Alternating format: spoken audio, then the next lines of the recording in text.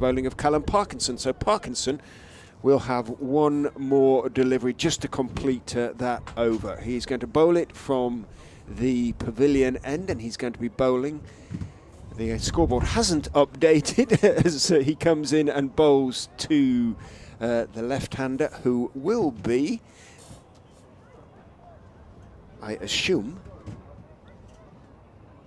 he says, looking out there.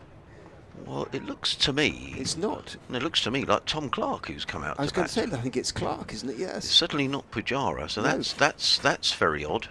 Morning, Adrian. Good morning, Richard. Lovely to see you. And a little bit behind the times. Yeah, great to see you. But that's definitely Tom Clark. So that's a change to the Sussex batting order. Well, we know that Ollie Robinson was unwell yesterday, so I wonder whether Cheteshwar Pujara is. I saw him out there on the outfield doing the warm-ups, and he seemed perfectly seemed okay. Fine. So. Well, I guess he has been batting 4 throughout the season, so maybe they just don't want to change that order.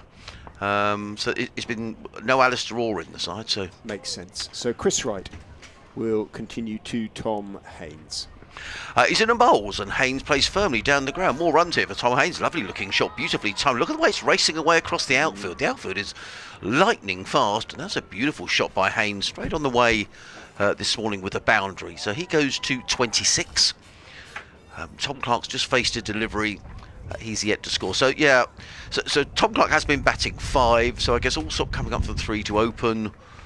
So it is no Mohammad Rizwan as well in this match due to a family bereavement. So some real shuffling of the batting order as in comes Wright, racing in again.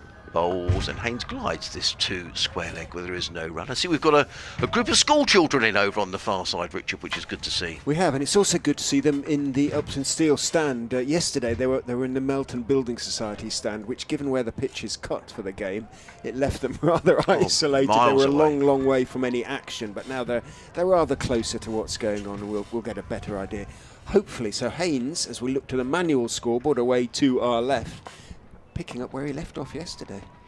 He's been good form as Tom Haynes in comes right and bowls, and Haynes drives this through the covers. More runs here from Tom Haynes. That could well go for another boundary. It will go for a boundary over pitch by Wright, and Tom Haynes on that in a flash and crashed the ball away through the offside for 4. It's a long boundary on that. So, I mean, that must be, well, that's got to be, well, I was going to say, can't be far short of 100 yards. I mean, that's a long way, that offside boundary. So 2 boundaries this morning for Tom Haynes, who's on to 30. The Sussex skipper and left-hander. Chris Wright, sorry, go on. Sorry, Richard, I was going to say 2 slips and a gully. There's a sweeper on the cover boundary, cover mid-off, mid-on, mid-wicket, and a fine leg. Updates time at the top of the hour as Wright goes in and bowls. Haynes defends on middle stump, pushes it out to Bjorn Hendricks in the covers, and there is no run. Do you have updates sort of on the half hour or half-hourly? Sorry, on the half-hour hourly. Yes, so I understand. If that on the at the half past yes, points. That would have been far easier for me to say, really. The electronic scoreboard is going to need switching on, off and on again, presumably at some stage, because it is frozen on the score last night. We are looking away at the manual scoreboard. To our left as Wright is in. Haynes defends on the back foot, slightly short of a length delivery. 47 for 1. We can hear radio output. BBC Radio Leicester in our ears. Tom Haynes has moved on to 30 off 27 balls. It will all settle down shortly, folks, don't worry. Such a dangerous player, Haynes, in such good form. As Wright is in and bowls to the Sussex captain, who is up on his toes, defending, slightly short of a length delivery. Neil Mallender raises his right hand. Not quite sure why. It wasn't an official signal of any kind. That is the end of Wright's over, his first of the day. 47 for 1, so 8 off the first 7 balls of the day. We're getting the full news bulletin. Oh, don't worry about that. Apologies about that. No, don't worry at all. Be on in a second. And we can settle everything down again It looks lovely out there, sunny at the moment. A few white clouds around, but the breeze is chilly. Here comes the update at long last. Good morning. We've had just the 8 deliveries of the day so far. Sussex have prospered, drawing them. Tom Haynes, Sussex's captain in particular. He has hit 2 glorious fours off the bowling of Chris Wright to move on to 30 not out off just 27 balls. The new man with him is Tom Clark. He came in after the dismissal last night of Tom Alsop to the second last ball of the day. He also went for 10, made the score 39 for 1. Sussex, as I say, have moved on to 47 for 1, replying to Leicestershire's first innings of an inadequate, I'm afraid, 210. The Foxes need early wickets badly.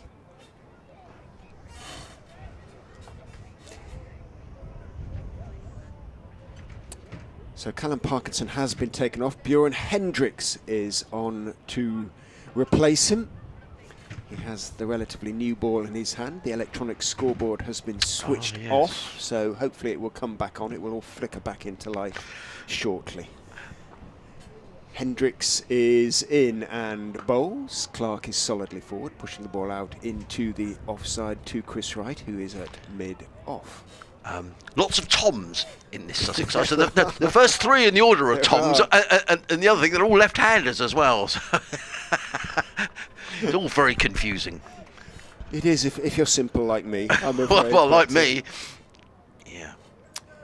But they are very different in appearance, Messrs. Certainly Messrs. Clark and Haynes. Tom Clark, the taller of the two, caught beautifully yesterday. 2 really good catches in the slips as Hendricks is in. Bowls to him. Nice high left elbows. He goes back and defends to the straight delivery.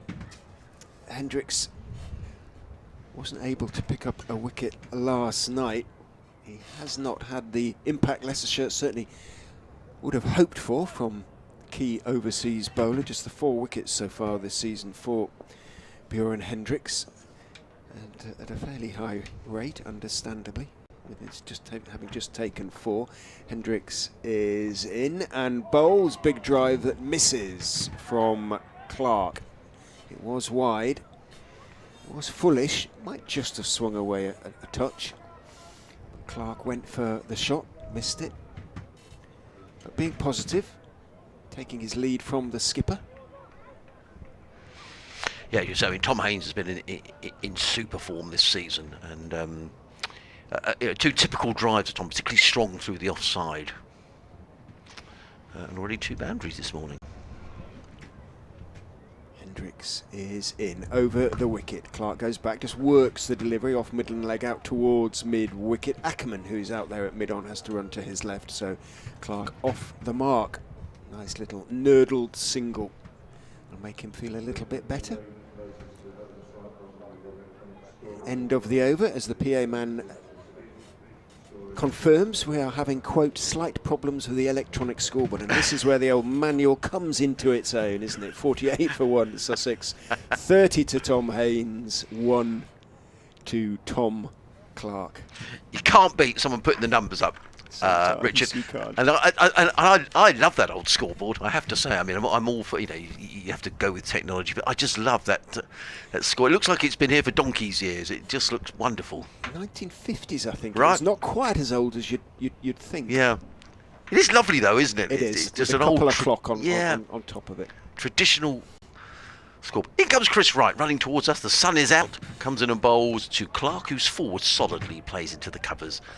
And there is no run. And it gives you pretty much everything you need, doesn't it? It gives you the total, the wickets, both batsmen, the overs that have been bowled, last wicket. Yeah. It was renovated, I think, the winter before last. Right. So, yeah. Sadly, we lost the operator, Dave Goodacre, over the winter. Oh dear. So that's sad. It is, but new operators keeping it ticking over nicely. In comes Wright, running in bowls, and Clark is forward, plays that to mid-on, and there is no run. It doesn't seem that long ago, Richard, that I was here, and of course it was last September when we were here for the second last game of the season, when Leicestershire won in 3 days by an innings, because one of the days was completely washed out by rain. I remember we sat here till about lunchtime, or perhaps a bit later than that. We were washed out for the day. And Sussex haven't won in the Championship this season, and indeed their last win in the Championship was over a year ago now at Cardiff last April. As in comes Wright, runs in and bowls, and Clark just plays this nicely from the hip to mid-wicket, and there is no run. Well, good evening to Tiffany down in Melbourne in Australia, watching the first few minutes of the game before heading off to do a night shift at the hospital. That's Mrs. Fango. Ah, that's nice. We had someone from Melbourne get in touch with us last week, and I said, what's the weather like? And they said cold. It was 12 degrees and raining. I think that was last Sunday, so don't know what it's like today. Wright turns, the sun has momentarily gone. It's quite a breeze as well blowing across the ground as Wright is in and bowls, and Clark eases that through mid-wicket. More runs here for Tom Clark. It's a very quick outfield. It speeds away towards the boundary, and that's 4 to Tom Clark. Nicely looking played by the young Sussex left-hander, who goes to 5, and Sussex to 51 for 1. The kids were pleased. Yeah. Across the ropes right in front of them, so a little bit of action for them. Is that something they do here quite regularly, Richard? Sort of local schools and... No, it's obviously related to the giveaway of tickets for this particular game. The club has given away thousands of tickets for the game to try and encourage some youngsters to come and sample a little bit of red ball cricket. In comes Wright and bowls, and Clark lets that go. Who to keep it hill? There is no run. Total remains on 52. It's lovely to see, and they all come on the pitch during the lunch interval and have a game of quick cricket. Yeah, in fact, that was a cause of much debate. We had the Sussex chairman, John Philby, talking to us last week on commentary. There was a lot of talk about people not being allowed on the outfield at Hove, but now they are, particularly when... Well, I'll come back to that in a minute, as in comes Wright to bowls, and let go by Clark outside the off stump. There is no run. Yeah, the reason is that you get a lot of players practising on the outfield, which can be a health and safety problem. But last week at tea, people were allowed to have a little wander around and have a look at the wicket, which was good to see. If I sound like I'm slightly stunted in what I'm saying, it's because we're getting some feed coming through our headphones here, but Richard's very kindly sorting that out. But Sussex have moved on this morning to 52 for 1. They've added 13 runs this morning. Haynes on 30, Clark on 5. You're listening to live cricket on the BBC, BBC Radio Leicester, BBC Radio Sussex. If you want to get in touch and email, you can do so, sussexcricket@bbc.co.uk if you're listening down on the south coast, or you can tweet us at BBC Sussex Sport. But it's going to be Hendricks who's going to carry on. Left arm over the wicket, comes running in and bowls, and Haynes stands up and drives to the cover boundary and picks up a single. Does Tom Haynes. He goes to 31. I'm delighted to say the electronic scoreboard is back in operation. We've got the total shown in green and the batsman who's receiving in yellow, so we've got no excuse for getting it wrong. Hendricks wanders back to his... It's going to be one of those days when the sun is in and then it's out. And at the moment it is out, and Grace Road really looking a picture as Hendricks runs away from us. Left arm over the wicket, bowls, and Clark is forward, plays to mid-off. There is no run. Both of these players who grew up in the ranks at Horsham Cricket Club in the north of the county know each other very well. Tom Clark, who made his maiden first-class century this season against Nottinghamshire in the first match. So Hendricks is back to his mark. Down in front of us, away to our right. We're looking over for the left-hander, Clark. We're looking over mid-on as Hendricks is in. Bowls, and Clark is solidly forward, plays into the covers, and there is no run. 2 slips and a gully. Backward point, cover mid-off, mid-on, mid-wicket, and a fine leg. Leicestershire yesterday making 210. A lot of talk about Ollie Robinson, who was on the ground today, so hopefully he's recovered from his food poisoning issues. And I wondered a bit earlier on with Pujara didn't come in at 3, but of course he's batted 4 throughout the season for Sussex, so I'm sure he'll be next man in, whatever that is. Hendricks is in, bowls, and Clark solidly forward, plays to mid-wicket, and there is no run. No Alistair Orr in this match for Sussex. Alistair is on the ground and travelled up with the squad, so I can only assume that was an injury. But we'll try and find out for you a little bit later on this morning. With no Mohammed Rizwan, there's a family bereavement, so we send our condolences to Mohammed and the Rizwan family, which is obviously a very difficult time for them.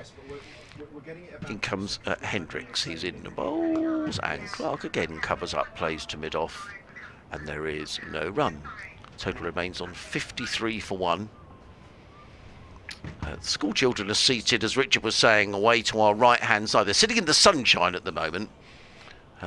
So sort of a wide-ish third man, and that's the side of the ground the wicket is cut on. And if you've never been to Grace Road, it is a huge ground. I mean, the outfield must be as big as any in the country, I would think.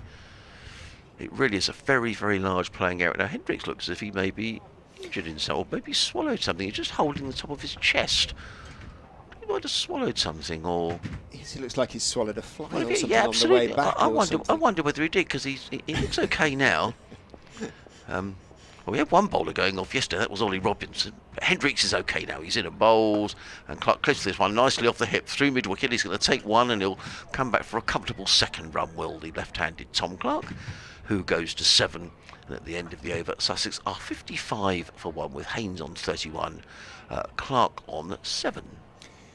It's a good position for Sussex if they can build past that 210.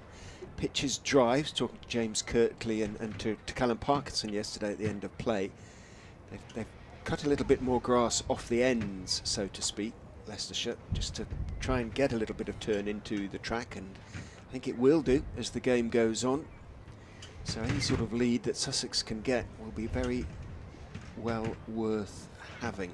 Leicestershire need early breakthroughs. They need to start getting it. Try and get Pujara early. Haynes already established as Wright goes in and bowls to the Sussex captain, plays it back past the veteran seamer on the onside, and there is no run. Brunty thinks the electronic scoreboard was deliberately switched off so that the kids couldn't see it and be disillusioned at an early stage. And be put off coming again, he says.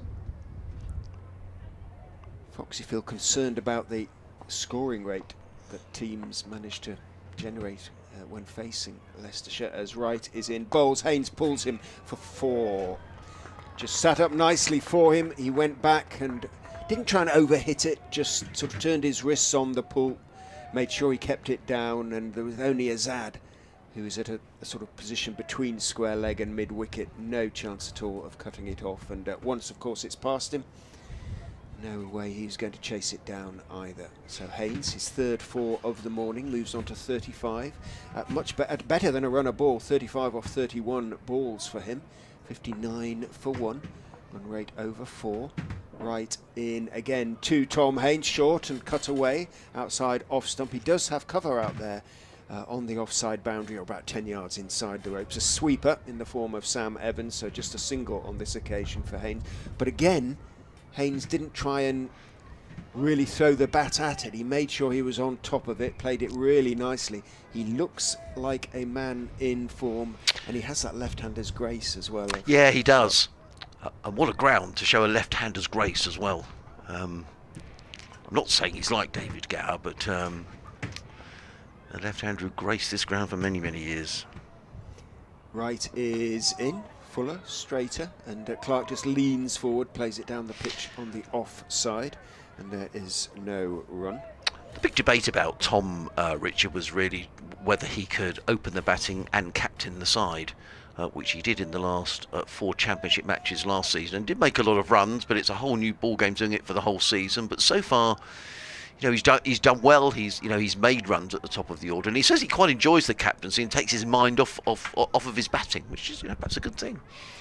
He's watching now as Wright is in and bowls to Tom Clark, who goes forward, then goes back. It might just have moved in a fraction to him, blocks it out on the onside, and there's no run. He was bowling within half an hour yesterday as well. Yeah, well, that's the other Haynes, thing. and he bowled 5 overs for 1 run. Yeah, he does bowl this very economic. Yeah, just little seamers, nips the ball about a bit, does Tom. And he's had to bowl a lot more, I think, than he'd have wanted, because the Sussex bowling attack has really been where the problem has been laid, with just so many bowlers injured, which sounds like an excuse, but it is true. Wright is in and bowling line and length. Leaning forward is Tom Clark, defending, head right over the ball, pushing it out down the pitch on the offside, picked up by the Leicestershire captain, Colin Ackerman. Hendricks is going to continue. Wright has now bowled 8 overs and he's conceded 42 runs from those 8 overs. Groundsman's being summoned with his sort of tamping pole, and Hendricks is asking just to bash down the footmarks. Ah, I saw the umpire signal towards. That's where the groundsman sits, isn't he? I thought he was signalling towards the scoreboard. Dropped on the ISDN, so let me just call it again. We certainly didn't drop it. People have been pressing buttons back in the studio.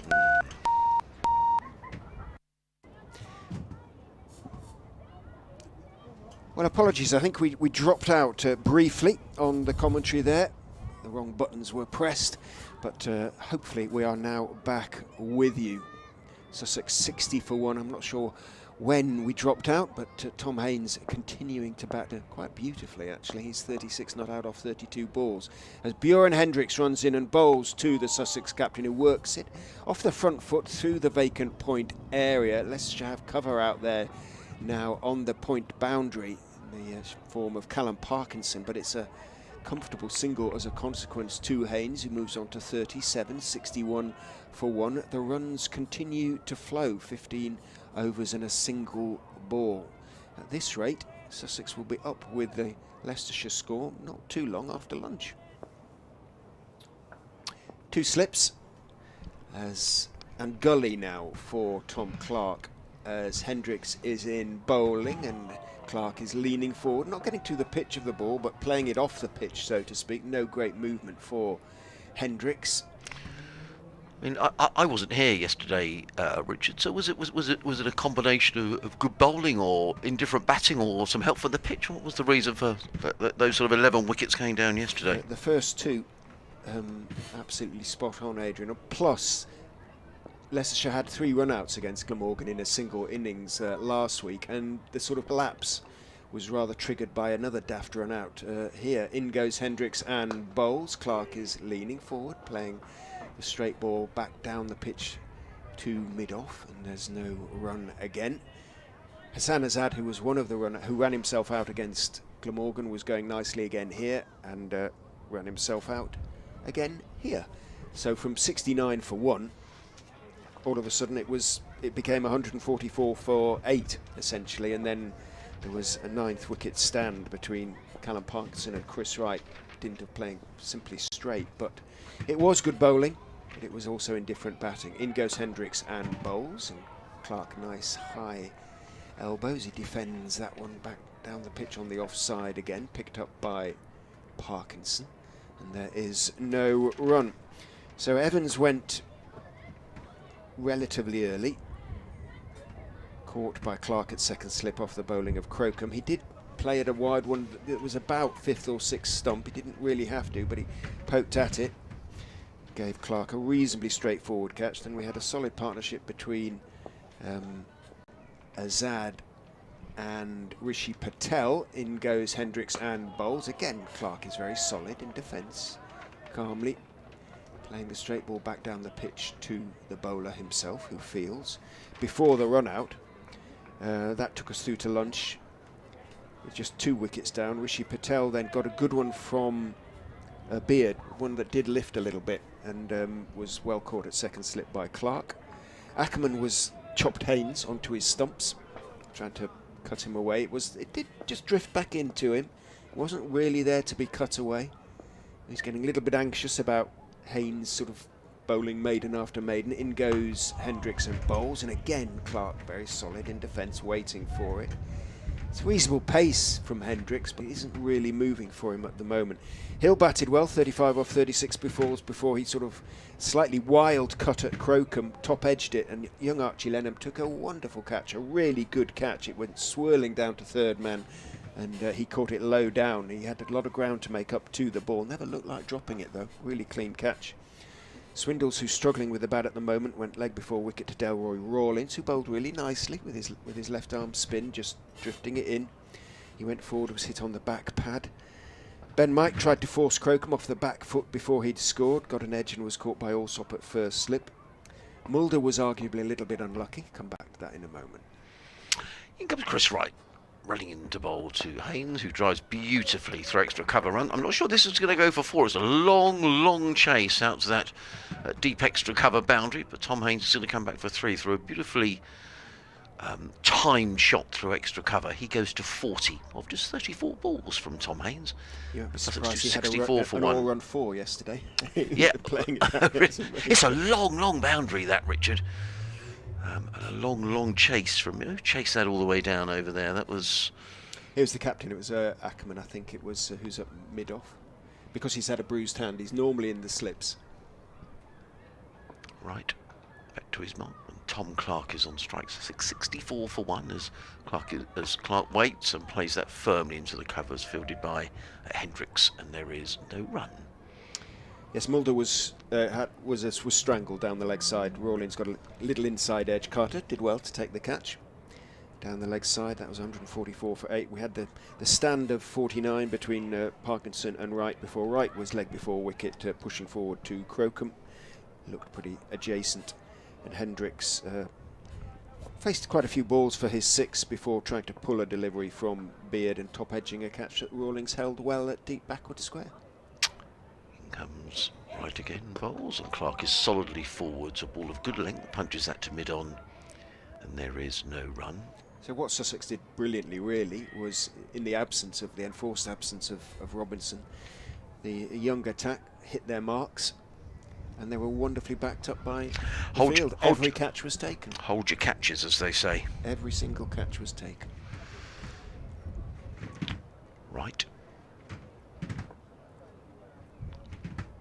Far end of the ground, comes running into bowl to Clark, who punches this one away through backward point. It's going to race away. I think this will go for 4 runs. The fielder is in hot pursuit. It's a long boundary. It may just pull it up inside. No, the ball just about wins. A good chase from Evans, but it's 4 more to Tom Clark. Lovely looking shot. He goes on to 11. And Sussex, 68 for 1, have made a nice confident start this morning. They've added 29 runs in the 25 minutes we've had this morning. They really have. Pitch is playing well, isn't it? It is, and I was looking back at last year's score. I mean, it was a game that Leicestershire won, but I mean, Sussex were 359. They lost Finn Hudson-Prentice, who broke his hand in that game. But then Leicestershire racked up 492 for 4. I remember Hassan was at 152. As in comes right and bowls. Clark is forward, plays to mid-on, and there is no run. Lewis Hill made 145. And Sussex were rather skittled out in the second innings to give Leicestershire that innings victory. On the last day, I remember, Richard, we thought it was all end in a draw, and the Leicestershire bowlers got in amongst Sussex. Tom Haynes will be very keen that doesn't happen this week. 3 slips in place for Chris Wright, bowling to the left-handed Clark, who runs towards us in and bowls, and Clark is forward. A ball of good length, plays that into the covers, fielded by Hendricks. There is no run. End of Chris Wright's over, who's now bowled 9 overs, no maidens. Rather expensive, no wicket. 4.49. Sussex are 68 for 1. Tom Haynes on 40. Tom Clark is on 11. It doesn't feel like this is going to be that sort of game, but as you say, it didn't feel like that on starting the last day last year. But do you think this wicket will spin? Yes, I do. Yeah, it has been prepared with that, with that in mind to sort of play well, and then as wickets should really. Yeah. I agree. Feel that the spinners should come into it as the game goes on. And days 3 and 4. Hendricks continues from the pavilion end. Bowls edge just short of gully. In fact, he's going to pick up for Tom Haynes there. A little bit of extra bounce from Hendricks. He did rather fend at it. Haynes, it probably just bounced short of Mulder in the gully. He went down to his right, didn't quite carry, I don't think, and sort of bounced kind of through him just under the body as he went down to it, reaching down with 2 hands. We'll check on the replay, but in fairness to Haynes, he managed to keep it down. It was short of Mulder, and he picks up 4, moves on to 44 of just 35 deliveries. Hendricks in again to Haynes, who is beaten. That was a really good carry on that as well, Richard. I mean, keeper Swindle's taking that sort of chest high, and that was a quick delivery as well. He can build up a head of steam, Bjorn Hendricks. He is trying, but his body language is that of a man who doesn't quite believe he's going to take a wicket in the near future. In he goes. Yeah, that was a little bit of nip there for Hendricks. He can bowl mid-80s. He's in and bowls, and Haynes trying to get forward, does. Pushes it out towards mid-off. Mulder starting to swing his arms in the gully. So maybe he's going to come on and replace the rather expensive right. 72 for 1 with that boundary down to gully. Of just 17.3 overs, so the run rate has actually increased this morning up to 4.1. I noticed Abhi Sakandi is still here. I think he was on having a trial this time last year when we were up there. No, he had a contract. He's got a contract. In goes Hendricks, bowls, goes for the big flashing drive through the offside, gave it everything, Haynes, and missed. He went down on one knee. It looked beautiful. The only problem was he didn't connect. But Hendricks turns and just walks back to his mark. No hands on heads. He's not a demonstrative man. Flashing blade of Tom Haynes just didn't connect on that occasion. Yes, no, Abhi got a contract last season, over the winter, another year, but yet to appear for the first team so far this season. Hendricks is in, bowls, Haynes goes back and defends. There's no run. Yeah, released by Sussex at the end of the previous season, I think, Abhi Sakandi.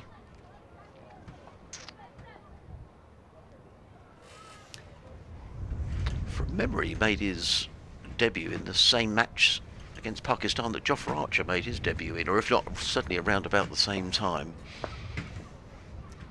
For a while, he was sort of classified in roughly the same bracket, wasn't he? Is it? In goes Hendricks and bowls. Haynes is leaning forward, defending out into the offside, goes to mid-off. It was a decent over from Hendricks, who, as one or two have remarked on social media, appears to be bending his back this morning, but he's not getting any joy. 8 overs now, none for 22 for the big South African. So, Chris Wright is being replaced, and it is going to be another South African, Vian Mulder, who's going to replace him from the Bennett end. Adrian Pops next door to update BBC Radio Sussex.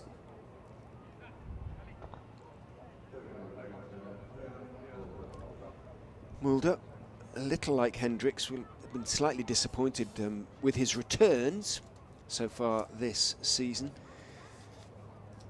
With the ball, he's just picked up 3 wickets at 80 runs apiece. He is in and bowling, and is Clark, who's leaning forward, looking to force. Bit of a thick inside edge as he works the ball out on the onside, picked up at mid-on by Chris Wright. No run. Ball was changed after just 5 deliveries in this innings last night. And although the box of old new balls was brought out, I think in the end they did the obvious thing and started with another new ball. In goes Mulder and bowls. Clark goes back, forces out into the offside. Mike has to run to his right to stop the ball, does so, but by the time he does so, and he can't gather the ball cleanly, a single is taken. Update coming for BBC Radio Leicester in a moment.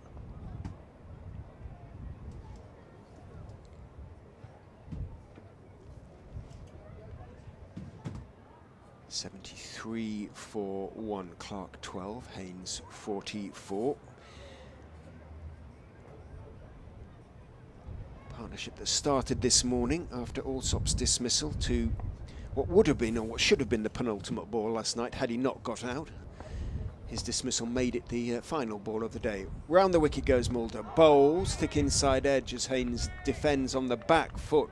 Movement for Mulder a little bit, and Haynes a little uncertain there on the back foot. Thick inside edge, dropped the ball down onto the pad and down at his feet. Wanders down the wicket, has a word with Clark, just settle himself back down again.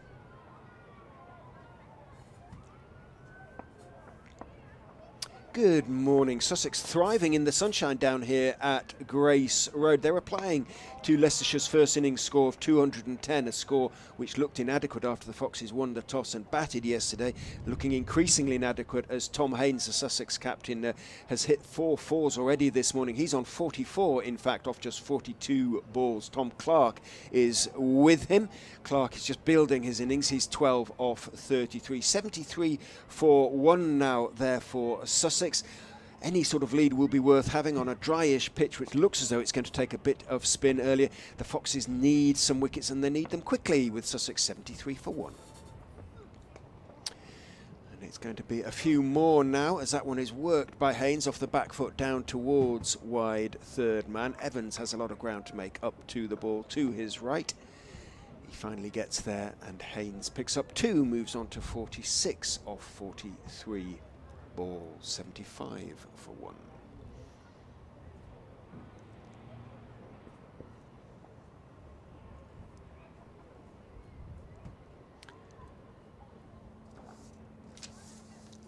Don't want to tempt fate, but this would be Haynes' third half century to go with his century of the season, assuming he goes on to it. Mulder is in, bowls to him, he cuts it away past Hendricks down to third man for 4, and that is his third half century of the season. It's come at a really good rate as well. It burst through the hands of Hendricks in the gully. On the bounce, it was about the second bounce, he knew exactly what he was doing, Tom Haynes. He raises his bat to the Sussex supporters and to his teammates on the Sussex balcony. His 50 has come off just 44 deliveries, and really the captain again setting Sussex up for a good score. Remember, Pujara still to come, Tom Clark having come in at 3. Nice shot, nice piece of timing, used the pace of the delivery just to guide it away down through the gully. Should really have been stopped by Hendricks.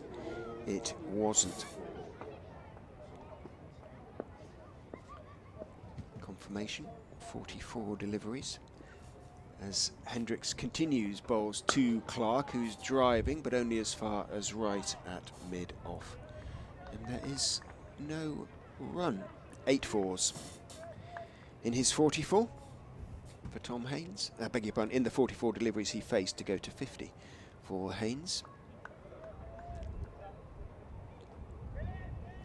And he's now well past 500 runs for the season already. 514 now, and maintaining his average, which was 51.55 coming into the game. Hendricks is in, Clark is forward, pushing the delivery, foolish delivery, out towards Parkinson in the covers. There is no run.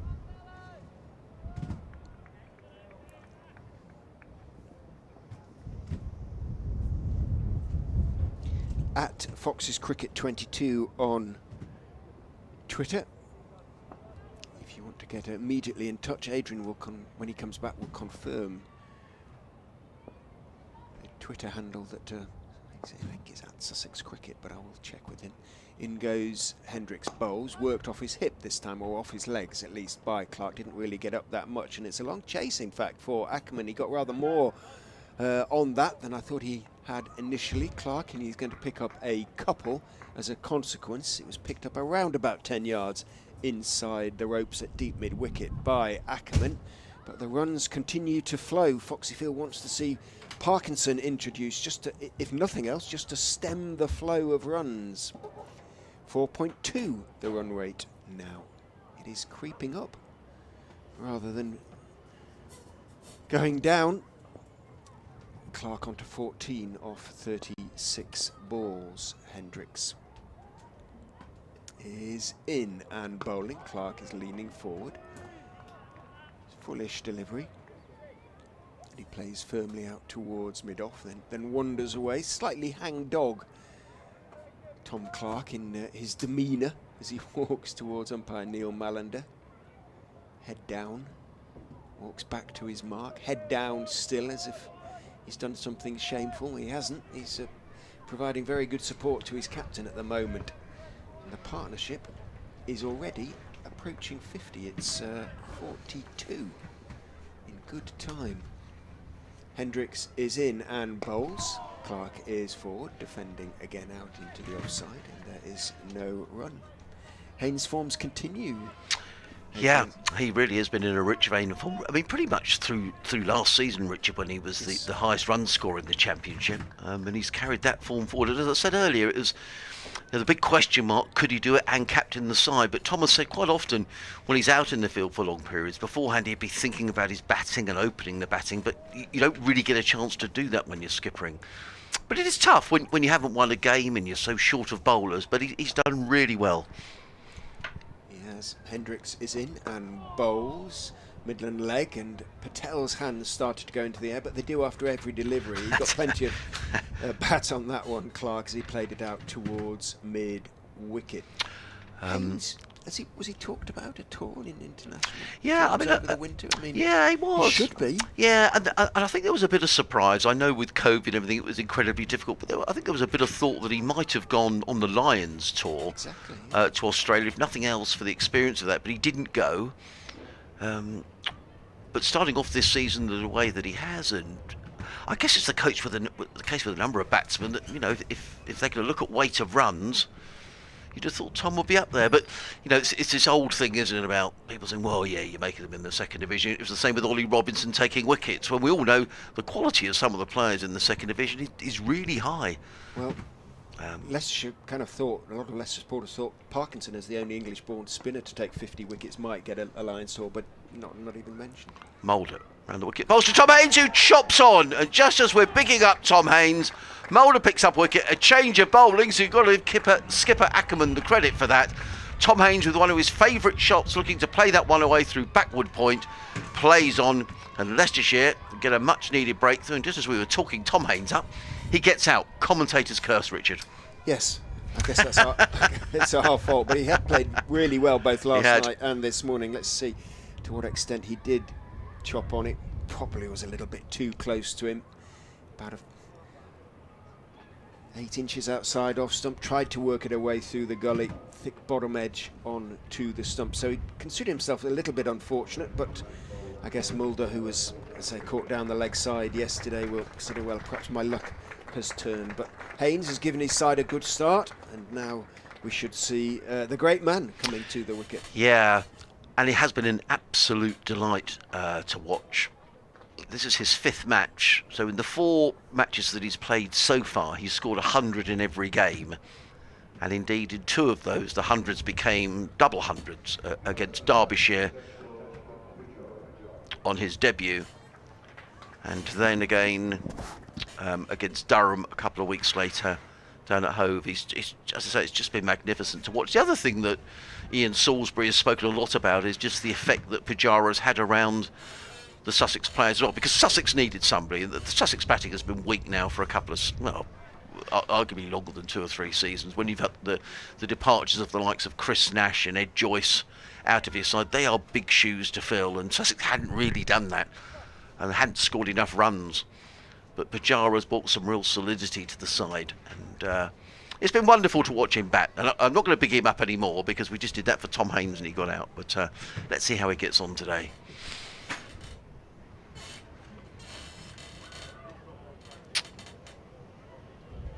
So 3 slips in place. Good bowling change though, Richard. You know, it's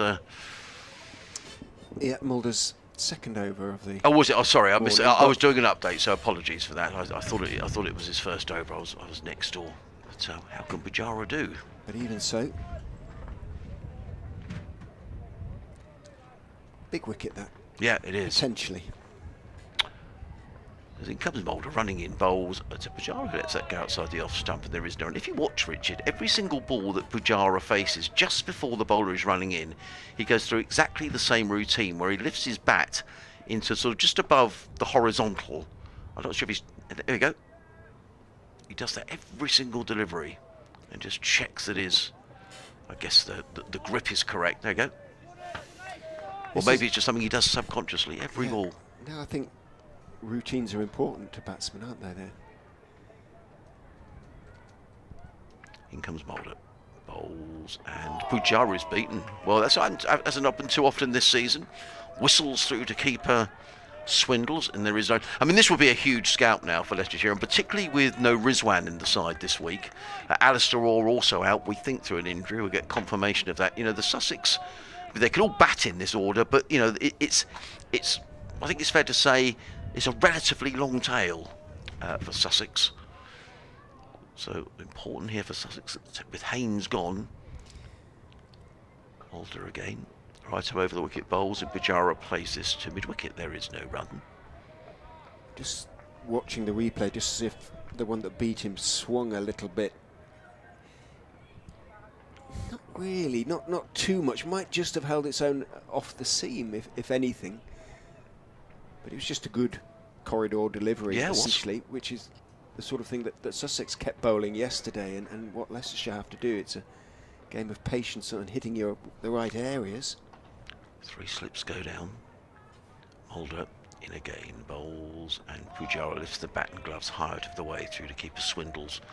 And there is no run. Now, for memory, Rich, is that the Lynn Wilson end? Is that the indoor school? That's Northampton. Oh, right. So I've got it wrong. What's this one? That's the Bennett end. The Bennett end. And why is that the Bennett end? A benefactor of and a great man of Leicestershire cricket, Trevor Bennett, paid for a lot of the work over there. It's the Bennett Indoor Centre and the car and all sorts of costs incurred that he paid for over there. So the Bennett end. It's not dissimilar to the Lynn Wilson end, is it, at Northampton? As in comes Mulder again, clipped away by Pujara. A good bit of fielding at mid-wicket prevents Chiteshwar Pujara from getting off of the mark. And a good over from Mulder, 81 for 2, the over that saw the demise of Tom Haynes, who played on, looking to play a ball through the backward point region. Leicestershire with a breakthrough, much needed breakthrough there. And Sussex 81 for 2. Pujara yet to score. Clark on 14. Ackerman and Parkinson in deep conversation, but it looks like Hendricks is going to continue. It's an opportunity to bowl at a new man. Even the great batsman like Pujara is slightly nervous before he gets off the mark. His figures this season extraordinary. 717 runs at 143. That's in 7 innings. Clark is on strike though as Hendricks is in, and he's driving most pleasantly. No great follow through from the young left-hander, just stepped out and played it very firmly and timed it very sweetly between extra cover and mid-off, and all right can do his jog back towards the meet and the members' seats and pick up the ball. Lovely shot. Why is it left-handers make that shot look so beautiful? Every left-hander seems to play a lovely extra cover drive. And that was beautiful from Tom Clark. Shortest boundary on the ground, but no chance for the fielders. Clark himself has been in pretty good touch. Yes. In goes Hendricks and bowls to him. He's leaning forward into that one. Ball doesn't move too much off stump, so he's able to block it out towards point. A bit thick outside edgy. But he too, like Haynes, or Haynes now has 3 half-centuries as well as his century. Clark has 2 and a century to his name. Not quite the weight of runs of his skipper. Yeah, and the last couple of seasons he's sort of been on the fringes really, Tom Clark. He's got in and, you know, played a couple of nice 20s and 30s, but never really gone on. And this season it's been a bit of a, it's been a big sea change with his first 100. Hendricks is in, bowling to him. Another glorious drive for 4. It was over pitch. That one was a genuine half volley. And Clark almost nonchalantly just stepped forward and put it away. That was a lovely shot, wasn't it? It was a carbon copy. Couple of emails we've had in this morning. I'll read those, Richard, at the... and I wasn't sure which Twitter address you were using. You can use it if you're using. Yeah, you can use it at BBC Radio Sussex, or at BBC Sussex Sport. Sorry, okay. That's probably the best one.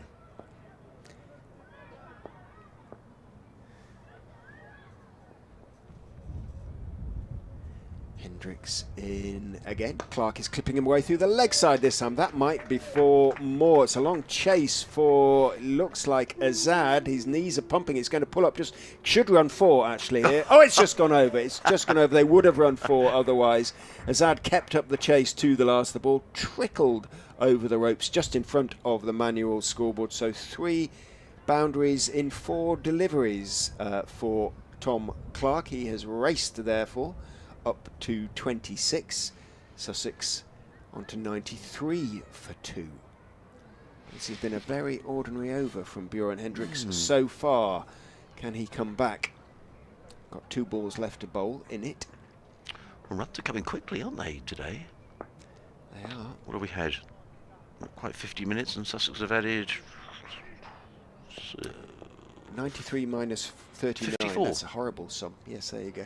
In goes Hendricks and bowls. Clark has to treat that delivery with respect. On off stump, he started to get forward. It rose on him perhaps a fraction more than he thought it was going to.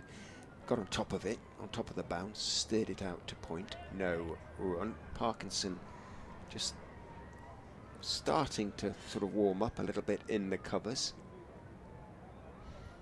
Hendricks coming to the end of his 10th over of the innings. Bowled, I think, 4 last night, so his 6th over of the morning. He's in and bowls. Clark is appealing for a leg before. Sounded very wooden to me. Hendricks, it sounded like an inside edge onto the pad. It wasn't an entirely convincing appeal either from Hendricks or the slips. We'll have a look at the replay, but it excited the kids. It did. Oh, they're enjoying themselves. So a couple of emails in. David Sharp's been in touch. Hello, David. He says, good morning, Adrian. Greetings from Twyford in Berkshire. I'm watching on TV. How is Ollie Robinson today? I believe he had food poisoning. The rest of the bowlers did an excellent job. Can you wish Randy Baldwin a happy birthday too? So happy birthday to you, Randy. Yeah, Ollie Robinson was on the ground this morning. So we assume he's feeling better, but we'll find out a little later. In comes Mulder, running in bowls to Pujara, who's on his way with a lovely clip through the mid-wicket. There's at least a couple here, and possibly 3. Does run very quickly between the wickets, does Pujara. And in the end, it's a very comfortable 3 runs as the Indian batsman is on his way, and the total goes to 96 for 2. So hello, David, good to hear from you. Martin Weiss has been in touch. He says, morning, Adrian. Did you happen to read David Hopp's on Cricinfo on yesterday's play? He was very critical of Ollie Robinson's conditioning. I'll appreciate your thoughts if you get a minute to glance over it. Incendiary stuff, he says. Good to see the other bowlers stepped up, though, and Sussex are nicely placed here. Here's to a rare victory. So we'll discuss that in a moment. Yes, he used the phrase, and he's not the first, I don't think, to use it of Ollie, self-sabotaging. Interesting. John Malone's been in touch. He says, good morning, lads. Excellent to have you back on parade. So, Adrian, well, it's nice to be back, John. Probably only for today only, as in comes Mulder and bowls, and Clark is forward, placed to mid-off. There is no run. Sound and picture loud and clear. Interesting day's cricket ahead, so thank you for getting in touch. And Martin also says the line had gone down, but it's back now, which is good news. Well, obviously, we've been tracking Ollie's progress since he came back from the Caribbean. Now, I'm not sure. He came down to Worcester a couple of weeks ago as Mulder around the wicket bowls to Clark, and Clark plays to mid-wicket, and there is no run. So I haven't seen the article. It's the first thing to say, Martin. The second thing is that Ollie came down to Worcester the other week. Now, apart from the fitness issues he'd had since he got back from the Caribbean, he'd had a lot of dental work done, and to an extent that his teeth got infected, and he was confined to bed. And at one stage thought he had COVID. He felt that ill, but came down to Worcester. That had been resolved, and he came down there to get himself fit and be with the players.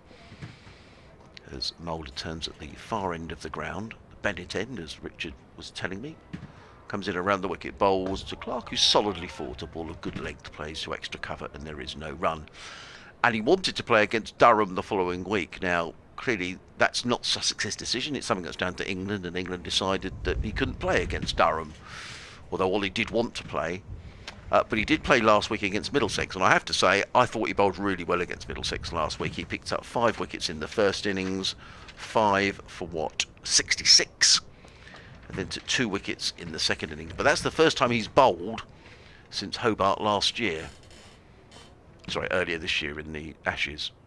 Mulder in bowls. Clark drives handsomely. Oh, was that a chance? No, it wasn't. No. It just it was actually well fielded at backward point, because it was a hit very, very firmly.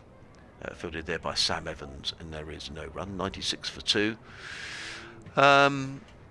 And he did look as if he, perhaps he didn't bowl that much in the second innings, but what overs did he bowl last week? He bowled 24 overs, 7 maidens, 5 for 66.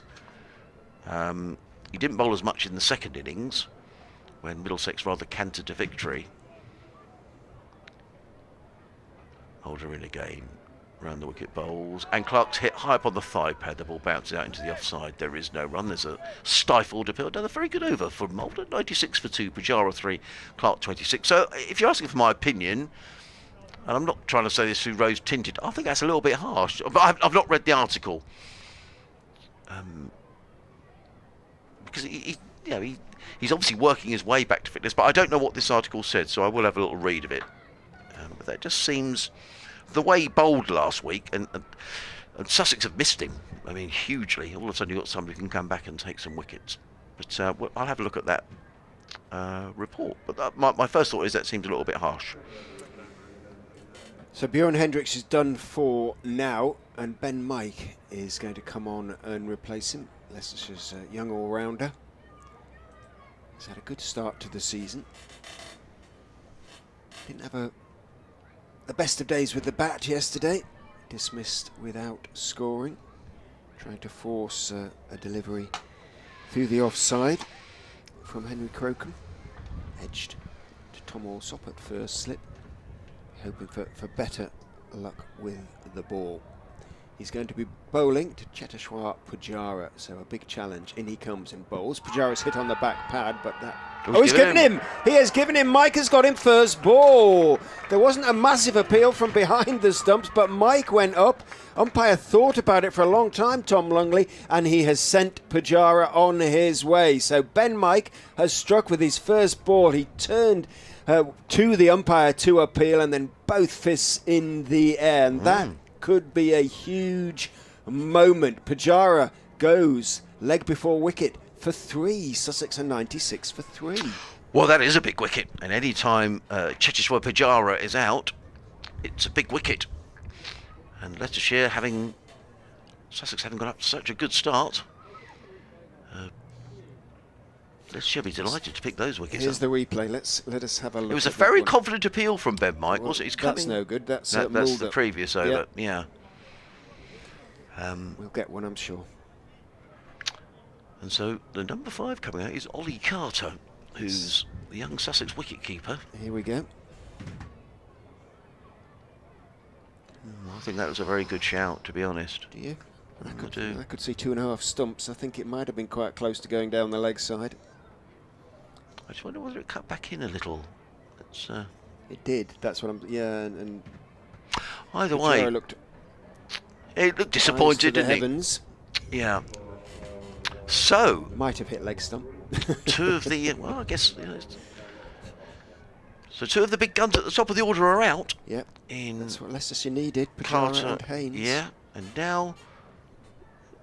just among some of the younger Sussex. So this is a big test now for Sussex. Ollie Carter, then Delray Rawlings. Then it was all into the bowlers, really. Ollie Robinson looks as if he's down to come in at 7. Aaron Beard, Henry Crocombe, Sean Hunt.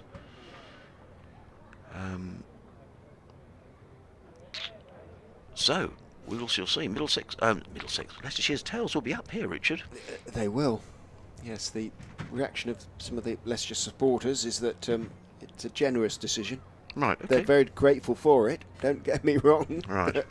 But yeah, my reaction was that was possibly going to miss leg stump. But it may be the break that Leicestershire need. Ben Mike, who has been a wicket taker this season, is in and bowling to Carter, slightly short outside of stump. Carter, not a tall man, is up on his toes, looking to play it firmly out into the offside, not quite timing it, understandably.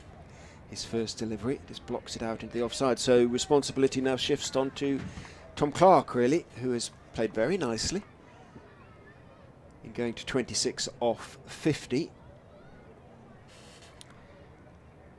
I'll have more and more looks at the replays of that leg before. Thought about it a long time, Tom Lungley. Mike turns. in and bowls. Carter is defending off middle and leg, pushing the delivery down towards mid-on. So I'm just reading this article that's been written about Ollie, and it says here something he blamed on a tooth infection. Well, Ollie was down at Worcestershire and refused permission to play because the ECB wanted him to work on his workloads. But I mean, he certainly did have a tooth infection. So to say he blamed on a tooth infection, anyway, perhaps not for us to get involved in that discussion. Mike is in, bowling full, but it's onto the legs of Carter. He's able to clip it away down towards wide long leg, and you can tell the kids are right behind wide long leg there. And he gets his throw away. I think it's Abhi Sakandi who's on for, presumably, Hendricks. Can't see Hendricks out there at the moment, so perhaps he's... One or two people remarked he didn't look quite right physically, and he did rub his chest, and he did looked at maybe... We thought he had something in his eye at one stage, didn't we? But he's off at the moment, yes. And it looks as though, against his former county, Abhi Sakandi is getting a little bit of... He waved at the kids there anyway. It'd be good to play up to the kids, if you possibly can. They do love it. So, Mike is going to be bowling to Clark now. With just the two slips, he is in and bowls down the leg side. Clark tries to swing it on its way down towards wide long leg. Doesn't get anything on it. It's taken by Swindles behind the stumps. And, if nothing else, Richie, just put the brakes on Sussex here. Yes, it has. Got off to a very good start. Change the feeling of the morning. At 81 for 1, they were absolutely flying. And Haynes chopped on against Vian Mulder. Pujara giving out leg before wicket to Ben Mike. Mike's first delivery. He is in and bowling again down the leg side, and that is 4 runs because it's flicked on its way this time. Having missed the first one, Clark didn't miss the second, and he brings up the Sussex 100. He moves on to 30, but this is what you get with Ben Mike. You get wickets and you get runs as well. So in fact, that's Ben's 14th wicket of the season, putting him ahead of Eddie Barnes, who also had 13 wickets coming into the game, so he's Leicestershire's top wicket taker of the season. And he's averaging 15 or 15 and a half per wicket, so nothing to complain about there as far as the Foxes are concerned. And he's also scored over 200 runs with a best of 99 not out. From memory, he took at least 4 wickets in the Sussex second innings last season in that win here at Grace Road. Would you like another look at the... yeah, let's have another look. Let's see. Yeah, actually on that, well, it does look like it's going down the leg side. Mulder comes in and bowls to Carter, beats him outside the... I don't think that missed the off stump by very much, actually. Through to keeper Swindles, and there is no... Yeah, I mean, looking at it then, that did look... It was definitely going down the leg side. Yeah. You could see almost all 3 between his legs, and that's why he looked so very disappointed. And that's why the appeal from behind the stumps was sort of kind of choked off. Mike kept it going. Umpire Lungley, was that? Tom Lungley, yeah. Former Derbyshire seamer. It's clouded over again now, no danger of any rain as in comes Mulder again bowls. Carter is forward, placed to mid-wicket, and there is no run. You know, it's... Ooh, update. We've got an update. BBC Radio Leicester shortly. First bowling bonus point for the Foxes. 3 bowling bonus points for Sussex, obviously, having bowled Leicestershire out last night. Mulder is in from the Bennett end, bowls to Carter, who studiously leans forward to the straight delivery. Back down the pitch it goes towards mid-on. Umpire Malander sort of points at the pitch and has a word with Mulder, who kind of hopped across to try and field it and then hopped back, making sure he's trying not to go on the danger area, so to speak.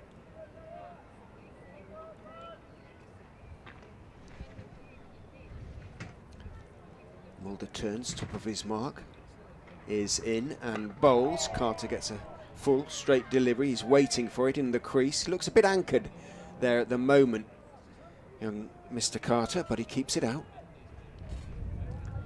7 balls faced for him. Here's the update. They've had a very good 10 minutes because they've got rid of the 2 best Sussex batsmen. First, Tom Haynes, the Sussex captain, shortly after having gone to his 50, his 3rd of the season, got a slightly wide delivery from Vian Mulder, tried to cut it away, got a bottom edge on to his stumps. He was dismissed for 50, made the score 81 for 2, and then just a few moments ago, the great Cheteshwar Pujara, who has been almost unplayable this season in terms of the bowling he has faced. He got a fullish delivery from Ben Mike that came back into him, hit him on the pads, looked to be going down leg side, but he was given out leg before wicket. And that was Ben Mike's first delivery, made the score 96 for 3. They've taken it on to 101 for 3. That's in reply to Leicestershire's first innings, 210 all out, but the Foxes will feel they're very much back in the game. Mulder is in, and Carter's going to pick up runs there as he blocks it wide of second slip, third slip. Who's back on? I think it's Hendricks who's back on, and it goes down to third man for 4. So Carter's first boundary picks up 4, moves on to 5, and the score 105 for 3. And the sun is back with us, which is the good news. I can see Colin Atwin having just a natter away there to Callum Parkinson, but I'd have thought, having picked up a wicket, Ben Mike will be very keen to carry on, particularly the prize wicket of Pujara, who was LBW for 3. But looking at that, the first time I looked at it, I thought, well, maybe that looks a decent shout. But looking at it again, it really wasn't a good shout. Well, it's a brilliant shout. Not a good decision. That's it, yeah, there's nothing wrong with the shout. So, Ben Mike's going to carry on. Running away for us to bowl to the left-handed Tom Clark, who's on 30. He's in now and bowls, and short, and Clark clips this off the hip down to fine leg and picks up another single. Does Clark? He goes to 31, and Sussex to 106 for 3. 2 slips in place for Ollie Carter. Looks like there could be a 3rd slip coming in. Let's just see. No, it's not. So it's going to be 2 slips and a 3rd man. Backward point, cover mid-off, mid-on, mid-wicket. And a fine leg. As the right-handed Ollie Carter waits, keeping in this match because no Mohammed Rizwan for Sussex. In comes Mike. Racing in. Bowls. Carter lets that one go outside of the off-stump. Taken by keeper Swindles. And there is no run. I'm just sort of thinking what the rest of the Sussex batting order will be. I would imagine Dalray Rawlings will be next. I'm just looking at the rest of the card. And then possibly Ollie Robinson coming in at 7. Which is as high as I've known Ollie bat for Sussex. In comes Mike. Bowls. Carter lets that go outside of the off stump, taken again by Swindles, and again there is no run. So Leicestershire will perhaps know here that a couple of wickets, I mean they're right back in this game anyway, but a couple of wickets now. That looks a pretty good batting track that could carry through certainly to the keeper. But so far a low scoring game. Mike turns down below us and runs away from us. Bowls, and Carter is solidly forward. A ball of good length, plays that into the gully region, and there is no run. Not a huge crowd by any manner of means, but those that are here, and if you get out of the wind, it's very breezy. I was listening to the weather forecast on the way up, and I think the further north across the country you go today, the windier it's going to be. I mean, it's not blowing a hoolie, but it's a stiff breeze, Richard, isn't it? And it's a cold breeze. Yeah, it is. Afraid. It is. It is a cold breeze. As in comes Mike and bowls, Carter forward, plays it into the offside. There is no run. Yeah, I mean, I left the house this morning and thought, well, no need for a coat, but actually, I can see the is this the chap operating the stream away to the right hand side here? He's just one of the cameramen. No. Okay. He's got he's well wrapped. Yeah, he's got gloves on and almost like a snood and and I noticed some of the players from both sides actually this morning wearing bobble hats out on the outfield when they were warming up. If you're in the sun and out of the breeze, it's glorious. Yes. If you're in the breeze, wrap up warm. Mike bowls Carter 4, ball of good length, plays that 2 mid-off, and there is no run. End of a good over from Mike. 106 for 3, Carter on 5, Clark on 31. Mike has now bowled 2 overs and has figures of 1 for 6, and he will probably talk forever about the day that he had Pujara LBW, although as we've said, it looked as if it was that's best to say, a questionable decision. Yeah, generous to the bowler. Such a huge wicket as well, potentially. Pujara, such a fine batsman, and not at all to say he's carried the Sussex batting so far this season, but he's been a huge pillar, put it that way. Round the wicket comes Mulder to the left-handed Tom Clark, who is leaning forward most pleasantly, steering the ball out to Ben Mike, who's at extra cover.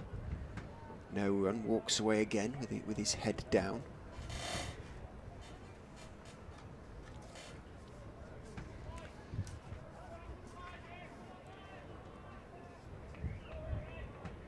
Good name, Thomas Jeffrey Reeves Clark.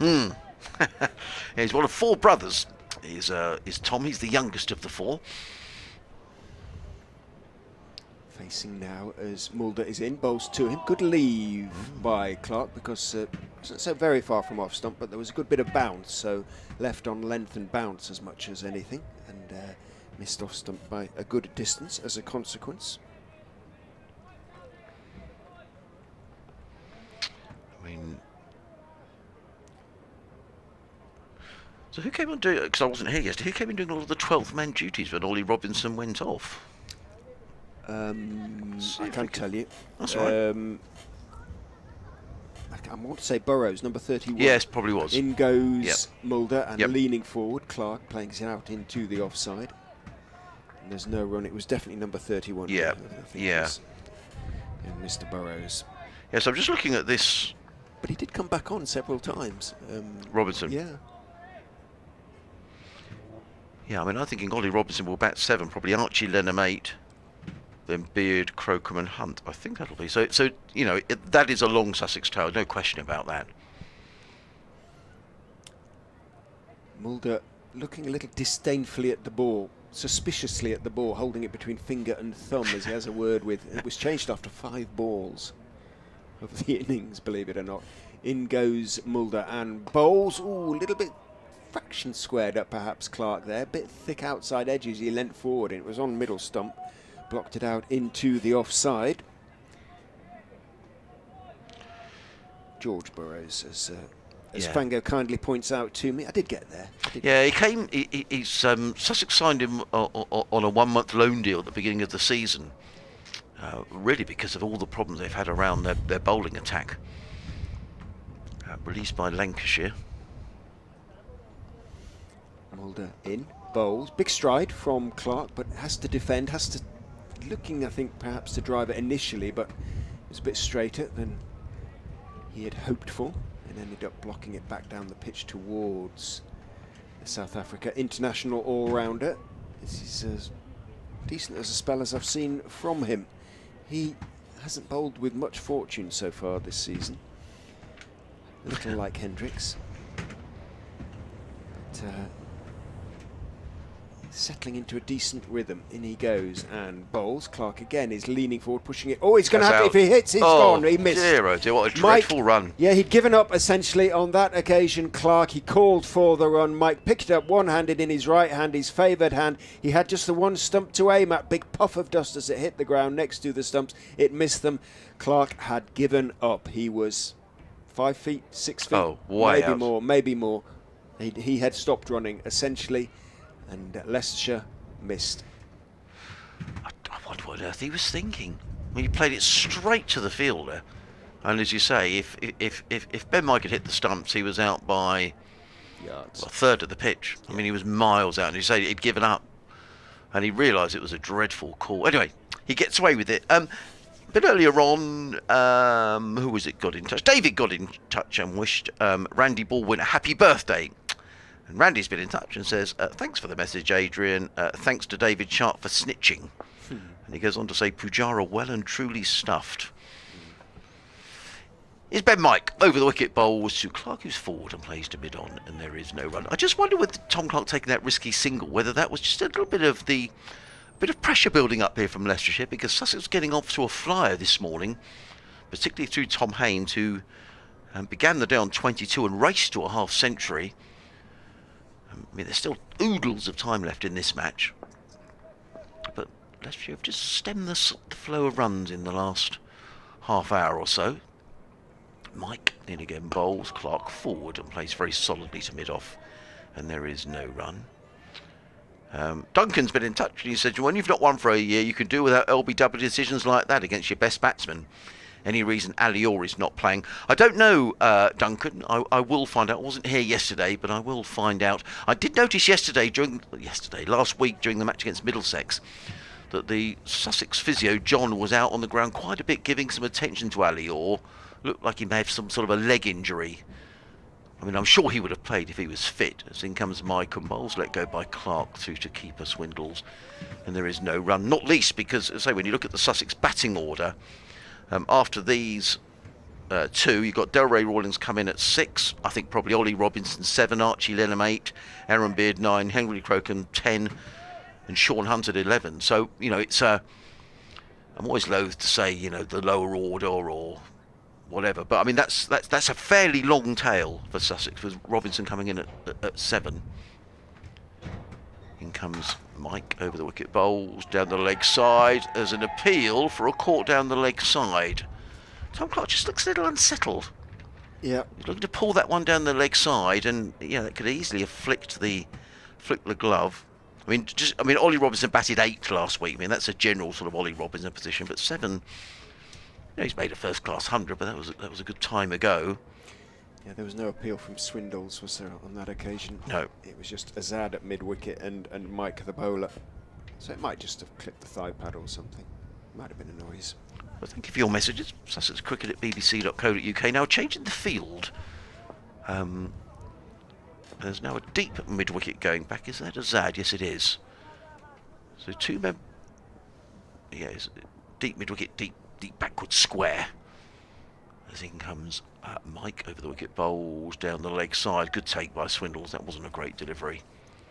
And there is no run. It's such a huge outfield. I mean at Hove, where Azad is fielding at deep square leg, you'd be on the boundary there at Hove. But actually here, it's still probably another 20 yards to go until the boundary. At least, maybe even more than that. It's a huge boundary on Tom Clark's leg side. Sun disappears and Mike is in again over the wicket bowls. Short pulled away by Tom Clark. Well, that's a lovely shot. Dismissively pulled away by Tom Clark, and despite the man being back on the leg side, that's 4 runs. Too short from Ben Mike, and Tom Clark wasn't going to miss out on that, and he hammered the ball away for 4 runs. He goes to 36. And Sussex are 111 for 3 with Carter on 5. The men out today, Tom Haynes for 50 and Jiteshwar Pujara out for 3, although as we've seen on the replay and from the comments that have come in, it looked like a pretty poor decision. James Trollope's been in touch. He says, let's hope that Delray can fulfil his promise, ... at last. Well, he certainly hasn't scored the runs in first-class cricket, Delray Rawlings, that he ought to have done for a player with his talent. But coming in at 6 today, maybe this is his opportunity. And Randy says, Ali Orr was off the field of the last session of the Middlesex game with a sore hamstring. Presume this is the problem. Well, there you go. I think you're probably right, Randy. It certainly looked like a leg injury, and I'm sure he would have played if he was fit. Mulder from the Bennett end is in to Carter, outside off stump. Carter leaves. I did see him. He was on the ground, Randy, this morning, but the players have their sort of kickabout and exercises this morning, and he wasn't joining in with any of that. A few people have been in touch. Sorry. No, you go, Richard. I was going to say, a few people have been in touch on Twitter, at Foxes Cricket 22. Good morning to Martin. He's hoping for a better day for the Foxes. It has been so far. He says he was due to play for county over 50s at Horsham this week, but it rained all day. Oh, dear. Leicestershire against Sussex over 50s, presumably, as Mulder is in. Bowles turned off his middle and leg, rather, by Carter, only as far as Mike at mid-wicket. Where was that meant to be, Richard? At Horsham. This this week. So, well, it rained all day on. Yeah, rained Wednesday. It was a horrible day. It was awful. Yeah, from about midday it started to rain. It did. So I guess, Martin, that was the day. So I'm sorry. Oh, that's you missed out on that.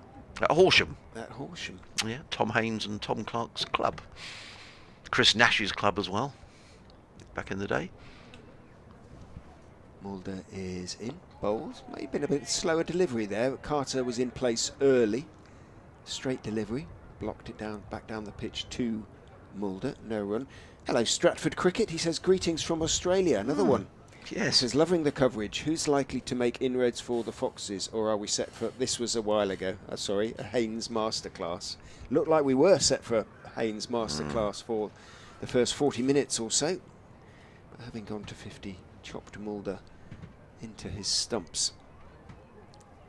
Mulder in to Carter, who is beaten on the outside edge, struggling a little bit at the moment.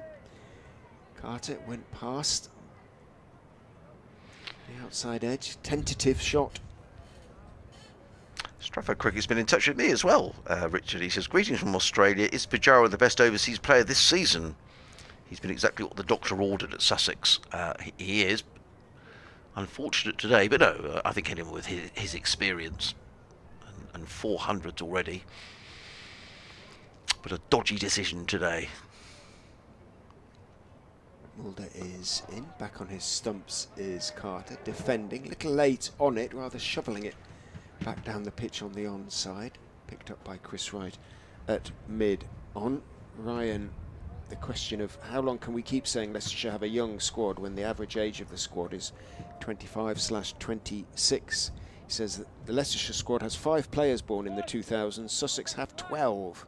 And yet we are being perceived as a young squad. Fair point. Sussex, genuinely young squad. Morning to David Hutchinson. Acknowledges that that decision looked a little bit leggy. Goes Mulder bowls a bouncer and Carter just bobs at the knees and lets it bounce over his left shoulder. End of Mulder's over, his 6th, 1 for 15. His figures. And the Sussex innings hasn't stalled. Well, it has stalled a little bit. 111 for 3. Clark 36 off 65. Carter still playing himself in, 5 off 20. Sam Cobley thinks it would have been umpire's call. He says certainly scope to say it's going down, but a good chance of clipping leg. In comes Mike, bowls to Clark, who turns this firmly to mid-wicket, and there is no run. Yeah, you look at the age of some of the Sussex players. So Sean Hunt is 20, Henry Crocombe is 20, Archie Lillam is 17, Ollie Carter. Where's Ollie Carter on my notes? Here we are. Ollie Carter is 20. Got a bit of a mullet going on. Yeah, it has. Mike in again, bowls to Clark. Clark clips this down to fine leg and picks up a single fielded way down in the distance. Is that Mulder all the way down there? I think it was. One more to Tom Clark. He goes to 37. The electric scoreboards back up and running and a little quicker than the manual one. Now the manual one does it now. 112 for 3. Carter on 5. These two coming together when Pajaro was out for 3. The total was on 96, so it's been slightly stickier going for Sussex. Tom Clark could so easily have been run out a couple of overs ago. Mike in again, rolls to Carter, who covers up to a ball short of a length, plays it away into the offside, and there is no run. It's been all seams so far this morning. Richard, I wonder whether we might get a bit of spin before lunch. I'm sure we will, even if it is just the 1 or 2 overs, but Parkinson did strike last night, dismissed Tom Alsop. One more before lunch and Leicestershire will be reasonably happy with their morning's work. Yeah, sure they will. Mike again bowls. Carter is dropped. Would have been a great catch. It was outside of the off stump. It was carved away by Carter, who hasn't really settled at all. The ball was played firmly away. It was a top edge through the slip cordon, and it was just put down by Patel. Diving, look to me, high to his right-hand side. Looked like he got a hand on it, Richard, but couldn't hang on, so it must go down as a chance. But it would, I think, at first sight, that would have been a brilliant catch. It would. One of those that he knocked up, and it didn't fall so very far behind him. Let's see if we can see it. Yeah, it was sort of about head high and to his right. Seemed to be a bit late picking it up. Got a hand to it, knocked it up, but knocked it behind him. Mike in bowls to Clark. He glides that back. Just go on the leg side. They've taken one. They'll definitely come back for a second run. Well, Tom Clark, he goes to 39 and Sussex to 115 for 3. But it was definite drop. Yeah, on 5. So Clark's had a life, you could say, on 31 when Mike couldn't hit the stumps. He'd given up on the run, and now Carter has had a life on 5. Sussex took every chance yesterday. Leicestershire have missed a couple.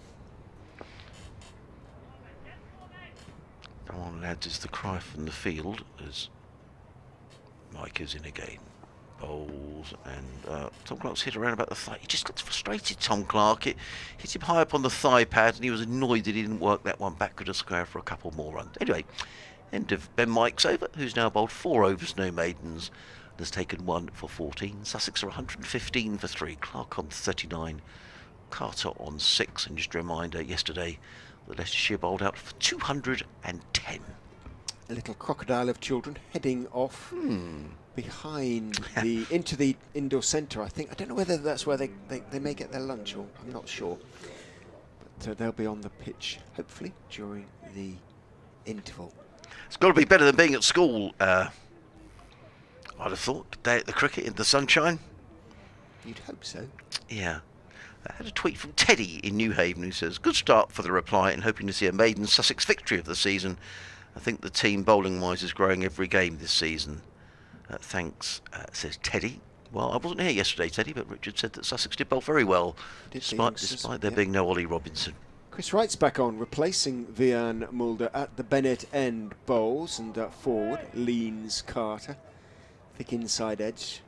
Squirts the ball out on the onside. Struggling Ollie Carter at the moment. This is just obviously his second first-class innings of the season.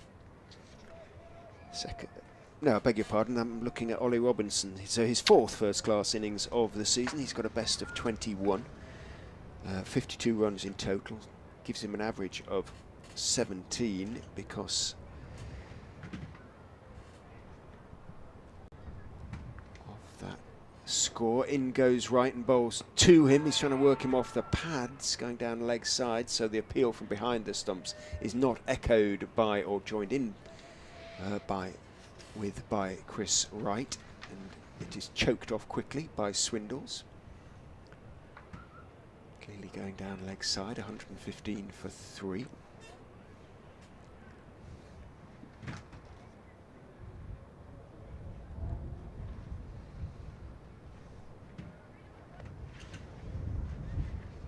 Wright is in, bowls. Carter is going to pick up runs on that occasion as it bounces a little bit more. He turns it off his legs down towards deep backward square. Ben Mike comes running up from long leg. Carter picks up 1, moves on to 6, 115 for 3, just 95 behind then. Sussex already. It's well poised, this game, isn't it, Richard? Because, you know, a couple of wickets here from Leicestershire, and they'll say, looking at this fairly lengthy Sussex tail, that they're right in the game. If these two could put a good partnership together, you know, Sussex could get themselves a lead. Clark on 39 faces Wright, who bowls to him onto Midland leg, stands up tall, plays it firmly, but a little bit inside part of the bat as well, out towards mid on. Picked up by Ackerman, polishing the ball with great care on the back of his trousers and returning it to Wright, yet to pick up a wicket. In fact, he's conceded 50 runs now. Chris Wright, it's rather unlike him. He is in and bowling, and it's driven out into the offside by Clark. He's got it into the gap between Evans and Hendricks, There's a spot of relay work as Evans picks up and flicks it up for Hendricks to return to Evans. Does so, but on the bounce, and Swindles isn't able to gather the ball cleanly. Clark picks up a couple, wanders down, pokes at the pitch. He's moved into the 40s now, on to 41. 118 for 3, but a very different feel to the start of the day over the last half an hour. Yes. Following the dismissal of Pujara. Absolutely. Right hair bouncing is in, and Bowles forced off the back foot this time by Clark. He's got it between Hendricks and mid-off. Mulder, who has to go in pursuit, didn't try and overhit it, made sure he got it into the gap. It's picked up by Mulder around 2/3 of the way back to the deep extra cover boundary. 2 more taken by Clark, moves on to 43. He's got the scoreboard moving again, 120 for 3. Sussex, 96 when Pujara was given out leg before wicket, so his partnership now worth 24. Clark at the moment, the senior man. Senior is a very relative word in this Sussex side. It is. I was just sort of working out their average age. I think the average age of the Sussex side is just over 23. Good sign for the future. Mike Bowles to Carter, who hammers that one away into the offside. Hasn't really settled, has he, Ollie? Carter gave a chance in the previous over. Oh, you got an update. Oh, I will have one in a minute as well. Yes, I better run. Yeah, tried to chop that away firmly through sort of point area. Evans is at backward point. There is a gap there with Mike in the covers. Azad, Mike's bowling. He comes in and bowls very straight to Carter, who leans forward. Slightly closed face of the bat as he pushes to right at mid-on. No run.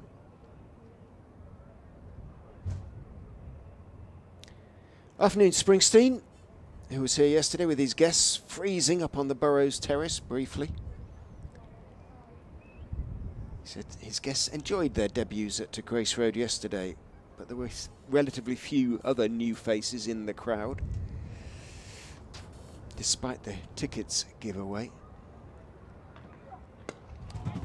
Here comes the update.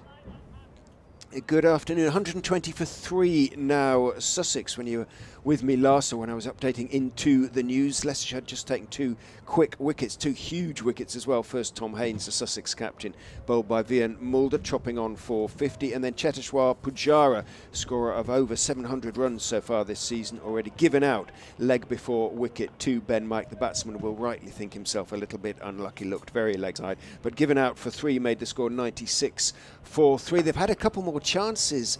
Leicestershire, Tom Clark that is, who's now on 43, no doubt, should have been run out on 31, or could have been run out on 31. He'd given up, but Ben Mike missed the stumps. And then Ollie Carter, who was at the other end, 7 not out, flashed at a wide one from Mike, got a top edge, and Rishi Patel couldn't hold a very sharp chance at second slip. If they can pick up one more before lunch, the Foxes will feel that they've had a pretty good morning though. Sussex replying to Leicestershire's 210 or 120 for 3.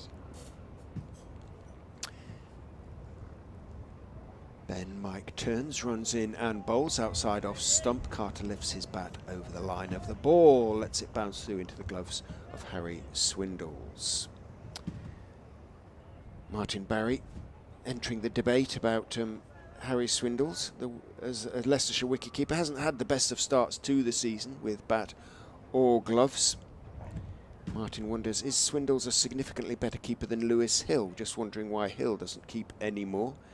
Fango points out on Twitter that Hill has a much better batting return when he isn't keeping. Certainly he did last season.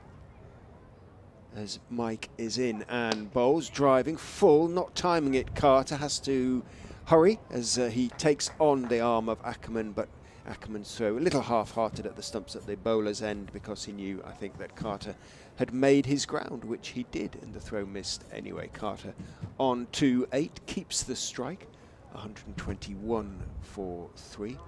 Partnership just beginning to build for Sussex, moved on to 25 between these two youngsters, and if they can get through to lunch, they'll still have big ambitions of a substantial first innings lead.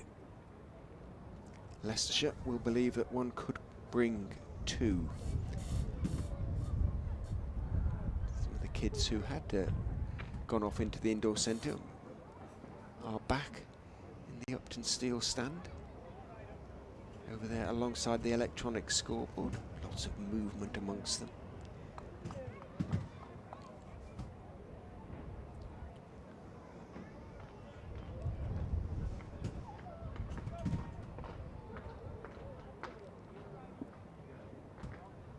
Right, to continue from the Bennett end, sun behind cloud goes in and bowls on off stump to Ollie Carter, who just leans forward, blocks it out into the offside.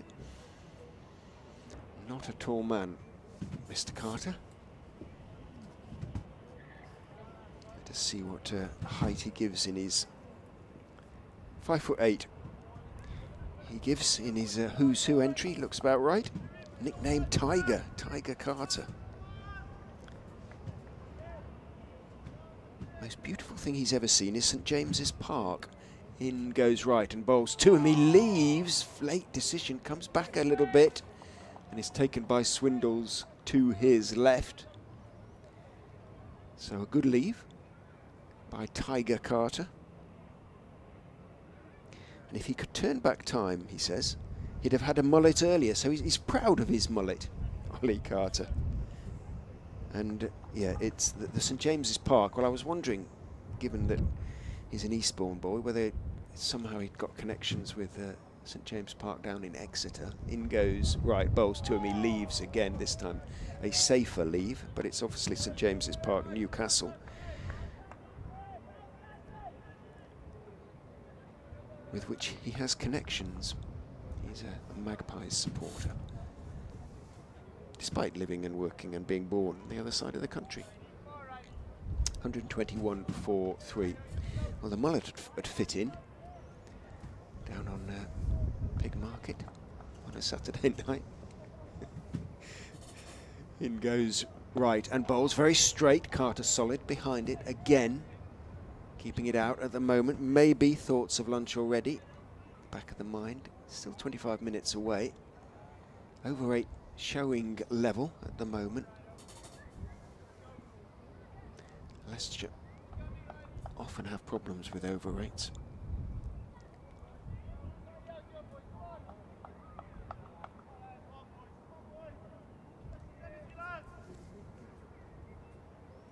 Right, as the sun comes back out, turns down the slope and bowls to Carter, who turns his wrists on that defensive shot as he waits deep in his crease. Plays it out towards mid-on. Still not entirely convincing from the young man. A crocodile returns from the indoor centre. Crocodile of children, that is. All with little fluorescent bibs on, little jackets, as worn by, or similar to those worn by the 12th men, that required to be worn by the 12th man. 12th man today, Alex Evans for Leicestershire. Down below us with pads and a helmet, so we are going to see Parkinson. Right is in and bowls. Carter leans forward again, back down the pitch on the off side. There is no run. End of rights over. A maiden from Chris Wright. His first in the innings. 11 overs, none for 54 for him. Evans jogs on with the pads, which are being donned. It's usually Hassan Azad. Lifts his head, I suspect it will be confirmed to be Hassan Azad who's going to be feeling its short leg. Straps on the pads and Parkinson is going to replace Mike. Well, Mike did his job. He picked up the key wicket, what is usually the key wicket of the Sussex innings, out of Cheteshwar Pujara. He convinced umpire Lungley that it was going to hit leg stump. It might have done. We will never know.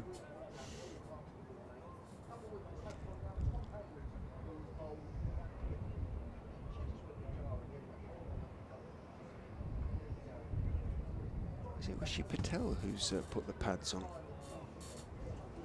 It is Rishi Patel who's put the pads on. So it's not Azad, because Patel is going too short-ish mid-wicket, about 5 yards, 6 yards from the bat. Over the wicket goes Parkinson, and bowls, drops a little bit short, so Clark can go back and work it out through square leg. Azad, the aforementioned, is at sort of backward square. It's almost on the 45, in fact, so Mike has to field running across from a fairly conventional mid-wicket, and Clark picks up a single, moves on to 44, 122 for 3. General post in the outfield, because the right-handed Carter will now be on strike. Patel does now go in at a genuine short leg. There is also Mulder at slip. Just felt a spot of water there. I don't know whether that was blown off the roof. Parkinson goes in. Back goes Carter to delivery on leg stump. Works it out to backward square. Evans is the fielder. Carter rehearses the shot. Continues just to look a little tentative out there, Ollie Carter, who mentions his mullet, Adrian, who's back alongside us, in his Who's Who entry. In goes Parkinson, bowls to him. He leans forward to that one. He's proud of it. Yeah. He says if he could turn back time, he'd have it earlier. Well, it does belong to a different age. Well, it does, yeah. Our sort of age? Ish? No, not quite that far back. Parkinson is in. Carter goes back and cuts, but doesn't quite place it as he would have liked, or time it as he would have liked, so Azad can sort of fall to his left at backward point and make the stop. He's sort of gutsing this out, isn't he, Ollie Carter? He's just not timing the ball at all. Just important that he stays there for Sussex. It's only 20 minutes until lunch now. If he can, he might find a bit of rhythm after the interval. He's waiting with bat raised as Parkinson is in. Bowls to him. He's leaning forward. No great turn for Parkinson on that occasion. He blocks it out towards Ackerman, who is at a fairly conventional cover. Hendricks is deep-ish at mid-off. Parkinson is in, tosses it up, gives it a little bit of air, but it's drifting towards the legs of Carter. He can work it away through the leg side out towards square. Evans has a bit of ground to make up to the ball. It's between square leg and mid-wicket. By the time he does so, Carter and Clark have jogged a comfortable single. In fact, he's kept the strike, Carter, because it's the end of Parkinson's second over of the day. He did bowl the very first ball of the day, but that was just completing yesterday's over. So can you say it was the end of his second over of the day? Yeah, I suppose you can in a way, can't you? James has been in touch. Hello, James. He says, could the new attacking managing setup in England, Key, Stokes, McCullum, benefit Tom Haynes? Fair point. Well, he's an opening batsman who, by his own admission, Tom, doesn't like to get bogged down.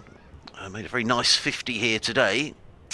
Possibly. I mean, it's all going to be about who's scoring runs is going to be in McCullum's plans. As in comes Wright and bowls, and Carter, again, doesn't time that and plays it into the ground, fielded at point, and there is no run.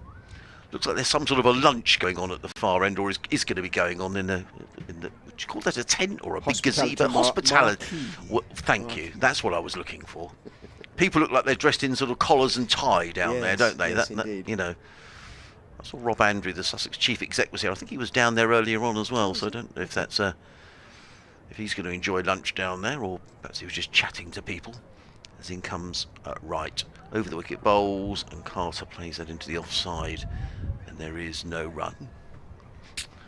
We've just got the one slip in place. A third man, a point cover mid-off, a shortish straight to mid-on, a square leg and a fine leg. Parkins just went off the field actually, and he's back on now. I think he sort of opened a door where it says Morningside Medical Centre and spoke to someone. Now he's come back again, so obviously I'm going to natter to somebody. But in comes Wright, bowls, and Carter clips this nicely through mid-wicket. Well fielded though by is that Ben Mike, who was Hendricks. No, it's Hendricks. Very quickly round, good bit of fielding. Looked like they could have gone away for a couple of runs to Ollie Carter, who goes on to 10. He'll be relieved to get to double figures. It's taken him 45 balls, but as I say, there's oodles of time left in this match. Sussex steadily closing in on this lead. It was a bit of a gallop this morning, but that has slowed quite a bit. Leicestershire up for 210 yesterday. As right, the sun disappears again. Comes into bowl to the left-handed Tom Clark is in and bowls, and Clark is solidly forward, plays down the offside of the track, and there is no run, fielded by Lewis Hill. It's not the most exciting passage of cricket now for the children who've lost their attention. Yeah. Is wandering. No, they don't look too interested, do they? Has to be said. The runs have dried up, and Clark and Carter just struggling for fluency at the moment, but Leicestershire have tightened up their bowling as well. Comes right again, bowls, Clark forward, plays to mid-wicket, and there is no run. Elsewhere in the second division, Nottinghamshire 385 for 9 at Lords against Middlesex. Asipa making 112. Lower order runs from Luke Fletcher, who's 31 not out, and Stuart Broad, who's on 9. At Durham, Glamorgan 122 for 5 in reply to Durham's 311. As in comes right, bowls, and Clark forces this into the covers, but fielded by Hendricks, and again there is no run. Marnus Chablachane out for 17. Sam Northeast out for 51. End of the over from Chris Wright. 12 overs, 1 maiden, no wicket for 55. Sussex 124 for 3. Clark 44. Carter on 10. Elsewhere, up at Derby, Worcestershire making 368. And in reply, Derbyshire 8 without loss. Sham Masood has got all 8 of those. He'll be looking for another big score to see if he can maybe get those 1,000 runs by the end of May. Well, he's got a chance to get ahead of Pujara now, hasn't he? He has, yeah. Well, I mean, the pair of them made double hundreds in the game at Derby earlier on this season. Made 200 here. Yeah, and he was magnificent to watch. Colin Ackerman, who's warming up. Should be. Yeah. Off spin. Parkinson. In the meantime, we'll obviously continue from the pavilion end. Bowls to Carter, who leans forward. He's in place early, has to wait for it, doesn't turn or spin too much, so he has no problems adjusting and just pushing it out to Ackerman. Brunty says he had a mullet in the mid-80s and guarantees that Carter will, quote, be burning all photos of his haircut by the time he's 30. Yeah. It goes Parkinson bowls. He goes back Carter and playing with fire to a certain extent, but again it doesn't turn, so he's able to play it off the pitch, just work it out towards mid-wicket where it's picked up by Lewis Hill. Parkinson jogs to the wicket, gives it a bit more air. Forward goes Carter, on middle and off, out to Ackerman it goes. No run. Beckons Parkinson at Hendricks, who kind of wakes up at deepish mid-off and with a start and walks in to a conventional mid-off. In goes Parkinson bowls, to Carter goes back, works it out to mid-wicket, but again really struggling for timing at the moment, so mid-wicket Hill can run across and make the stop comfortably enough. 10 off 49 for Ollie Carter, but he's still there. And that's what matters as far as Sussex is concerned. In goes Parkinson, gives it more air again, and Carter looking to get forward, clips it firmly back down the pitch, but Parkinson fields in his follow through and looks pointedly back down the pitch at Ollie Carter. Odd, slightly open stance as Parkinson bowls, but he gets into position then and then gets forward and plays a perfectly conventional forward defensive back down the pitch on the offside end of the over. Another maiden over for Callum Parkinson. 3 overs now, 2 maidens, 1 for 2 his figures, and we are, as Adrian foresaw, going to see Colin Ackerman bowling in his white shades. Oh, I can see Brunty and the dogs walking across. Who's that, Richard? Next to the hospitality marquee, right, you can see, looks like Norman and Bertie. A couple of, oh, my dog's called Welsh Bertie. Springer Spaniels. Right. It's a popular name, Bertie. Maybe that Fred is having the day off. There's 3 normally. So, the field is a reasonably attacking field in that there's a slip, the only close fielder, but there are 6 fielders saving 1. Backward point, cover, mid-off, mid-on, mid-wicket, and almost a short fine leg on the 45. So 6 fielders saving 1. There's a sweeper who's 3/4 of the way to the offside boundary, and a deep square leg as in comes Ackerman bowls down the leg side. Well taken by Harry Swindle, who then got himself rather sort of caught up in Tom Clark. And there's a bit of sort of dancing going on, but much ado about nothing. It's a dot ball, and Ackerman comes in again around the wicket. Bowls, Clark thought about going down the wicket, plays it to mid-wicket, and there is no run. Speared it in there, didn't he? Yes, he did. Ackerman not inclined to give it too much air. I think Tom Clark was thinking about getting down the track to him then, because the mid-on, the mid-off are up. Although that being said, Ben Mike has now gone about, I don't know, halfway, perhaps slightly more, back to the boundary at mid-off. In comes Ackerman bowls to Clark, who I think was deceived by that. Looking to bed on the leg side, the ball squirted away into the offside. And it is no run. Sussex beginning this morning on 39 for 1. It's added 61 and 24, whatever that is, 85 this morning. Ackerman in again, bowls, Clark is forward, plays it down the onside of the track. And Ackerman fields off his own bowling.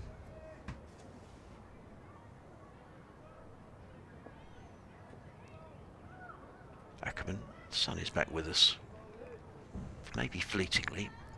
Clouds are high, in and bowls. Clark is 46 on the pad. There's a loud appeal. Not a desperately convincing appeal, but umpire Mallender deciding that wasn't out. It hadn't straightened enough.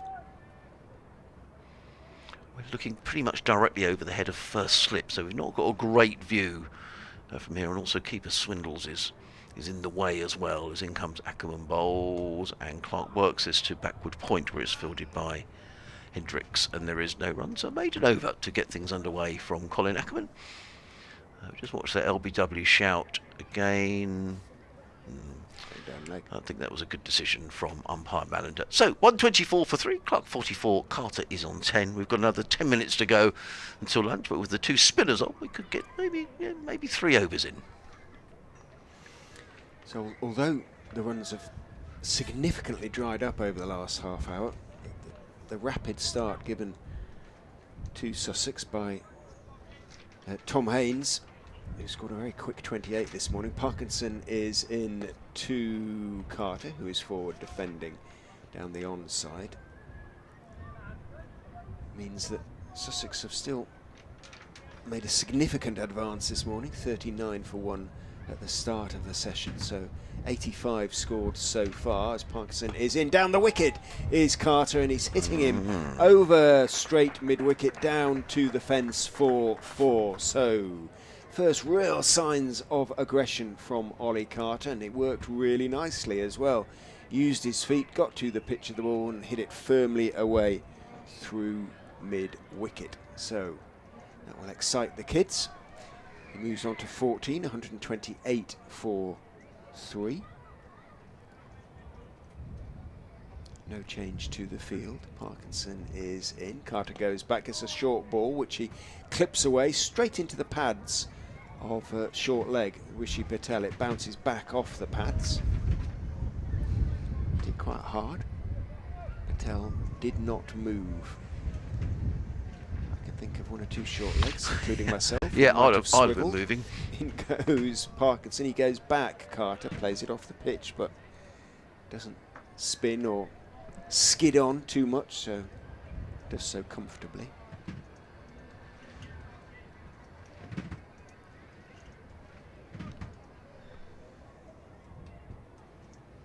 Parkinson is in. Forward goes Carter. Defends out towards straight mid-wicket, very slowly. The ball rolls, and Evans, beg your pardon, Hill, who's at roughly the same build, i.e. not very large,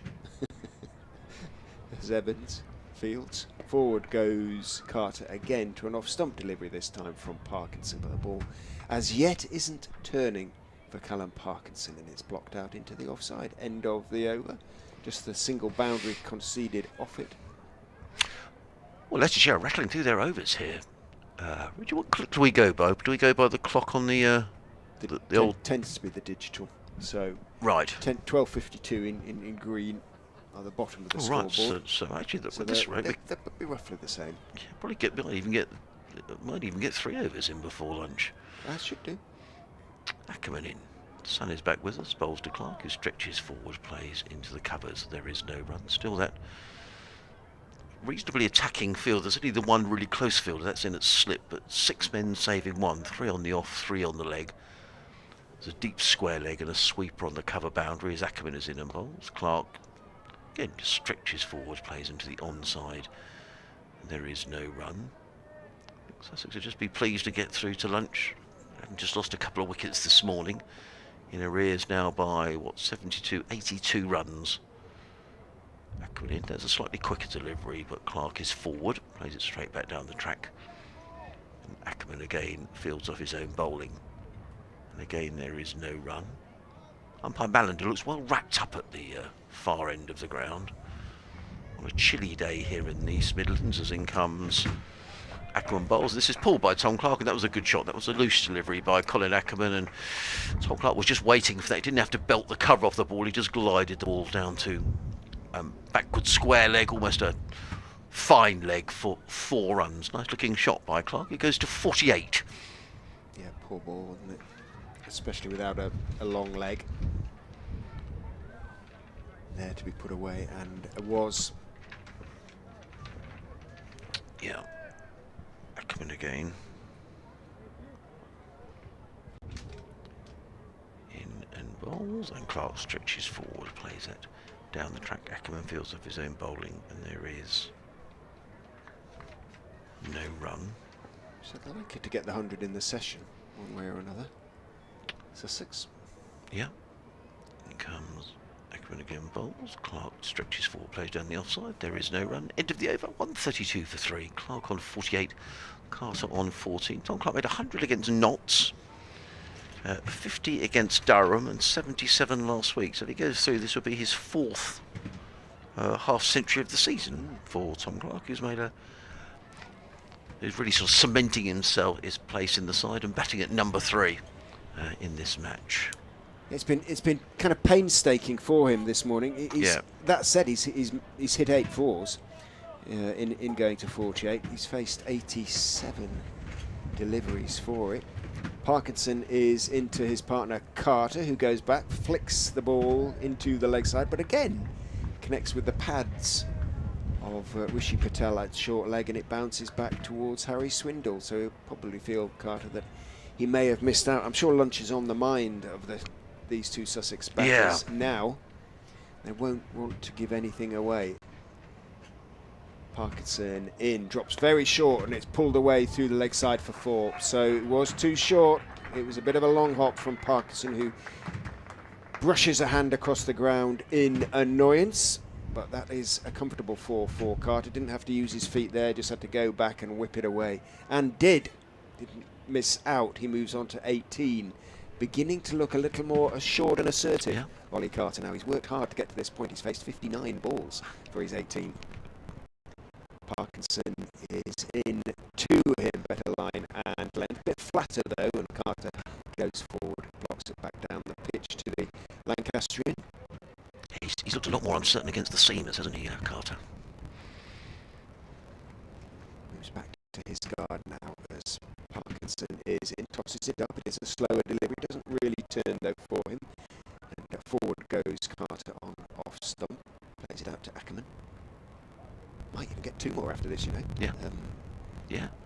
We'll be on target then, won't we? Because pretty much 32 overs in the session. Yeah. Well done, Leicestershire. Parkinson is in full and just turns his wrists on that one as he steps forward and clips it, but only as far as mid-on, picked up by Wright. Last ball of the over coming. Blows on his left hand, his bowling hand, Callum Parkinson. Jogs in and bowls. Carter goes back, cuts, but has to adjust rather, and Azad can make the stop falling to his right at backward point, and does. End of the over, 136.43. Clark will have a chance to get to his 50 before lunch. He's on 48 off 88, Carter 18 off 63, but the partnership is now worth 40. The Sussex ship has been steadied, Adrian. Yes, it has, and Sussex with what on paper looks a relatively long lower order. Ollie Robinson will be batting at 7, we suspect. So it's important. There was some consolidation. Delray Rawlings, the next man in at 6. But the 2 wickets that went down within 15 runs of each other, and Leicester should be hoping if they can do the same, that they can drag this back. Sussex just getting their noses in front as Ackerman comes in and bowls to Clark, who plays this firmly to short extra cover. But there plays firmly again, straight to Azad at short extra cover. And again, there is no run. Clark goes to 48. Sussex to this over. The umpire needs. Oh well, now we have got a short leg for the right-handed Carter, so that's going to delay things slightly. So maybe this will be the. Leicestershire look like they're ready for lunch, don't they? Yeah. Changing the field a few times. Yeah. Ackerman in bowls to Carter, who's forward and dabs that away on the offside. That is the end of the over. I think we are going to get another 1:37 for 3. The digital clock is now showing 1 o'clock, so that is indeed going to be lunch. And I think Sussex will probably be the happier of the two sides. They've added 98 this morning for the loss of 2 wickets, with Clark on 49 and Carter on 18. Yeah, I'd agree. I mean, I'm sure they wouldn't have been, you know, once Pajara was dismissed and it was 96 for 3. Leicestershire had opened the door to a certain extent, and had they taken another wicket or 2 before lunch and it had been 120 for 4 or 5, it would feel very differently. But Tom Clark has led the way. He's done really well this season and continues to do so. He's on 49. He won't be too nervous, I don't think. And Ollie Carter hasn't been fluent, but he's stuck it out. And these 2 youngsters dragging Sussex ever closer to Leicestershire's first innings score. So we'll be back with you. Well, you'll probably hear me do an update for BBC Radio Leicester shortly, but otherwise we'll be back with you here at the Uptonsteel County Ground, and I think the stream is now back up and running, and we'll be hopefully working again at about 1:35. But just for now, a good afternoon to you.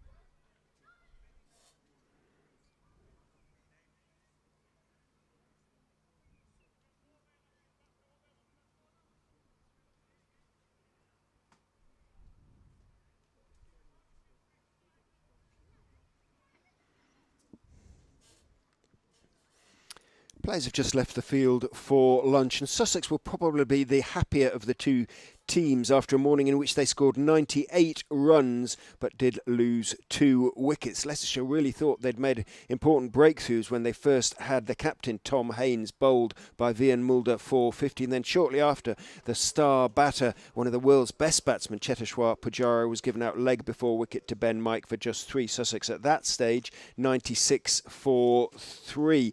But Tom Clark and Ollie Carter, 2 young batsmen, have rebuilt slowly and painstakingly at times, and they are unparted at lunch. Clark is 49 not out, Carter is 18 not out, all of which means that Sussex now trail by just 73 runs with 7 first innings wickets intact.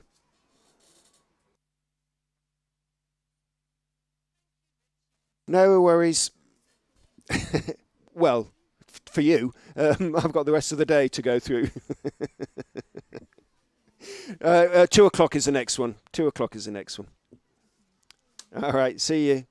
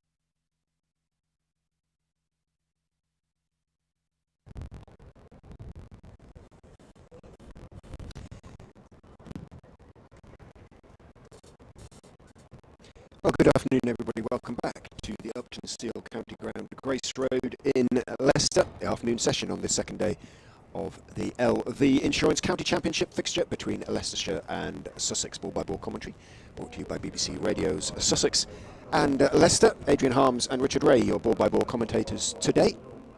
Sussex about to resume their first innings on 137 for 3. Tom Clark is 49 not out. Ollie Carter 18. They built so far a partnership of 41 for Sussex's fourth wicket, having come together when Cheteshwar Pujara was, perhaps slightly unluckily, given out leg before wicket to Ben Mike for just 3. A very rare failure indeed for Pujara this season. Leicestershire, though, have not proved able to take advantage. Clark and Carter have applied themselves admirably, and I'm just saying umpire Tom Lungley has changed the ball. So it was changed after just 5 deliveries of the Sussex first innings. We've had now 41 overs, and the ball has been changed again. Leicestershire will be hoping it turns a little bit more than it did this morning for Messrs Callum Parkinson and Colin Ackerman, because Parkinson it is who's going to resume the attack, the left arm spinner, from the pavilion end.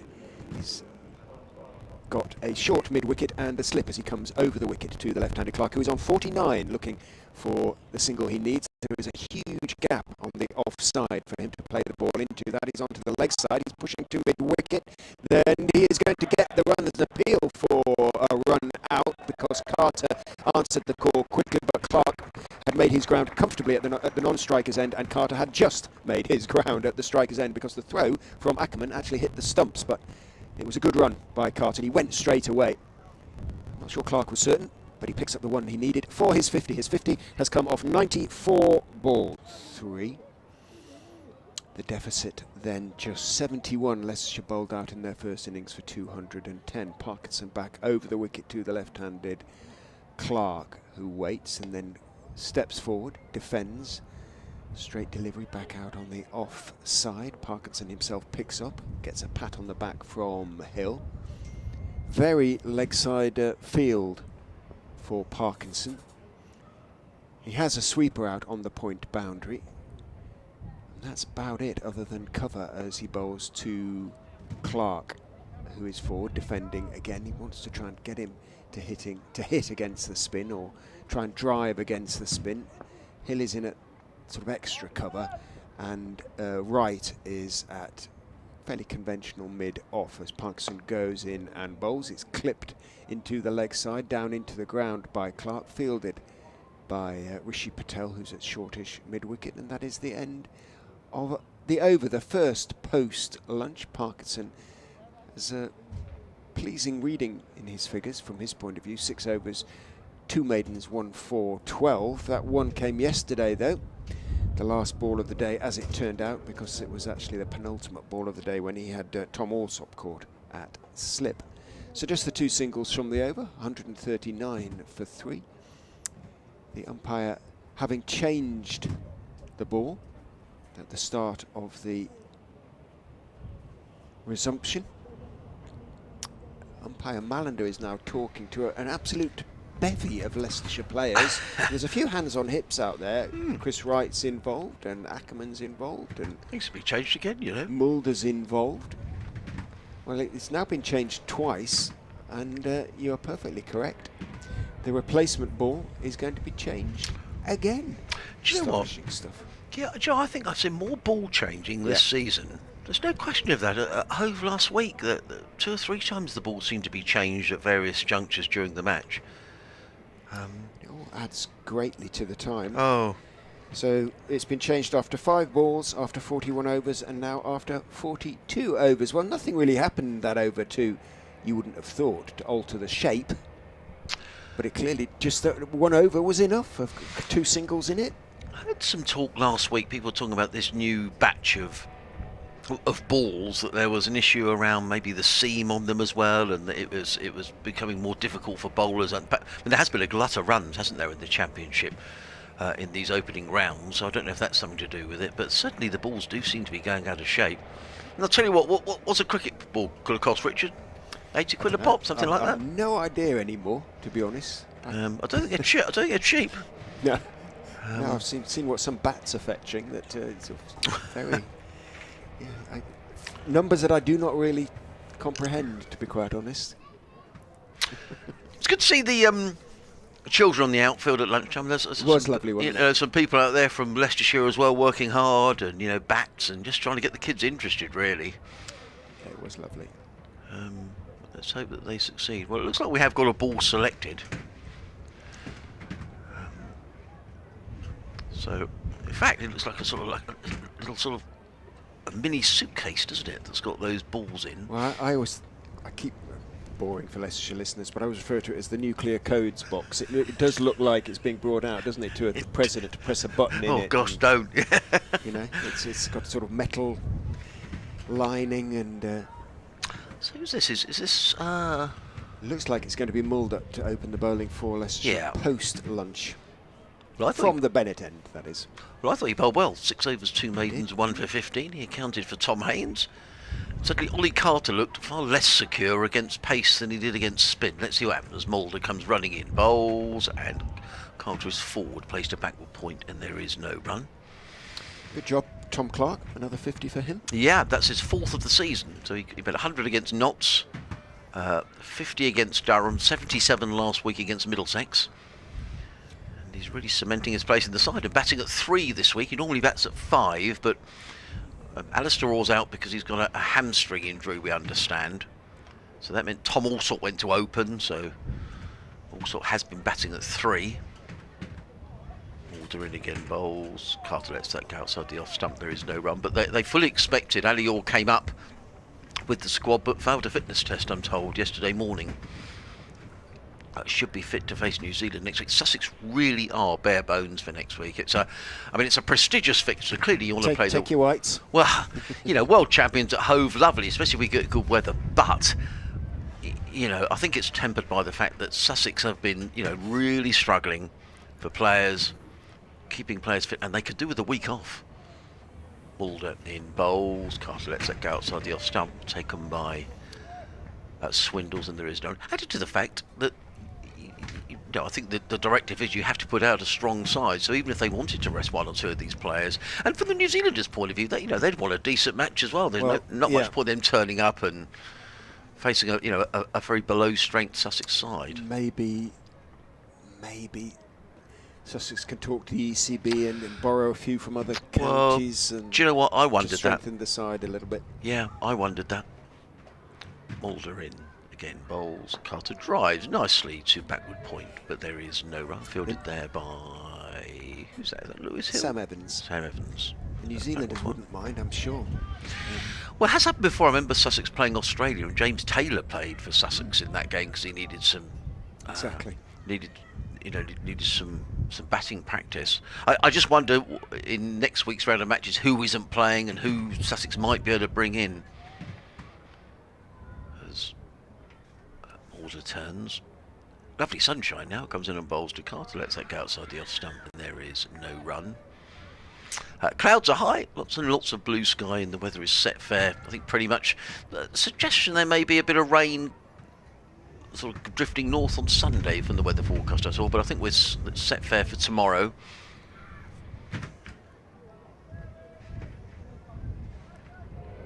Mulder wanders back. 2 slips. A 3rd man. Backward point, cover mid-off, mid-on, mid-wicket, and a fine leg as Mulder in, bowls to Carter, and Carter is forward, plays into the offside. There is no run. It's a maiden over from Mulder, who's now bowled 7 overs. I think that's going to click over to 3 maidens, 1 for 15. Sussex 139 for 3, Carter on 19. Clark is on 50. These two coming together when Pujara was out for 3 when the score was 96. So this partnership between this pair is now worth 43. Parkinson in deep discussion with umpire Lungley. Hands him his sweater. Going to be bowling to the left-handed Clark. With Patel at that short mid-wicket and Mulder at slip. In he goes and bowls on towards middle and leg. little bit leg side, push down the wicket on the onside. There's some sort of drilling going on in one of the little businesses in the garages on the other side of the Milligan Road. You might just be able to hear it in the effects mic. Hopefully it won't last all afternoon. Parkinson is in, using his feet. On that occasion is Clark to get in position. Parkinson saw him coming and dropped it shorter. Clark worked it away into the leg side, but Ackerman was able to get across from fairly conventional mid-wicket to make the stop. Sounds like a jet wash, doesn't it? Something like that. There is a garage over there. In goes Parkinson and bowls, gives it some air, just slightly over pitches, and he goes forward, Clark, and works it out towards the deep mid-on, who's Hendricks, about 3/4 of the way back. So a comfortable single. Clark starts off on his second half century, work his way towards a second century of the season, perhaps. 51 he's on now, off around 100 balls, as in exactly. Clark watches as Parkinson goes in around the wicket to Carter, who stays back again and gets a thick inside edge, 2-1. Off the stumps, bounces down and is stopped at short leg by Patel. Parkinson in, bowls, back again goes Carter, preferring to play the left arm off the back foot where possible. He knows at the moment it isn't really turning for Parkinson. The sun glinting off his, well, what fair hair he has. He's had it cut very, very short. Unlike his twin brother Matt, who's still got a fair covering. In he goes and bowls and dabbed past the slip for 4. Nice shot actually by Carter. It was just outside off, well outside off stump, a couple of inches outside off stump, and Carter used his feet nicely to get in position, and it was a perfectly deliberate dab past Mulder. Mulder's reaching right hand at slip, and without a third man and with this lightning fast outfield, always going to be 4. Carter into the 20s, on to 23, 144 for 3. Partnership approaches a half century. Yeah, it was a nice shot by Ollie Carter, who really struggled pre-lunch. He was struggling to time the ball and looked all at sea. But give him some credit. He's battled through that. Absolutely. And important that Sussex do, because as we said a couple of times before lunch, it's a relatively long Sussex tail in this match. Delray Rawlins next man in at 6, and then into the bowlers. We're assuming Ollie Robinson is okay. I saw him wandering around at lunchtime, so he is on the ground, and we think Robinson will probably bat 7. But in comes Mulder, running in, racing in the sunshine, bowls to Clark, who's back to a ball just short of a length. Mulder fields off his own bowling, and there is no run. I know he's only played a few innings, Ollie Carter. This is his 4th, but it is his highest score of the season now, previously 21. He's leaning on his bat at the non-strikers. Just looks more comfortable post-lunch than he did. Yeah, he did. Yes, he did. Maybe he's had a chat to somebody. And yeah, quite possibly. I'm not sure if Grant Flower is here positive this week. Certainly Ian Salisbury and James Kirtley are here. As in comes Mulder, bowls to Clark with a lovely, elegant off-drive. Good cricket all round, actually. Lovely looking off-drive by Clark. He's been very strong in that area, and a really good piece of fielding. Is that Chris Wright there at yes. mid-off? It was a good. He's a big man, and he got down quickly because that was firmly struck by Tom Clark. Gorgeous afternoon now, Richard. Very pleasant indeed. I think there's a bit of a breeze, but get yourself out the breeze. And actually, you don't see how many people are in the ground when you go into the meet to get lunch. There's a lot of people in there. There's Mulder in bowls and down the leg side, and it's run away for 4 byes. He's bowled well, but that was down the leg side. Nothing much Swindles could do about that, diving away to his right hand side, but it races away for 4 runs.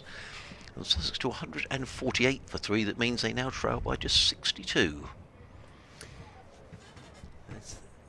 There's the paucity of first innings runs for Leicestershire now being shown up in very stark relief indeed. I mean, this looks today, Richard, to be a pretty decent batting surface. The best day for batting is the second day here. Mulder in again, bowls, and Clark turns that firmly to mid-wicket, and there is no run. Again, that was good from Clark because it was short, and he might have gone for the big pull, short boundary.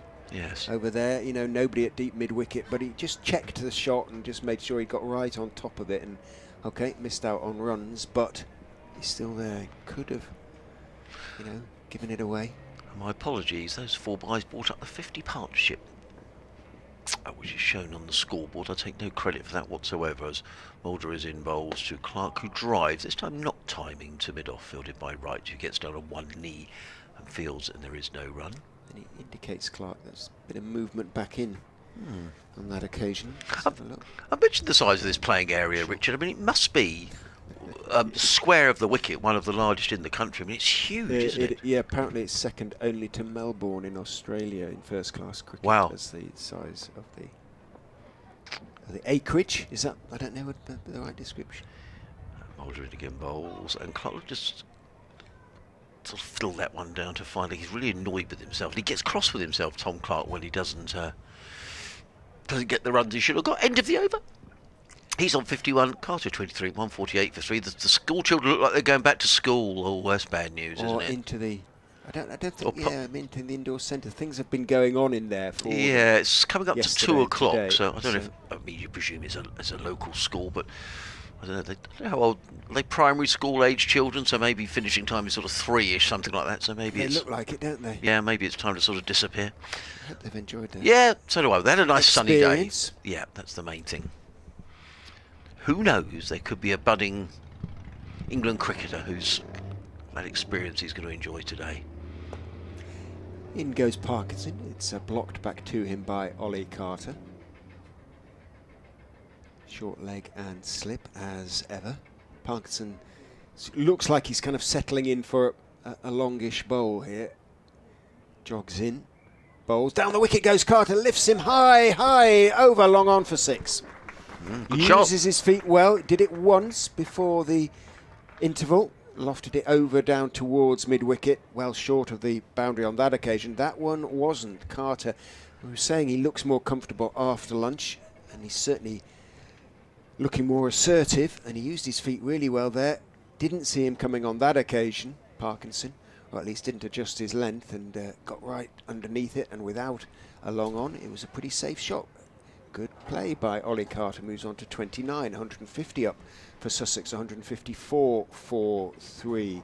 Wright is now back on the boundary, so mid-on is open as Parkinson is in. Carter goes back, works it hard, clips it firmly down into the ground, but a good stop by Rishi Patel, a juggling stop at short leg. He's a brave man, Patel. He stands up tall, and you know, there's no backing off or swivelling away or turning away or anything like that. He's looking to field it on every occasion. Parkinson in 2. Carter goes back and forces out into the offside, but he's picked out Evans in the covers, and there's no run. Yes, I wouldn't fancy being under the helmet. He's very close, isn't he? He is, but it's when the people are shaping to hit the ball towards you that requires the nerve as Carter goes forward there to good delivery from Parkinson, just guides it out towards point. Azad comes in and fields.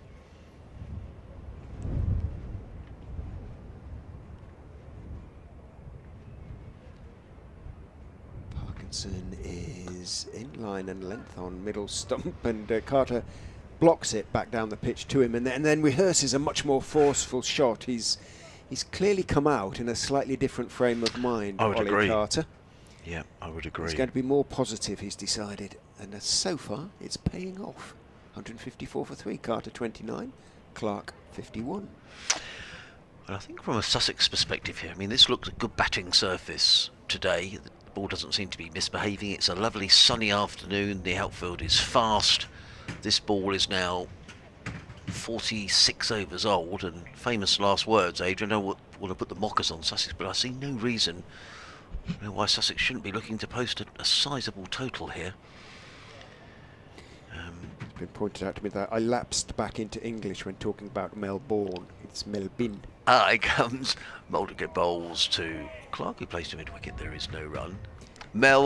They say that the Australians also call it Melbourne. Right, so okay. So almost as it's spelled M-E-L-B-I-N. Oh, that's interesting. So it's always I should be pronouncing it Melbourne. Yes, I would say Melbourne, which exactly, is clearly not right. No, and that's very English, apparently. Right. Yeah, I guess they're going into the winter there now. can be quite cold, I think, in the winter months. Holder in again, bowls, Clark forward, plays straight back down the track. And again, there is no run. In fact, the ball ends up in the hands of mid-off. Can be quite cold in the summer months. It's a funny old place, Melbourne. Yeah, so they say it's one of these cities that you can almost get four seasons in a day. I think actually across Australia, certainly in that sort of southeast corner, there's been a huge amount of rain during the summer as well. So like the wettest winter for donkey's years. Mulder turns, round the wicket bowls to Clark, who again covers up, plays to mid-on or to mid-wicket. And there is no run, no rush here for Sussex. Just needing to consolidate, and as I say, so it sounds a little bit like a broken record. But these two and Rawlins will be mindful that, you know, there's after this Robinson, Lennon, Beard, Crocombe and Hunt, so it's a relatively long lower order from Sussex. I'm not saying it can't bat, I'm not saying it can't make runs, but after Rawlins, it's then into the bowlers. But a real opportunity for these two young batsmen. Order in again, bowls, Clark again covers up, plays the ball onto the onside, and there is no run. It does look a good batting deck, though, Richard. I think that, there's been good carry through to the keeper as well. It doesn't look as if it's a particularly slow wicket. No, it's been relayed. It's relayed a couple of years ago, and they were relayed with the object to get a bit more pace into it to them on that side of the square, and it's kind of worked. I think Leicester have shaved the ends, a little bit more grass off the ends to try and get a little bit of turn into it for Parkinson on the fourth day. Mulder in bowls to Clark, who turns this again to mid-wicket, and there is no run. It's another dot ball. But for that strategy to work, they've got to have first innings runs. Yeah. And once again, they've failed to do so. Only once this season in 5 first innings have they passed 300. And that's a minimum requirement, yeah. Really. I mean, that's very much been a Sussex problem in recent years as well. Scoring runs, enough runs to get yourself into a position where you can dictate the play. Order in again, bowls, Clark again turns this to mid-wicket. He's got a good line of length there. I'll just break off because Richard's got his update to do. And if they ever 154 for 3, Clark 51, Carter on 29. Leicestershire will continue with Parkinson, despite that fine straight 6 hit in the last over by Ollie Carter. Wright will go down too long on and stay there.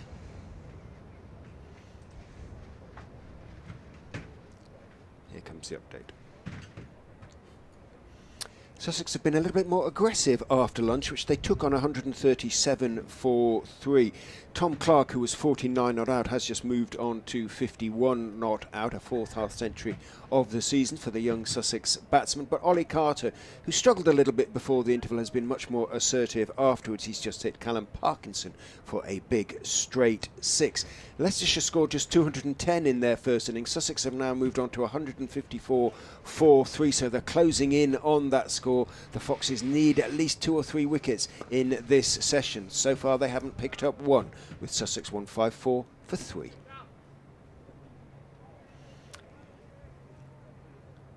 Parkinson has that one defended back down the wicket by Carter. I think he was going to go on to talk about best chance in years in the Eurovision Song Contest. In goes Parkinson. That is worked a little uncertainly by Carter out towards mid-off. Takes a couple of steps down the wicket. And Hendricks fields. Short leg has gone out now for Carter as Parkinson is in, bowls to him, drops a fraction short. He goes back and tries to chop it out through the offside. Can't manage to beat Ackerman in the covers, and there is no run. Where's Patel gone? He's gone to a fairly conventional mid-wicket. Still got the pads underneath his whites as Parkinson is in. Back again goes Carter and rather shovels it back down the pitch. He's looking to be aggressive against Parkinson, but Parkinson's bowled well to him in this over. He's not been able to get it away. Beginning to look a little impatient, Ollie Carter, as Parkinson is in. Bowls to him, tosses it right up, clips it hard down into the ground. He's going to pick up one there, as Evans can't, or Hill can't get across from straightish mid-wicket to cut the ball off. In fact, it's Mike, I beg your pardon, got there in the end, a third time of asking, who dived across, couldn't get there, and it runs out to right at long on. Well, fairly late in proceedings. Tom Clark gets his figures announced for his 50. Probably, what, 4 overs after he passed? Yes, I would say it was that. 155 for 3. There's been a lot of talk this, Richard, about this spring, Richard, about the wickets around the country, which in general terms have favoured the batsman, which is a directive, and I think the feeling is that bowlers need to work harder to get sides out. But sometimes it just seems to go the other way, where it must become an absolute slog for the bowlers. I'll give you some scores in a minute, as in comes Mulder running in, bowls to Ollie Carter, who's 4, plays into the covers, there is no run. So in the first division this week, bear in mind we're after lunch on day 2, Somerset at Bristol, 496 for 5 against Gloucester. It was a run fest down there a couple of weeks ago, I think, against Surrey. The Bristol wickets are flat, aren't they? At Beckenham, which is also renowned for being a very good batting wicket, hard work for the bowlers. Surrey, 489 for 6 after lunch. At Edgbaston, Northamptonshire, 506 for 5. In comes Potter again, bowl short, and that's going to be 4 runs. It was top edge by Ollie Carter. It was a short delivery. Carter went, well, he's rehearsing a shot as if he was trying to play it through backward point. Look at Mulder's giving him a filthy look. He went for the hook, top edged, over the top of the keeper, runs away for 4 runs. Carter goes to 34, 159 for 3. Did he touch it? I think he did. No, I mean not the batter. I mean, did Swindle just get I don't think so. I may be mistaken, but it all happens in a blink of an eye. But I think that's. I'm not sure it was a chance. One thing it is for sure is that Mulder was not happy, and he looks like he's a big fella. If I was Ollie Carter, I'd want to avert his stare, I think. As Mulder is in again, over the wicket bowls, and Carter nudges this down to fine leg. More runs here, could run away for 4. No, good bit of fielding down below us. Well fielded by Hendricks, who gets in the throw, but not before Carter comes back for his 36th run. And Sussex to 161 for 3. Yeah, and then at Headingley, Lancashire, 422 for 3. So in the first division, they've had, what, 5, 11, 15, 18 wickets in... Well, we're now into the afternoon session of all 4 matches. 5 sessions. So I don't know. I wonder if they may well get results, but I just wonder whether the wickets are just slightly going the wrong way. Yeah. Mulder in bowls short again. Carter not to be tempted, and there is no run. I mean, it's difficult, isn't it? And I do understand you don't want wickets where bowlers, can pick up stacks of wickets in April, May by not bowling particularly well, and the wickets are heavily bowler friendly. But maybe, I don't know what it's been like in this neck of the woods, but certainly down on the south coast it's been incredibly dry. Yes. You can see, just looking out at the outfield, really, it's rock hard. Yeah. And, good batting conditions. Our bowlers have got to work hard, and I completely agree with that. But I just wonder whether it's just slightly tipping the wrong way. Mulder in again, bowls. He's testing Carter with another short one, and Carter thought about taking that on. Now that's been signalled as a no ball. Maybe 2 for the over. Maybe, yeah. Let's just see if it goes up at all. I don't think it was signalled a no ball, but the umpire certainly made a... Yeah, 2 for the... 2 for the over, I think. Yes, the total remains 161 for 3. Carter 36, Clark on 51. Mulder getting lovely afternoon sunshine here at Grace Road. Is in and bowls, and Carter is forward, plays to backward point. There is no run. Mulder looks a little frustrated. Carter goes and does a little bit of gardening. He's not out on 36. Clark on 51, and Sussex now just in arrears by 49. And the newly assertive Ollie Carter continues to, I'd agree, to play that way. Yeah. Went for the hook, got away with it. Maybe that's the sort of game plan as such. You go for your shots a bit more, and Tom Clark will just play the anchor role. He's just added 2 to his score. Since lunch, Clark gone from 49 to 51, while Carter has gone from 18 to 36. Parkinson is in to Clark, who's down the wicket, clipping it over mid-wicket, and Hendricks sticks out a hand, stops the ball on the bounce, halfway back at sort of long on, deep mid-on. He just clipped it over the top of a reaching Ackerman at mid-wicket, couldn't get there, And Hendricks actually did well. He's managed to get across to his left. He never looks like he's moving very fast, but he pretty much always gets there, Bjorn Hendricks. So just a single to Clark. Round the wicket goes Parkinson, bowls to Carter, who is all care and attention as he steps forward and just forward defensive to that one on middle and off. So Clark used his feet then. They don't want to let Parkinson just bowl at them if they can help it. Parkinson is in. Back goes Carter and chops it away through point, pursued by Sam Evans. Great puff of dust as he slides across a practice wicket. And he'll have to rub himself down. He's got a great dark mark now on his knees and on his side as he put in the slide there. But the amount of dust there on the practice wicket, indicative of just how dry the outfield is. This is despite the day's rain on Wednesday, remember? Yeah. And we had plenty of it. In goes Parkinson, bowled. Back goes Carter, has to defend the ball almost from outside leg stump, but he'd stepped so far back and across towards the leg side. A right-handed batsman, remember. Parkinson rather followed him. He is in and bowls, and he is waiting for that one on the front foot, just turning it into the leg side, but more or less straight to Patel, who's at mid-wicket along the ground.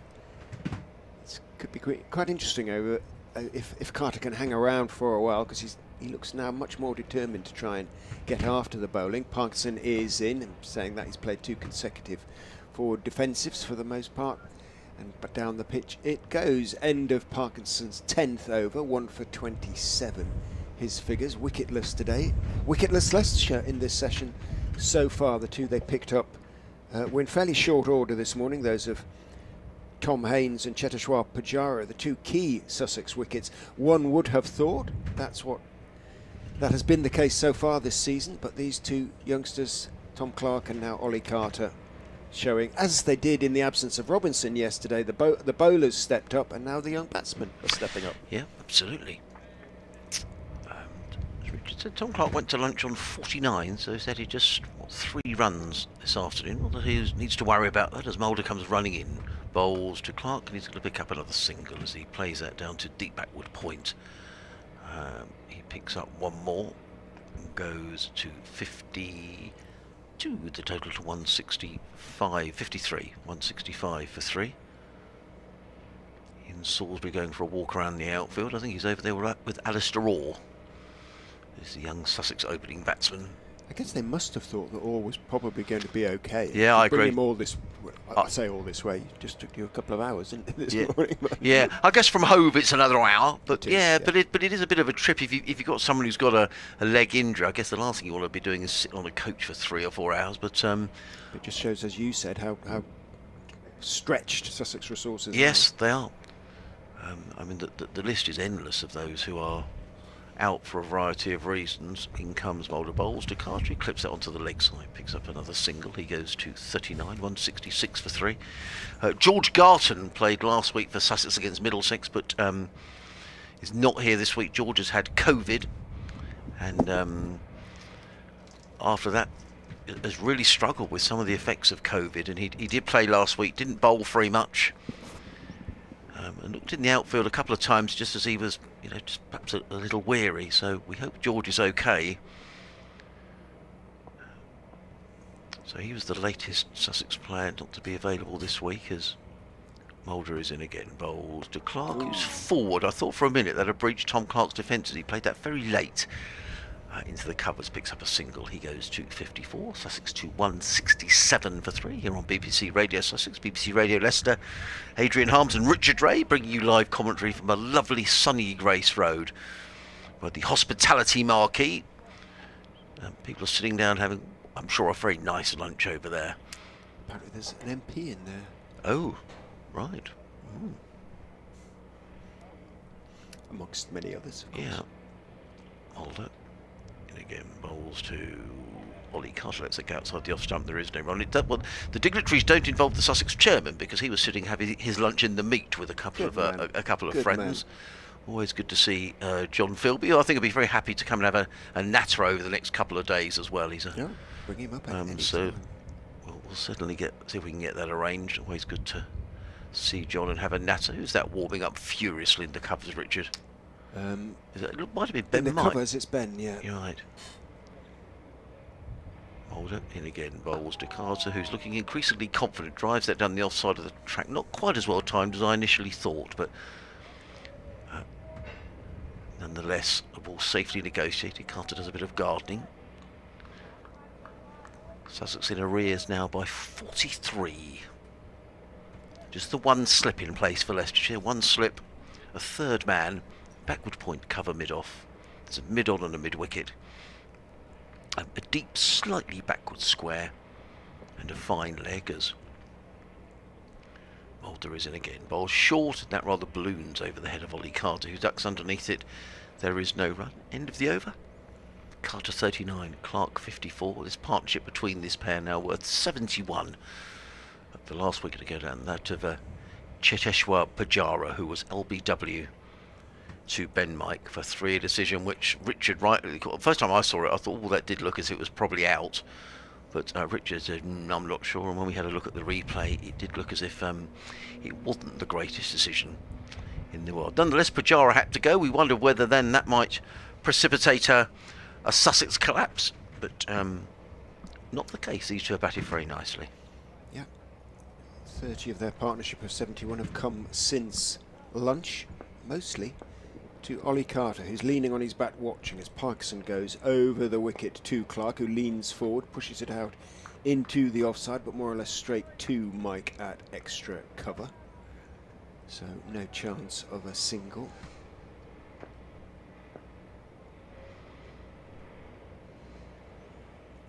Parkinson in, bowls, gives it a little bit more air, driven by Clark firmly, but again Mike is the fielder. This time he has a deal more work to do to make this stop, falling to his left, but he does it cleanly. Good pair of hands. Hendricks down at long on now for Clark as Parkinson goes in, bowls to him, clips it hard down into the ground. Athletic piece of tumbling fielding away to his left by Callum Parkinson. Leicestershire containing, or looking to contain at the moment, waiting almost for something to happen. Parkinson is in, Clark's clipping it past the diving Patel, who is in the way of Ollie Carter as he looks to complete his single, but Carter sort of politely steps around him, and Patel holds up his hand in apology to Carter. He knew there was no danger because the ball was heading on down to Hendricks at long on, so Carter had time to adjust. As Parkinson is in to Carter, who goes back and turns a leg stump delivery, or just down leg side, towards deep backward square, and can jog the easiest of singles again. Moves on to 40 for the first time this season. 169 for 3. I'm not very good at differentiating sirens. Is that an ambulance or police? I think that sounds police-ish to me, doesn't it? Over the wicket goes Parkinson, bowls and turned off leg stump or middle and leg by Tom Clark out to deep square where Evans picks up. Parkinson has his hands on his head, so we can assume it was taken off the stumps. Even so, it was off the middle of the bat. You are allowed to hit it off the stumps sometimes. Yeah, absolutely. Clark on to 56, 170 for 3, end of the over, and Sussex continue to blossom under the East Midlands sun. They do. They're beginning very So you're not used to sunshine down on this south coast, are you? Let's look at Derbyshire, 64 for 1, Shan Masood 47 not out, so he'll be over sort of 750 runs. Where are we? We've got another round of matches. I think Derbyshire have got a game next week as well. Yeah, they've missed a game. Yes. You know, we have not missed a game so far. So you've done 6 on the spin. Are you off next week? No. Oh, we're at Worcester, so we'll have done 7 on before the Wow. T20 games. But we have a sort of weeks off in July and September, I think. Right. So you're the same as Sussex then, really. It's been a real, a long old stint these first 6 weeks. It has been, especially new. when you're losing games. Yeah, no, absolutely. So, yeah. 3 in a row for the Foxes, unfortunately. But New Road is lovely. That's something to look forward to next week. Yeah, strong Worcester side, but yeah, good weather forecast. So it is going to be. Is this Ben Mike who's back into the attack? Look, is it Hendricks? Is it Hendricks? No, it is Mike. You're right. Ben Mike from the far end is coming running into bowl to Tom Clark, who's on 56 right arm.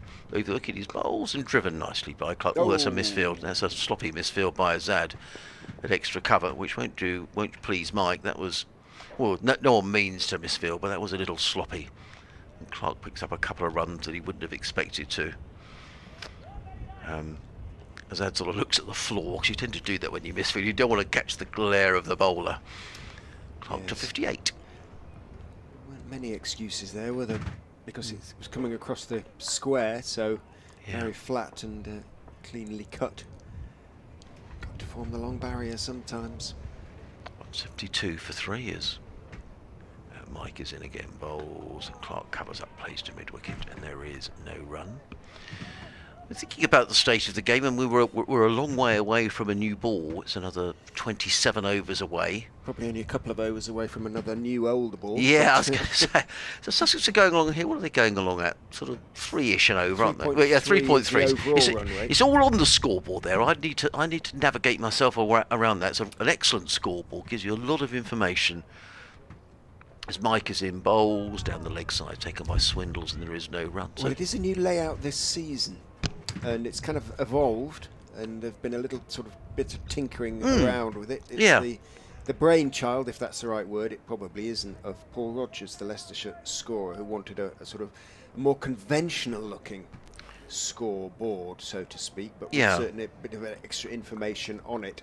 For example, the green, the total being in green is new for this game.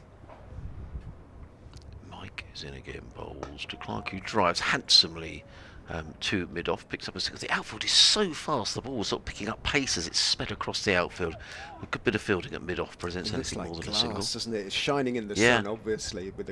And it was drilled about 2-3 years ago, and some of the holes, well, a lot of the holes haven't really closed. Right. If you look down, you can see lots of little dots, and that was the drilling for the drainage, essentially. So it does drain incredibly well now, but it's very difficult to field on because it's very dry and very hard. Mike in again, bowls to Carter, who pulls through mid-wicket, and that's going to be 4 runs. Lovely shot by Ollie Carter, too short from Ben Mike, and this does look like a really good batting surface. And Carter has weathered the storm. A lovely shot. He goes to 44, and Sussex to 177 for 3. Interesting about scoreboards, because down at Hove, the Sussex scorer Graham Irwin has spoken to me a couple of times about what information is useful from a commentator's point of view. I think that's really good, because the sort of information we need is what the spectators are interested in as well. Well, I hasten to add that we weren't consulted in that. Paul Rogers didn't consult us in that respect. He just did his own thing, or advised Leicestershire on his own thing. So this is all his own work, but it seems to have pretty much everything in there, as you say. Once you find out, once you when you're looking. Mike in again, bowls to Cut, who drives firmly into the covers. Now, whoever's fielding it did get down the long barrier and has got a bruise on his leg, probably for his pains. Who's then in there? Is that Evans? It's Mulder. It clattered against his right knee. Yeah, ouch. That's just one of those. Yeah, it is. He'll probably have a bit of a bruise there tomorrow morning. Carter 44, Clark 59, 177 for 3. This partnership now with 81 between this pair, and Leicestershire just. It's not what you'd have forecast when Pajaro went earlier. No. 96 for 3. No, indeed. I'm sure a lot of Sussex listeners and viewers and supporters would have been slightly concerned, but as I say, the young batters now standing up as the young bowlers did yesterday. No, at that stage I was slightly concerned. I was looking at the Sussex order thinking, another couple of wickets here and Sussex may be struggling, but these two have proved to be completely wrong, and they've batted extremely nicely. Well, Vian Mulder has just come off, and your old friend Abby Sikande, who's acting 12th man at the moment, has come on. He's getting directions from Callum Parkinson to go to mid-wicket.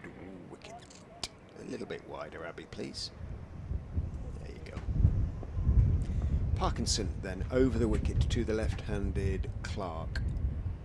In, bowls, slightly flat-ish delivery, arguably just short of a good length. He goes back and plays it in defence, or without any aggressive intent, into the onside, picked up by Rishi Patel, who's at a short straight mid-on. about level with the pitch, maybe not quite. Forward goes Clark on this occasion to a delivery on off stump, pushing it out into the offside. Mike picks up. No run. Come on, Parky. Sounded like Harry Swindles. Parky is in and bowling. It's driven pleasantly by Clark, but again, Mike is the fielder along the ground all the way. Clark just remarks his guard. He's added just 10 post lunch from 31 balls. In goes Parkinson, bowls 2. He works that nicely past Patel, down to long on, picked up down there by Hendricks. He has to step around Patel again, who sort of dived across to his right, but Carter used to it now. That's the second time he's had to do that and dodged very neatly. He's on 44. Wonder if he'll attempt to go to his 50 with another straight 6. I doubt it on this occasion. Parkinson is in, not on that occasion. Solid forward defensive. With right back at mid-on, Hendricks has gone up to deep-ish mid-off, about halfway for Carter. So he can try and hit it over my head. Don't think he will. In he goes and bowls. Parkinson worked nicely. Oh, another poor piece of fielding by Leicestershire. Parkinson has his hands on his hips, understandably, because that's going to run away for 4, and that's one of the better fielders on the side. Sam Evans dived across the ball somehow at the sort of deepish extra cover. Parkinson is furious, absolutely livid about that.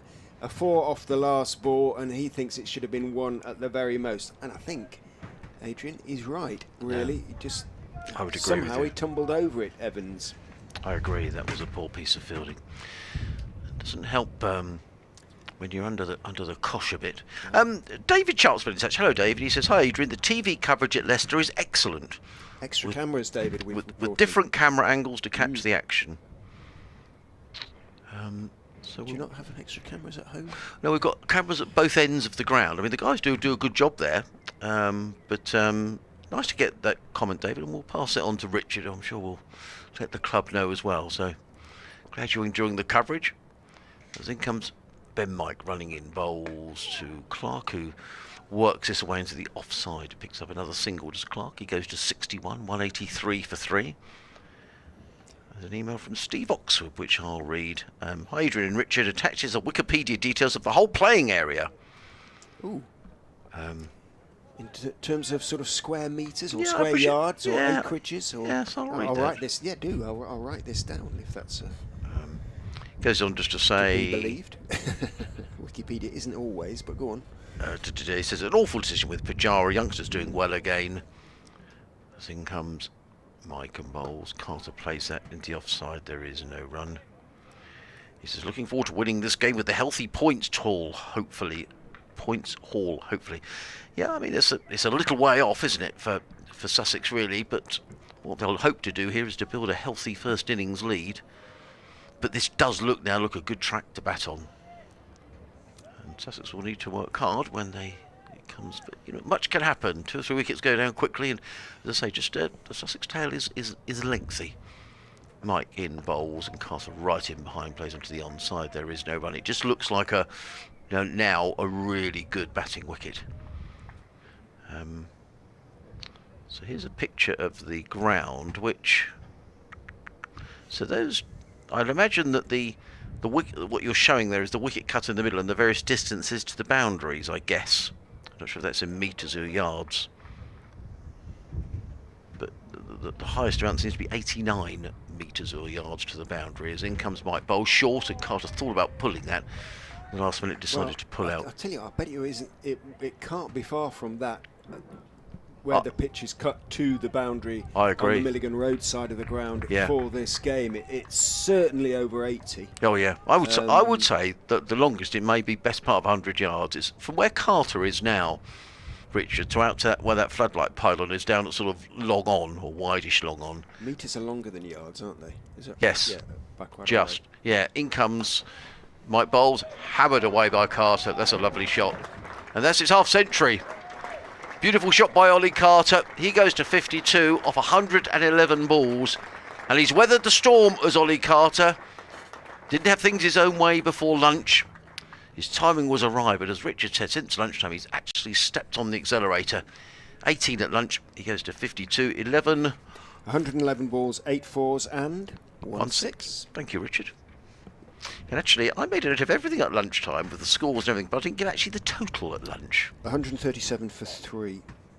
Thank you. Carter was 18 off 64 at that stage, so he has more than doubled his scoring rate. He has. In comes Mike.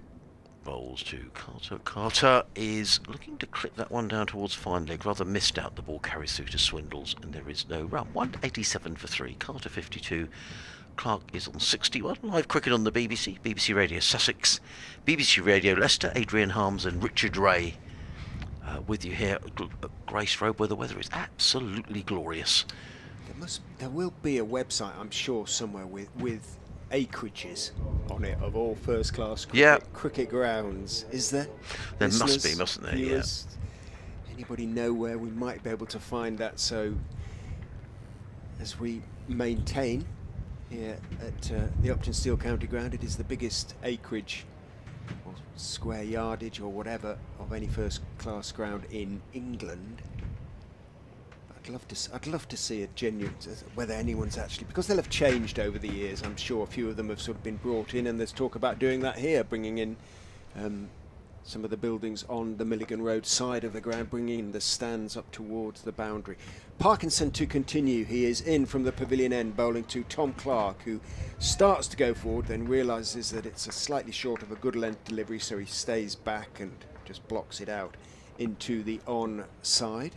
I've never been here for a T20 match, Richard. I mean, does this get packed on T20 nights? It can do, absolutely. In goes Parkinson, bowls again a little bit short, goes back and works it into the gap, this time on the onside. Clark and jogs a single. Yeah, you know, it can take sort of 5,500, and I think hoping for those sort of crowds as and when the T20 starts, which is less than 2 weeks' time now, and very, very important. I know obviously it's hugely popular down on the south coast at Hove, isn't it? Yeah. Where you can get rather more than that into the ground. Parkinson is in, back goes Carter, and pulls, but it stayed a little bit low, probably wasn't quite as short as he thought it was going to be, so a little bit of a bottom edge. He must just keep a little bit of a check on his ambitions. Pulls it out to mid-wicket, and there's no run. Updates time. The sound of Dex's Midnight Runners in our earphones reminds us of that. Parkinson is in, worked into the offside. Here comes the update. Sussex thriving in the sunshine here, down here at the Uptonsteel County Ground. They haven't lost a wicket since lunch, which they took on 137 for 3. Tom Clark has passed his 50. In fact, the 4th time this season he has done that. The young Sussex batsman is 62 not out, make that 63 not out now. Ollie Carter, though, is with him. He was on just 18 at lunch. Well, he's really accelerated since then, including hitting Callum Parkinson for a big straight 6. He has just passed his 50, came off 111 balls, included 8 fours and 1 6. Together they've taken the score on to 189. They're now just 21 behind Leicestershire's first innings score of 210, with still 7 first innings wickets intact.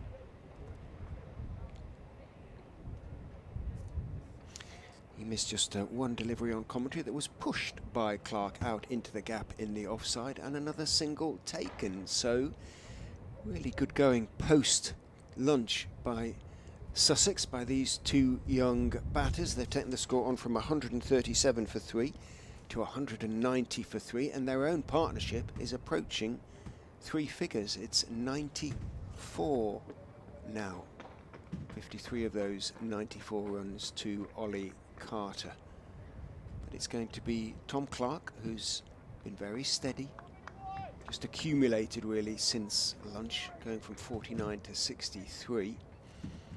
Looks around him, sees a fairly conventional field, third man and long leg, but there's also a deep backward square on the boundary now, so giving himself a bit of cover is Mike, and he's going to come around the wicket. Is he going to try a bouncer or two? He's in and bowls, thick outside edge.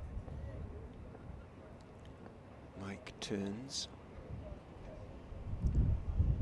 pounds in and bowls. Back onto his stumps goes Clark and defends.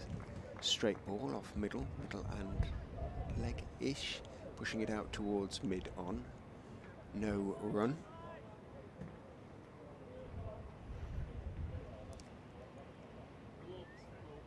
That wicket of Cheteshwar Pujara is beginning to feel like a long... As Mike runs in and bowls to him, and he does drive most pleasantly for 4. Nothing diffident about that at all from Tom Clark. It wasn't quite a half volley, but it was well pitched up, and it was outside off stump, and he leant forward and played it away beautifully through the covers. And all Evans can do is jog after the ball as it runs into the nets in front of what is now the Geary bar. Geary, as in the former Leicestershire player who played for England. Used to be the Geary stand, George Geary, G-E-A-R-Y, transformed for sort of T20 purposes a few years ago into the Geary bar, and a dispenser of excellent curries, courtesy of one of the ground sponsors, club sponsors. Clark on to 67, 194 for 3, the partnership 98 as Mike is in and bowls to Clark, thick inside edge, sees the ball run out towards deep square leg. Abi Sekande on as 12th man, acting 12th man at the moment, picks up and fields one taken. Clark on to 68, 195 for 3. Umpire Lungley jogs across.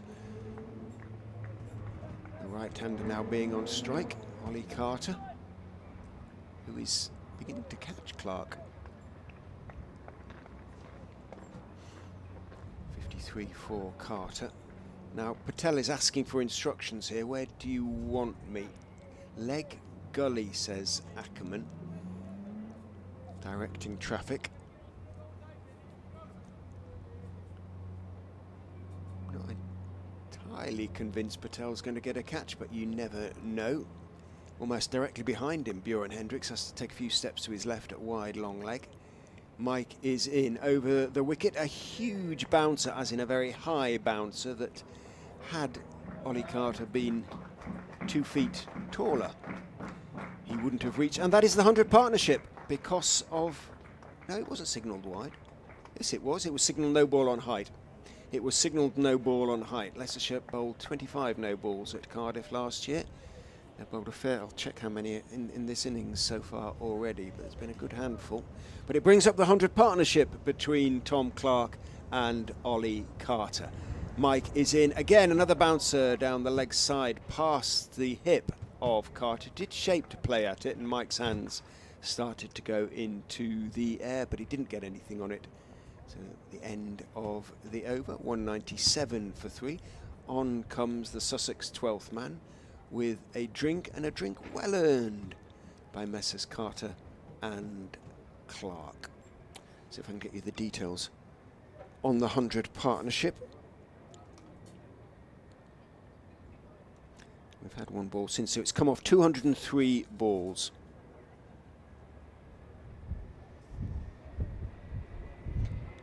And we do know that Ollie Carter has scored 53 of them. So Clark not so very far behind in that respect. I was also going to check, while the Sussex batsmen have these drink, how many no balls Leicestershire have bowled. 8. Well, I think that is relation. That's the number of runs, so it might be. It's 4, I think. Byes 4, leg byes 1, no balls 8. So 4 no balls. Parkinson continues from the pavilion end. Over the wicket he bowls to Clark, who leans forward, push a delivery into the offside. There is a huge gap at point, because point is actually deep on the boundary at backward point, but again he pushed it a little bit too close to Ben Mike, who's at straightish extra cover.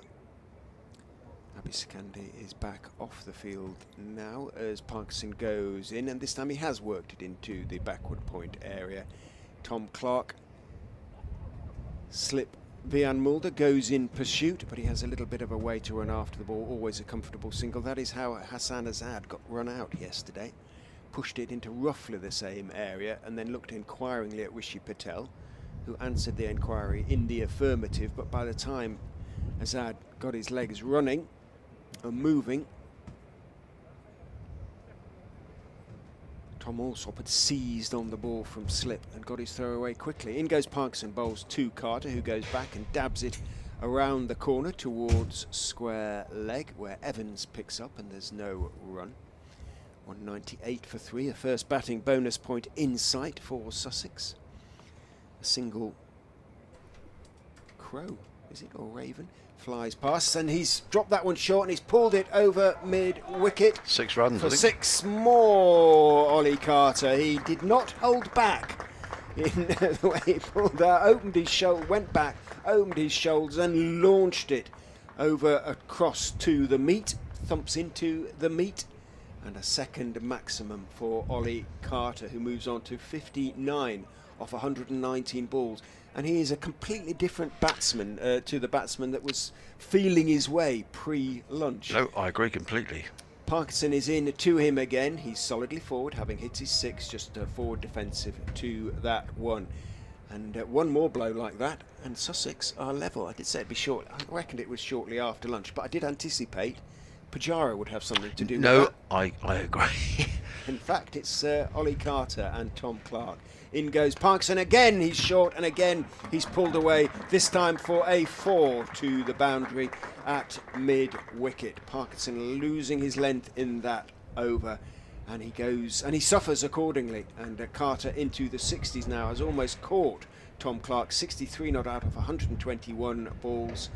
Just 2 behind Sussex now. They have that, what a way to get that first batting bonus point, by the way. And the partnership is 112, and things looking pretty darn good from a Sussex point of view at the moment, Adrian. Yes, they are. And these two, as you say, partnership of 112. And Ollie Carter, who, you know, is incredible, really, because he really struggled this morning. But he's, since lunch, he's just looked a different player. You know, maybe a little bit of an adjustment of, well, perhaps he just felt he'd got through that, you know, sort of tricky spell before lunch, and then was the time to cash in. But he's he looks in really good nick out there at the moment. His highest score in first-class cricket, he must be virtually there, Ollie Carter, actually. Let's just get his stats up. In fact, I have a feeling he may already have passed it. Let's have a little look. Highest score of 51 before today. Well, apologies, missed out on that against Derbyshire at Hove last year. There we are. That was the last game of the season from memory. Games come so thick and fast. I'm pretty certain that was our last game last year. Let me just consult the book in the. Oh, that was the game. Let's have a little look, see if we can find that. Ollie Carter, 4 in the second innings, 51 in the first innings. So there we are. So well done, Ollie Carter.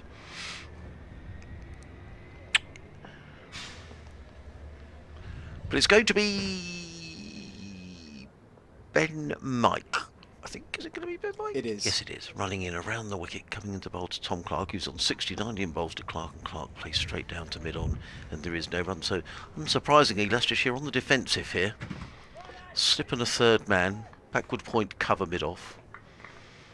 Now, Mid-on, mid-wicket, and a five. Is there a 5 leg? No, there isn't. It's a deep backward square. Steve Roberts has been hard at work. Thank you, Steve. He sent me some charts with ground areas in there, but I've got to look. Yeah, that's down the leg side. Was that well taken by Swindles? It was, actually. I'm just going to, Rich, I just need to take a call, if that's okay. no, of course, yeah, don't worry. But it's I'm going to have to read those charts carefully, Steve, because they're basically summary of pace, bounce and consistency measurements, which require a certain amount of interpretation. So I will have a look at that when I basically get the chance, because there probably is a proper ground measurement in there somewhere. Mike is in and bowls. Forward goes Clark, strokes it nicely through the covers. It's racing across the square towards the extra cover boundary with Evans in hot pursuit, drags it back. Brilliant work by Evans, flicked it back, but they run for anyway. Well, we've just been talking about the ground size and the length the distance from the pitch to the boundary. Evans had to run all of that distance, and he did so, and he just got his hand to the ball, flicked it back, and it didn't cross the ropes, but the batsman crossed for 4. So Clark moves on to 73, and the perspiring and no doubt puffing Evans, fit young man though he is, returns to his position. He's got his hands on his hips at the moment. Looks like he's puffing, doesn't he? Well, I'm not surprised. It was a long old sprint It is a long chase. As Mike is in and bowls again to Clark down the leg side, tries to help it on its way, doesn't get anything on it, taken by Swindles. Much, Adrian, for Leicestershire to think about at the moment, and indeed Ackerman and Mulder and Parkinson involved in discussions out there. What are they going to do, the Foxes? They have got to change something, because Sussex are now ahead with 7 first innings wickets in hand, 212 for 3. And we did say, didn't we, just after lunch, you know, this is a day to fill your boots. This looks a good track. It's a quick outfield. As in comes Mike Bowles, and Clark just plays that to mid-wicket, and there is no run. And these two have got themselves in. There's a relatively short boundary on the side of the ground towards the meet. This ball is now in its 59th over, so Sussex will hopefully, from a Sussex perspective, be looking to cash in here. And already Leicestershire may be thinking, I mean, there's a little way until that new ball. 20 odd overs, as Mike is in bowls, and Clark plays to mid-off, and there is no run. That's the end of Ben Mike's over. He's bowled 9 overs, no maidens, 1 for 38. Clark 73, Carter on 63. Partnership between this pair of 116. Last wicket going down on 96. And as Richard was saying, Sussex now in the ascendancy by 2 runs. Friends of Grace Road are in action, dispensing their excellent cakes in the meet. 2:30 they start doing that, so should you need something sweet, maybe if you're a Leicestershire supporter, a bit of comfort eating is the order of the afternoon. But all sorts of cakes available in the meet as of now. Parkinson to continue, despite getting hit around in his previous over. Bowls to Ollie Carter down the leg side, taken by Swindles, who, having taken the ball, whips off the bails with his right glove, ball in them. And you heard his slightly shrill appeal, turned down by umpire Malander. Not sure he completely believed it himself. No. Harry Swindles. Carter with bat raised, waits as Parkinson goes in and bowls to him, a full delivery that he can just wait for and clip away off his toes down towards the sweeper on the leg side boundary, and take 1. Moves on to 64. Huge opportunity you feel now for Ollie Carter. He's in. It's an old ball against a slightly dispirited attack, and the wicket is good. Over the wicket goes Parkinson and bowls, clipped hard down into the ground. Good piece of work by Patel, diving to his left at that not quite silly mid-on. He's about 4/5 of the way back down the pitch, so short mid-on. Parkinson is in, waiting for it, then steers it away off the front foot, backward of point. Tom Clark into that huge gap out there towards the electronic scoreboard, well, just to the right of the electronic scoreboard as we look at it, and takes 1, moves on to 74. Scoreboard now ticking up again, the run rate ticking up again. Went right back down from almost 4.5 at one stage. In goes Parkinson and bowls, or attempted to be turned down the leg side, comes off the pad. Oh, bit of confusion here, he's going to have to hurry. Oh, and he's dear. Made his ground, That and the throw was wide anyway. That would have been ridiculous, wouldn't it, to have had a run out? Well, Clark apologises to Carter, who was sort of studying the ball with interest, seeing it hadn't gone too far behind Harry Swindles, and suddenly realised that Clark was galloping towards him. He took off, he didn't send him back, and the throw was a poor one from slip to the non-striker's end. Parkinson is in to Clark, conventional forward defensive, back down the pitch on the offside end of the over, but he's sort of beginning to feel as though it's almost the only way Leicestershire are going to end this partnership, if there is a little bit of a mix-up or a little bit of a nonsense out there, but they got away with it. 215 for 3, Sussex. Yeah. So Tom Clark, who made his maiden first-class 100 for Sussex this season, the opening game of the season against Notts. I was saying to Richard a little earlier that he's a young man, only 21, who's sort of been in and out of the Sussex side in the last couple of seasons. Plenty of 20s and 30s, and I did say to Tom that, you know, during those innings, did he feel that he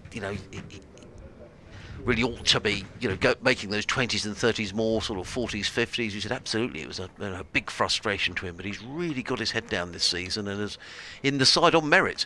Promoted this week to number 3 in the absence of Ali Orr, who's out with a hamstring injury. So pushed up to number 3, and he's done a very good job. Yes. 215 for 3. The sun is out. It's lovely now. Rather envious of the fact that Richard's got his shorts on. I should have. He must have been frozen this morning because it really was chilly here this morning. See, I know I have a heater in here, so I can switch the heater on when it is too cold. But I see. Well, back into the attack comes Hendricks, who bowls to Ollie Carter. Carter plays to which mid-wicket. reminds me, I better switch it off. And there is no run. Oh, is that why it's warm? 215 for 3 here on BBC Radio Sussex. BBC Radio Leicester, Adrian Harms and Richard Ray seeing you through the action. Ben Wood's been in touch from San Francisco.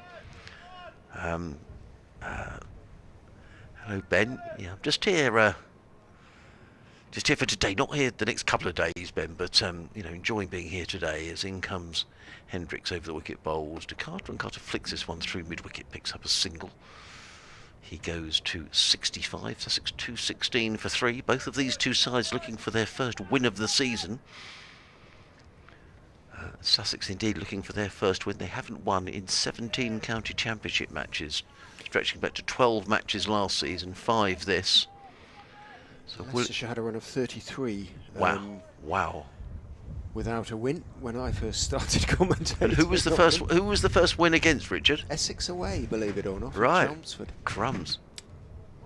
Best part of 2 years after I started commentating. No, about a year and a half. Did you celebrate? Did they celebrate? In style, I'd have thought. Yes, they were very happy. Relieved. Yeah, well, that's it. Hendricks over the wicket, bowls and covering up his. Clark plays into the offside. There is no run. I think probably that maybe Ackerman's hand has been forced a little here by the fact that I'm sure Hendricks will bowl with the new ball, which is still 19 overs away after this over. But the runs have come pretty freely since lunch. They have. And certainly Leicester should be desperately keen that Sussex don't get away from them. They haven't got away yet. They're effectively, they lead by 6. As in comes Hendricks, bowls, and that's down the leg side. There's an appeal, and the ball has run away for 4-leg byes. I can only assume the appeal was for an LBW, but it was spearing down the leg side. And there is a fine leg, but he's not that fine. And the total advances by 4 to 220 for 3. Ben is in San Francisco. Is that somewhere that you've been, Richard? No. In fact, I'm just thinking, although I've been to Canada, I haven't not been to the US of A. They never used to send me to the Grand Prix there because there was something about the timings. This was right before everything sort of had to go on the internet first, so it was an odd one. Is that something you used to cover? 4 years, yeah. In comes Hendricks, bowls and covers up as Clark plays down the onside to mid-on. There is no run. Wow. 6 years. Right. Sunday Times Formula 1 correspondent. Did you still run the world with that? Yes. Wow. How exciting. Well, it kind of was, but my children were little and I missed them. But yeah. Formula 1 was strange because it recreates the same world wherever it is. The paddock was laid out exactly the same way, so the only difference was sort of being out with warm temperatures. So who was sort of world champion when you were covering? Schumacher was the big man at the time. Okay. He was pretty much unbeatable, almost unbeatable. Hendricks in and bowls, and Clark clips that through square leg and picks up another single. He goes to 75. Sussex 221 for 3 at the end of the over. I would imagine that, and it's changed quite a bit now, Richard, because were there Grand Prix in place like Abu Dhabi and those kind of areas? I did Bahrain had just started. I did a couple in Bahrain, right. But it was Australia, was always the first, Melbourne. Yeah. And Malaysia was usually the second. And then we used to have to fly to Brazil, Sao Paulo, which was terrifying. Because? It's just an astonishing city. Mm. From the airport to the centre, you pass through something like 8 miles of shantytown. But it just, if you haven't seen anything like that before, it's absolutely jaw-dropping. Both the sheer numbers, but the poverty and the mess, and it was wonderful. And that said, every Brazilian I met couldn't have been more helpful or friendly. It was just an astonishing place. Ackerman takes up the attack instead of Parkinson from the pavilion end, played by Clark out towards mid-wicket. And there is no run. But most of the Grand Prix were in Europe at the time, but now it's, the money has moved them pretty much elsewhere. Ackerman is in, Clark forward, back down the pitch it goes to Leicestershire's South Africa-born Netherlands international skipper. Long-sleeved shirt for Ackerman, who is in and bowling, tossing it up, worked out towards mid-wicket, wide of Parkinson. Momentary hesitation. Clark thinks about a second, but Evans was to the ball quickly, and Carter said no, rightly. Clark on to 76, 2-2-2 for 3. The lead 12. Sun just momentarily behind a passing cloud. As Ackerman over the wicket bowls to Carter, who goes back and cuts and does so nicely, but more or less straight to Azad, who's at backward point. Nice little wristy shot. He's not been afraid to use his feet after lunch, Ollie Carter, and has benefited from that willingness. Ackerman in to him, drops very short, pulled for, no, not for 4, because the sweeper's going to get there on the leg side boundary. And because it's quite short, that boundary, having got there and got his throwaway, it means that it was just the one for Carter, who probably feels he missed out a little bit there. 66 to him. I think that's Lewis Hill out there. Ackerman round the wicket to the left-handed Clark, who drives. Again, Hill is in action out there. He's got those sort of fluorescent orange sunglass type on the perch atop his head, reflecting the sun. Why hasn't got them on, given the sun is so bright? I suppose he's facing away from it. However, another single, and they milked that over quite nicely. Messrs Clark and Carter, the partnership builds and builds and builds. 128 it is worth now. 2-2-4 for 3. Clark 77, Carter 66. So they had a US Grand Prix, didn't they? Was it a couple of weekends ago in Miami? Was that a new venue? It was, yeah, in a car park, wasn't it? In Miami. Was it? Yeah. A car park? Essentially. In comes Hendricks coming into bowl to Clark down the leg side, and there are going to be more buys, I think. Or has he got a little nick on that? Or has it been taken by the keeper? Just wait and see. Yeah, just dived away to his right. Well, I thought he'd missed it initially, because he's done that a couple of times, Swindles, and he sort of held the pose, and I thought perhaps it'll rattle past him for more buys, but as it turns out, it was a good take in that case. I think that was quite a success, wasn't it, the Miami Grand Prix? Judging by the number of celebs and tickets sold and all that sort of, what's your definition of success? I suppose it's how much money it makes in Formula One's case. Hendricks in bowls to Clark. Clark plays to mid-on, and there is no run. I can see James Kirtley on a tour of the ground at the far end of the ground, his white sun hat. I'm not quite sure who he's walking with. I wonder if it might be Ollie Robinson. I'm not sure. Looks tall enough to be Ollie Robinson, but I'd have thought Robinson might have the pads have his whites on, wouldn't he? But well, that's the thing, and it's sort of caught my attention. It may not be Ollie Robinson at all, but he's certainly walking with someone. They're working absolutely adjacent to each other, so it's difficult to see actually who it is. Hendricks in and bowls, covering up his Clark, plays to mid-off, and there is no run. It's so far away, I can't quite see.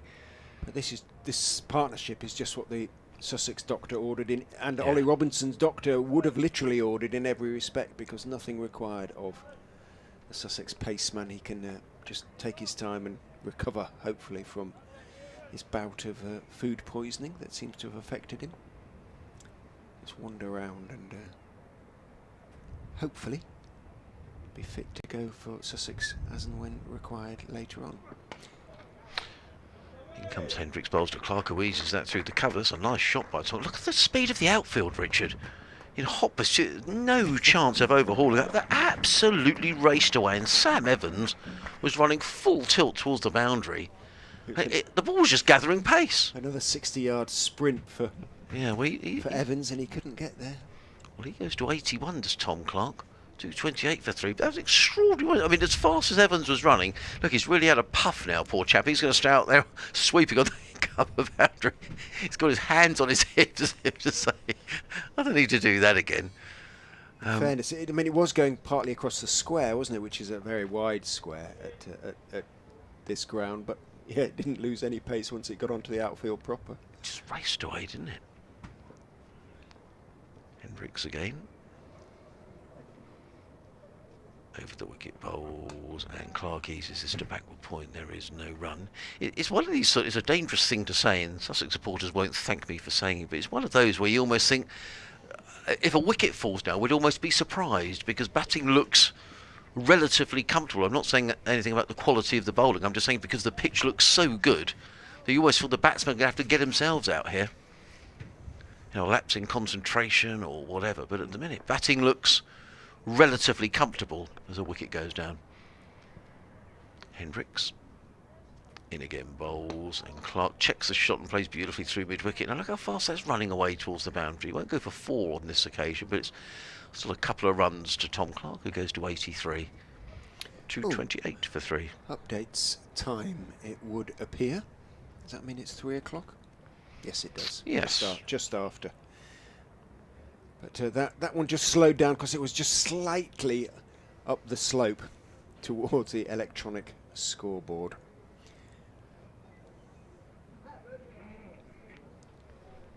Here comes the update between the overs, hopefully.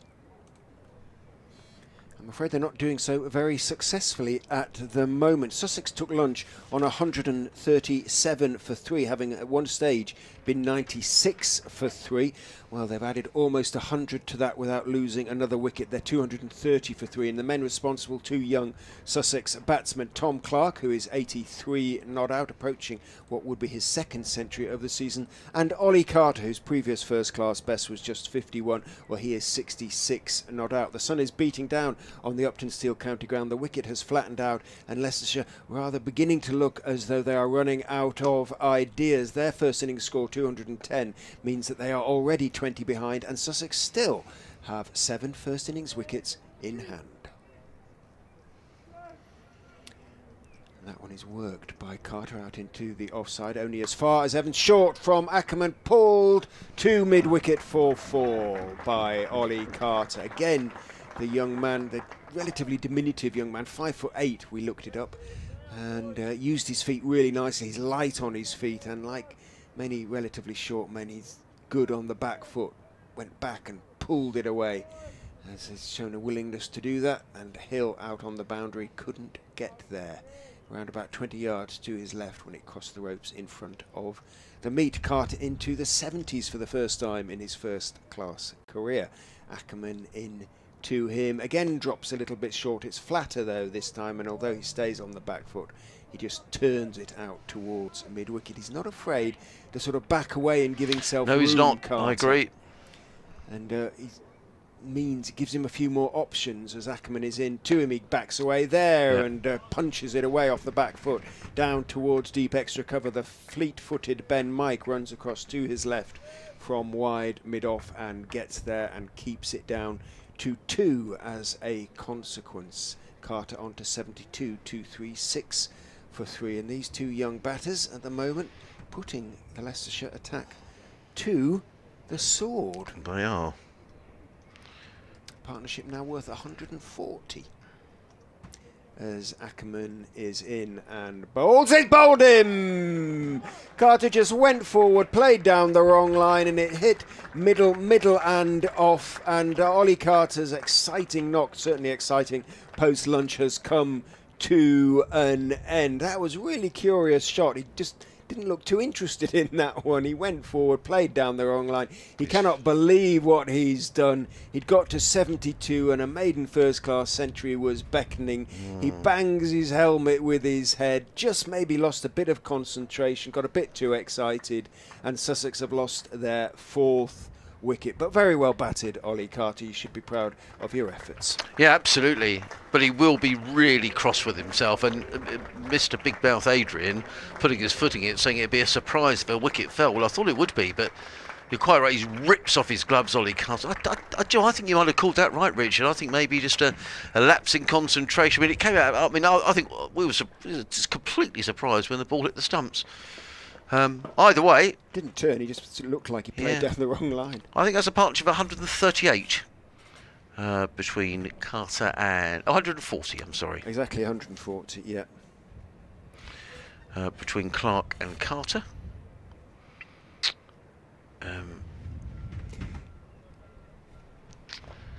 So, now this is where it could get interesting, because I'm just looking.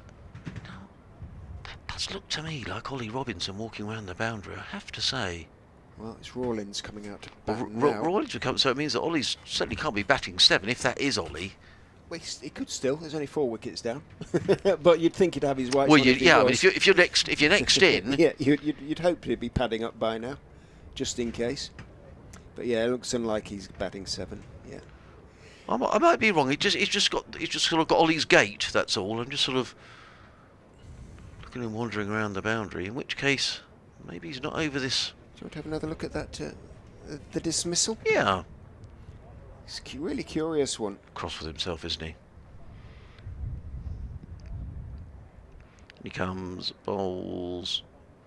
Just completely played down the wrong line, didn't he? He did, I'm afraid.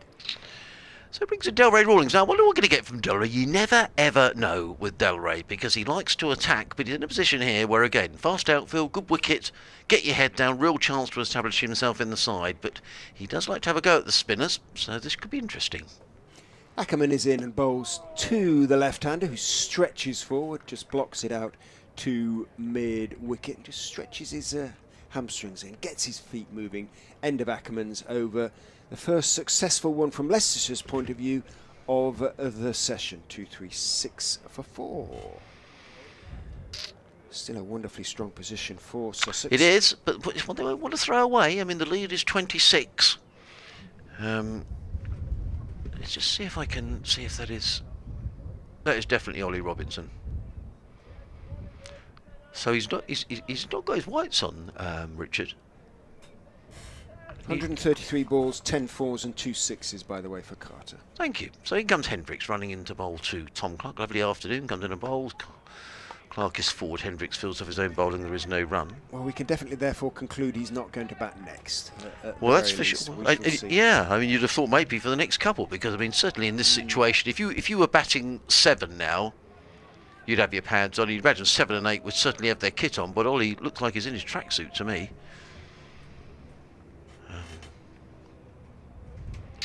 So we'll try and find out whether Ollie Robinson is still unwell, as in Hendricks in and bowls. And Clark is, well, he would have been out if there'd been a first slip in place.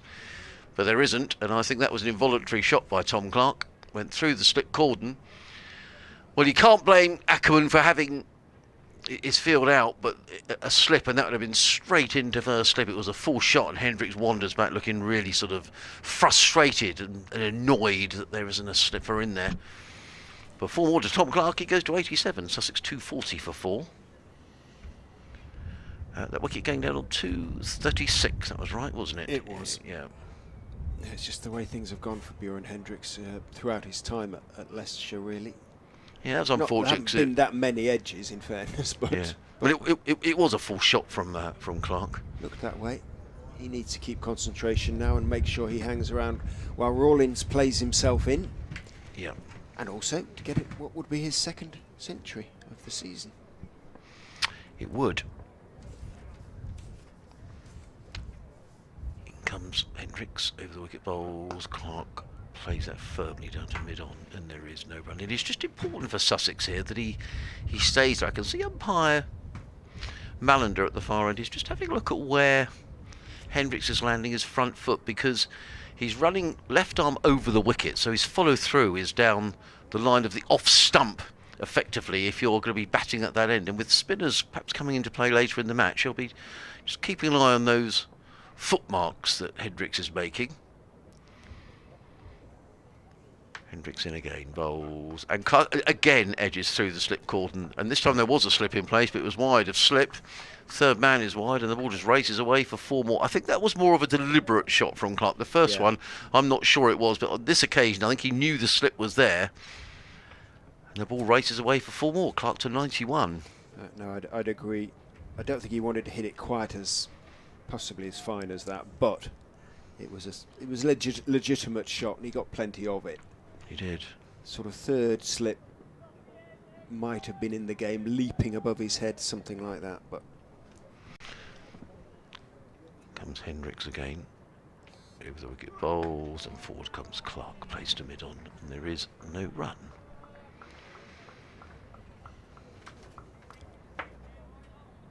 .4444.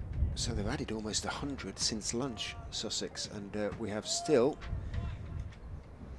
best part of 9 overs until the tea interval. Although inevitably the scoring rate will slow down a little bit now with the new batsman coming in, the Bermudan, Del Rey, Bermuda born. In comes Hendricks, runs in and bowls. Clark is forward, plays down the onside of the track. I'm reliably informed that Ollie Robinson is going to bat 8. So presumably he'll get his white, might have the white sun underneath the tracksuit, I guess. Might Ollie. He's just having a walk around the boundary edge. End of the over. 2-4-4 for 4. Clark 91.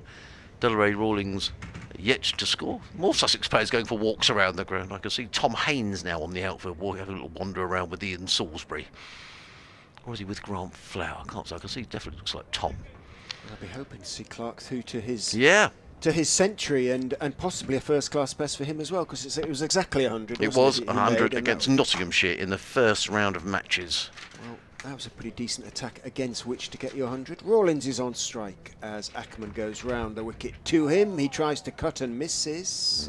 A little bit ambitious for just the second ball he's faced, arguably. And Mulder fell backwards at slip, anticipating a cut into his ribs, so to speak, because he really did look to flay that one away. Ackerman is in, Rawlins is forward, carefully this time, and defending. How old is Rawlins now? 21? 24. 24, 97 to 2000. Yes, 24. As in goes Ackerman, bowls to him, defends out into the offside. Oh, I thought that was Tom Haynes over there. Maybe it isn't. Maybe it's some Leicestershire people walking around. They're such a long way in the distance. Ackerman bowls to Rawlins. I like his guilty pleasure, Rawlins, who defends that one out into the offside. He says, eating pineapple slices from a tin. So, presumably this with a sort of syrup in there. My grandma used to get those. Goes Ackerman and bowls. Fuller this time, and Rawlins is off the mark as he gets forward and pushes it firmly out towards Ben Mike, who's deepish at mid-off. And because he went straight away, made his ground comfortably. Indeed, Mike through to the non-strike, or to the wicket-keeper. Clark got the hurry up from Rawlins and had made his ground comfortably when Swindles took the bails off. 2:45 for 4. Ackerman is in and bowling. Hits the pads of Clark as he looked to work that one into the leg side, and Clark, irritated with himself, didn't get anything on that.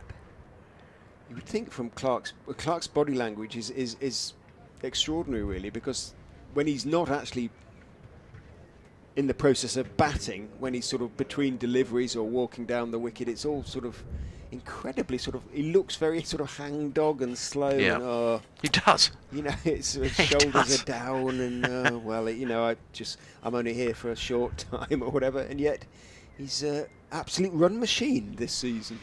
Tom Clark, 91 off 169 balls. So, it's going to be Hendricks who's going to come. Now, this could be interesting. Hendricks to Delray Rawlings. So I don't think Rawlings will hang around here. Will he take it on, will he? I think he probably will. But, Sussex are in a position whereby they're in a strong position here. They don't want to throw this away. They lead by 35. And Delray's got plenty of time. He's got time. He's got a good foundation. The ball is 66 overs old. It's time to play a big innings. 2 slips in place. As in comes Hendricks running in over the wicket bowls, and Rawlings lets that go outside the off stump, taken by wicketkeeper Swindles, and there is no run. 2 slips, a third man. Backward point, cover mid-off. On the onside, a mid-on, a mid-wicket, and a fine leg. The sun has momentarily disappeared. It wasn't the Sussex players at all walking around the outfield, it was some of the Leicestershire players. It just looked like Tom staff. Yeah, it just looked like Tom Haynes over on the far side, but clearly it wasn't, so apologies to Tom. Hendricks, sun is back with us. In and bowls, and Rawlings is forward, plays track down the track. Hendricks gives him a bit of a look. Might just have stayed a fraction low, that one. I'm not sure, I just had to dig it out a little bit. Curiously, Rawlings' first class best is exactly the same as Tom Clark's at the moment. Yeah, that was at Old Trafford a couple of years ago in a losing cause. But I think by his own admission, Delray has not made the runs in first-class cricket that his talent suggests that he should have done. In comes Hendricks again, bowls to Rawlings, who punches this through the covers. They've taken 1, and it's a well-judged single as Rawlings goes to 2, the total 246 for 4. Just averages just over 20, I think. Yeah, coming into this season, averaged 22.54, 1,127 runs in 51 innings with 1 not out. And he's got a 49 to his name this season, so you can add 101 to those runs. Certainly hasn't significantly increased his average this season. Not yet. But it's the moment. Could this be the day? Yep, absolutely. Yeah, it's all about Tom Clark, isn't it, with his 91 not out. Hendricks is in and bowls to Clark, and Clark is struck on the... Well, there's a louder appeal. I thought that struck him quite high, actually. I'm not quite sure. Presumably it was an LBW appeal, because it didn't go anywhere near a fielder. It did look to be just above the pad. It wasn't the worst shout I've ever seen. I think it was maybe just outside the line as well. But he was on the back foot, and umpire Malander's indicating that there was a bit of movement there. Second time that's happened. Just wonder whether the old ball may be starting to possibly reverse a bit. I don't know, 66.4 overs or thereabouts. Hendricks is in again. Bowls and short, and Tom Clark pulls that one around the leg side down towards finally. It's a good tumbling stop just down below. So that's a really good bit of fielding by Chris Wright, who was very quickly around the boundary. Gets in the throw, and that's the sort of thing that can encourage a fielding side when they're under the pump a little bit. That was a good piece of fielding. Clark goes to 92. And Sussex to 247 for 4. The maths are quite easy today, and that is 210 was the Leicestershire total, so at least we can, even with my dreadful maths, knowing that the lead is 37. It was obliging of them, wasn't it? Yeah, it was. Finish on a 0, that's the main thing as far as we're concerned. Hendricks in again and bowled quite short. That was a good shorter delivery actually, and Rawlings just ducked underneath it. The ball whistled past the end of his nose. Through to keeper Swindles. There is no run. End of the over, 247 for 4. Clark on 92. Rawlings on 2. You're listening to live cricket on the BBC, BBC Radio Sussex, BBC Radio Leicester. Adrian Harms and Richard Ray at a gloriously sunny Grace Road. I hope it's like this in Hove in, I think, July. Yes, it is. We come to see you. Yeah, it is. In midsummer, the height of midsummer. Yeah. And it's sort of... I think it's because obviously the T20 comes in the next couple of weeks, and there's a couple of championship matches. We've got to go to Cardiff for one. I think you come to us for another. Yes, we have 3 visits to Hove this season, I believe. And we're playing you in the 50 over as well. Ackerman is in. It's turned to mid-wicket by Tom Clark. Indeed, I think we have championship. Oh, hang on. There's the fixtures. There's the fixtures up there. Monday, July the 11th. Category. Great. So Sixers, Ackerman bowls, and forward goes Clark. pushing it out into the offside on that occasion. We also come to you on Sunday, August the 7th in the RL50. Right, that's right, okay. Ackerman is in, forward again goes Clark, back to Ackerman it goes. So just the twice. Of course, it's just the twice. A lot of I saw a lot of talk about people wanting to sort of change up the T20 groups a little bit. Oh, right, that's interesting. Ackerman is in, Clark is driving, big puff of dust, but only as far as Mike at extra cover. You know, the south and north groups always being the same, that perhaps it's time to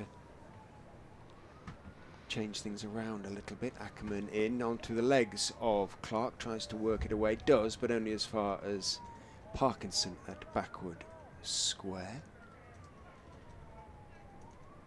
So 5 dot balls in the over so far. Clark won't let that concern him as Ackerman is in, bowls and forward solidly goes Clark, showing he is unconcerned. A maiden from Ackerman. Been a bit rare in this session from Leicestershire's point of view. 2-4-7 for 4 remains the score.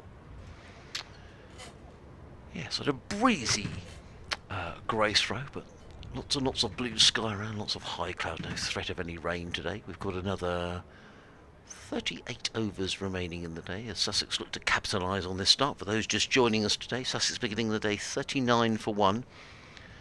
Tom Haynes racing very quickly to a half-century before he played on to Mulder for a half-century. Chettiswell Pujara followed soon after. As in comes Hendricks, bowls to Rawlins. Another short delivery. The Rawlins is right down on his knees and the ball whistles through to the keeper. And there is no run. He's bending his back, Hendricks, isn't he? He is. But yeah, he is. And the ball is going through a good height to the keeper as well. You know, it's a good track. It is. Pujara out for 3.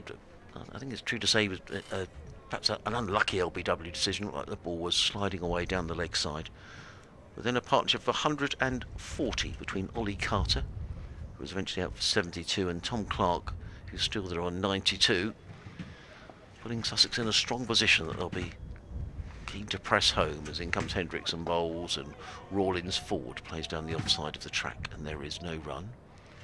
The new ball is 11 overs away. I wonder how much of a run. I mean, you'd expect Hendricks to take a new ball, would you, Richard?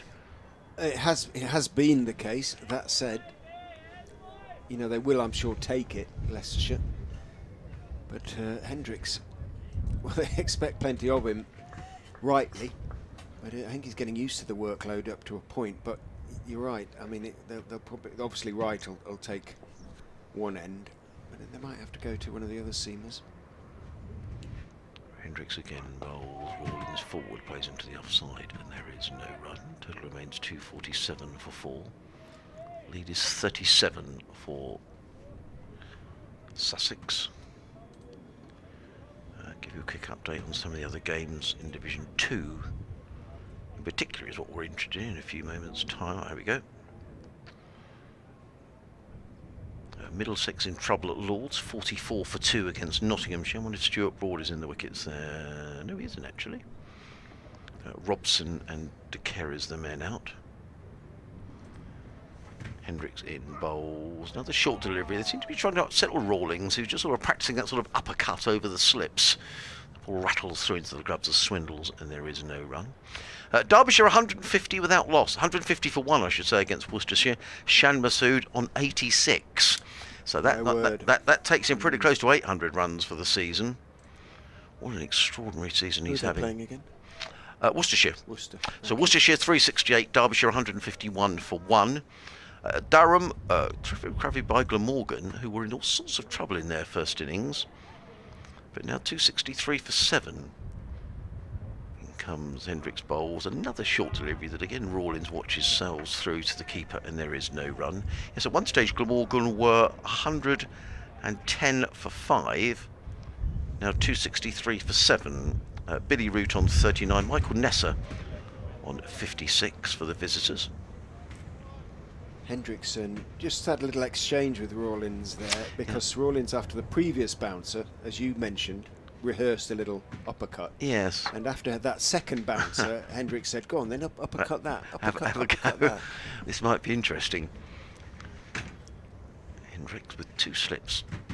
Bowls to Rawlins, and Rawlins is forward to ball of Goodling. Plays onto the offside. Harry Swindles has got his hands in the air, so say, oh, it very nearly breached his defences. However, good contest between these two. Hendricks now 15 overs, 2 maidens, no wicket for 54. Sussex 247 for 4. Clark on 92. Rawlins on 2. Lead 37. 5 overs until tea. How are we doing for time? Actually, it's not too bad. There's still 15 minutes until tea time. Yes. It's theoretically held, so Leicestershire should still... Very good over 8. Well, it says +2. Which surprises me slightly, but on the other hand, Parkinson has bowled a longish spell, and now Ackerman has taken over from him. Ackerman is in and bowling, and forward goes Tom Clark. I wonder if he'll go... Who went in for lunch on 49, not what price he goes in for tea on 99. It could happen. Ackerman is in and bowls, slightly short, goes back and works it out towards deep backward square. But just the single. Evans has to come in from the square leg.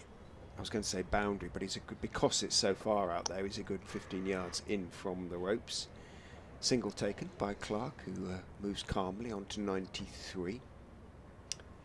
Rawlins, he's faced 16 balls for his 2. Waits as Ackerman just steps to the wicket and bowls. Rawlins bat in front of pad as he blocks that one back down the wicket to Ackerman with his shades on.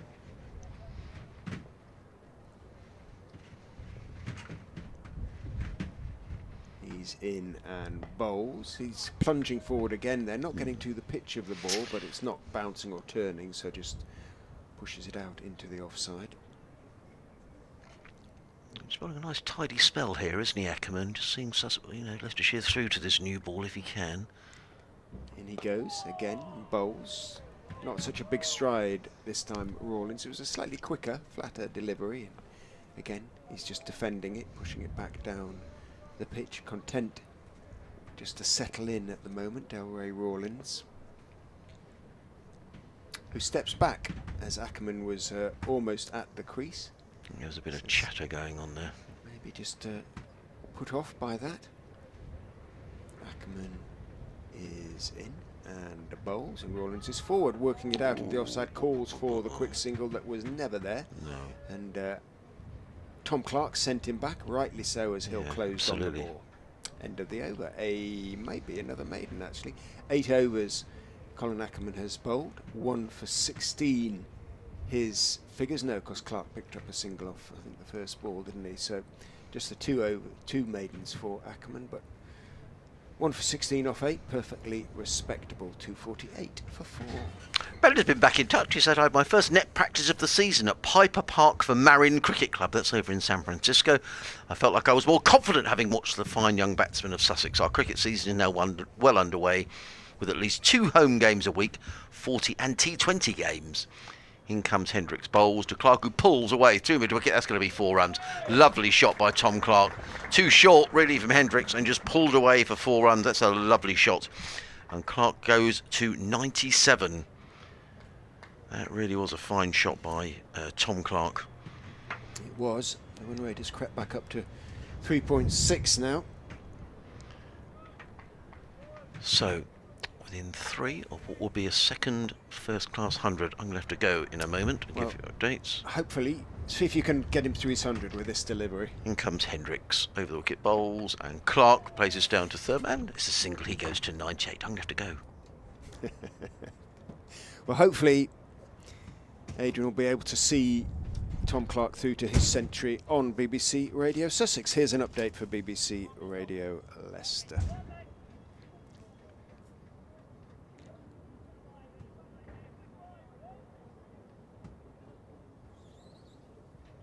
I'm pleased to be able to report that the Foxes have taken a wicket, their first of the afternoon session.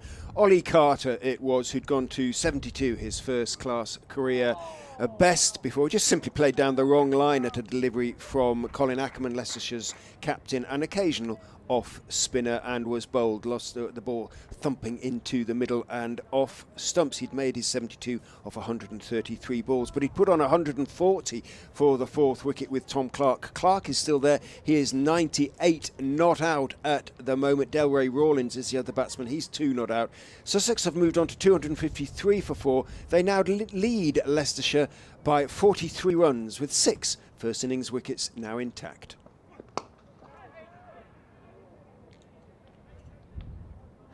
Rawlins clips that one from Hendricks out towards mid-on. It bounces just in front of Ackerman, who is sort of hit on the chest by the ball. I think it bounced up off the very hard outfield as he went down to try and field it. It bounced just short of him. I think he hit it down into the ground, but it could have been on the full, just short of Ackerman. I will have to see the replay on that one. Either way, it didn't reach him on the full. In goes Hendricks and bowls. Clark turns him down to long leg. That could be the 4 he needs. It is the 4 he needs. You hear the cheer from the Sussex bench and the Sussex balcony. Beautiful shot by Tom Clark and a beautiful innings by the young man. He has moved on to 102 off 182 balls. He has anchored this Sussex first innings in some style. He lost Tom Haynes, he lost Cheteshwar Pujara, but he has stepped up, Tom Clark, and batted really nicely. His 100, as I say, has come off 182 balls. And I will find you the number of 4s he has hit. As Hendricks comes in and bowls to Clark, I beg your pardon, who works it out to square leg, takes another single. He's hit 14 4s, so 182 balls and 14 4s for Tom Clark. Well played, young man. He has now also scored his first class career best. And there's the PA confirming those figures. Another ripple of applause, fully deserved by Tom Clark. Many of the Sussex players were actually sitting in the T20 dugouts that have been brought out, cleaned, and gotten ready for next week. Next Friday, is it? Week on Friday? No, following week, I should say. And so they were all there waiting to applaud as Clark went to his century. 259 for 4. Sussex, they now lead therefore by 39. 49 even. That guff about being able to do the sum because it was 210, couldn't even manage that. Parkinson is being brought back with 3 overs to go until tea. He's going to replace Colin Ackerman. Parkinson has 1 for 51 from 15 overs. He is the front line spinner of the two. Although Ackerman is, remember, the world record holder in T20 cricket anyway. In goes Parkinson and bowls. Back goes Clark. Dabs it out towards backward point. He wants a single. Rawlins isn't sure. Clark says there's certainly one there. Rawlins realises, oh yes, so there is. Mulder has quite a long way to run back from slip towards backward point. And the single is duly completed. Rawlins holds up a hand in apology to Clark, whose head is down as though he believes it's his fault again. It's just his demeanour. Just gives the impression that everything is his fault. In goes Parkinson and bowls to Rawlins, who steps forward and defends out towards the man at short mid-on, not quite silly mid-on, about 3/4 of the way back down the pitch. That's Rishi Patel. Parkinson is in. Bowls, tosses up, down the wicket goes Rawlins, hits hard and long and straight for 6. So Rawlins' patience finally gave way. He was on 3 off 23 balls. He's now on 9 off 24. Proximity of the tea interval notwithstanding, Rawlins decided enough was enough, used his feet, and with mid-off up, he said, right, I'm going over the top, and did very successfully. Hit a fine straight 6. Moves on to 9, 266 for 4. The lead grows. Yeah, that was a very typical Delray shot. So thank you, Ben, for your message from San Francisco. A couple more messages I'll read in a few moments' time. Parkinson is in. Rawlins driving pleasantly through the vacant mid-off area down towards Wright, who's gone down to long off, takes one, moves on to 10. Were you on air when he went to his 100? Yeah, I missed it. We were waiting to go on air and just talked to the producers. That was a little irritating to miss that, to be honest. But never mind. Parkinson in to Clark, who clips it, turns his wrists on it, but it doesn't get it past. Well, he does get it past Patel, but Patel half stopped it, and Ackerman to mid-wicket completed the fielding. I'm sure you did it proud, Richard. It's been a very fine knock. Parkinson is in. Clark is driving out towards mid-off. He picks his man Wright, who is deep-ish, and calls for the single anyway. Wright quickly to the ball, got his throwaway, but he's not the quickest mover on the Leicestershire side. Picked it up and hurled the ball at the stumps. Missed them. Leicestershire have missed most of them, and Ackerman. Is it Ackerman or is it Ben? No, it's Patel who did the backup fielding to ensure that there were no overthrows as a consequence. Clark onto 105. Every run adding to his first class best. Rawlins has 10. Sussex 268 for 4. Lead now by 58 with 6 first innings wickets in hand. 2 overs until tea, the first of which is going to be bowled by Colin Ackerman. Joe's been in touch. Hello, Joe. He says, thanks for the commentary. I'm sitting in my mother's lounge with 2 Burgess Hill Cricket Club overseas players, Pat and Luke, both from Sydney, Australia, and they're very much enjoying the game and the commentary. They've said it looks a cold and not enough. They have said it looks a cold and not enough jumpers on the field of play. In comes Ackerman and bowls, and Clark works out to the offside. There is no run. Could be the first win of the season. P.S. They've said Tim Payne can replace Rizwan if needed. Mohammed Rizwan, who's sadly a family bereavement this week, means he's not here at Leicester. In comes Ackerman again, bowls to Clark, who plays onto the onside and picks up a single to mid-wicket, and there is no run. So thanks for getting in touch, and welcome to England, Pat and Luke. Presume you're playing your first league match maybe this weekend. Don't know. A lot of Sussex leagues. Did you say Burgess Hill? Yes. So just outside. 2 overseas players. Yeah, that's what he says. Club. Yeah. Wow. Gary Knight's been in touch. Hello, Gary. Lovely to hear from you. Read your email in a moment as Ackerman is in and bowls, and Rawlins plays that to mid-wicket. There is no run. Gary says this is a golden opportunity to gain our first victory in 17 matches, so I'm praying the weather behaves itself on Sunday. Yeah, I think the Sunday forecast is not the best. As in comes Ackerman again and bowls, and Rawlins plays to mid-wicket. Again, there is no run. If ever a situation was made for Delroy Rawlins, this is surely it. He probably won't be playing in this game but for injuries, and is surely running out of time to cement a place in the Championship side. It's clear he has talent, but seems unable to build an innings. Comes Ackerman, bowls, and Rawlins forward, nudges it onto the onside, gets a single to square leg. He goes to 11, the total 270 for 4. Well, scoring rate 3.7, 33 overs left. Sussex could be close on best part of nearly 200 runs ahead. Yes. by the close of play. Yes. Super position to be in. Just finish your email in a moment, Gary, as in comes Ackerman and bowls, and Clark is 4, plays to the onside. There is no run. End of the over, 270 for 4. Clark 106, Rawlins 11. Gary finishes by saying, hopefully Grant Flower can unlock his potential, but I can't help thinking he may end up a one-day specialist. I'd be delighted if he proved me wrong. Well, I agree with everything you say, Gary. He's got just so much potential, Delray Rawlins, and sometimes when you watch him bat, he's just a dream to watch, but then he'll play a dreadful shot and get himself out. But as you absolutely say, it's a fast outfield. It's a lovely sunny day here in Leicester. I mean, the new ball is just around the corner, which Leicestershire will be desperately hoping to get some wickets for, but what an opportunity this is.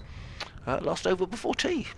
Parkinson to bowl it. He is in from the pavilion end and bowls to Rawlins, who's down on one knee, having played his forward defensive back down the pitch.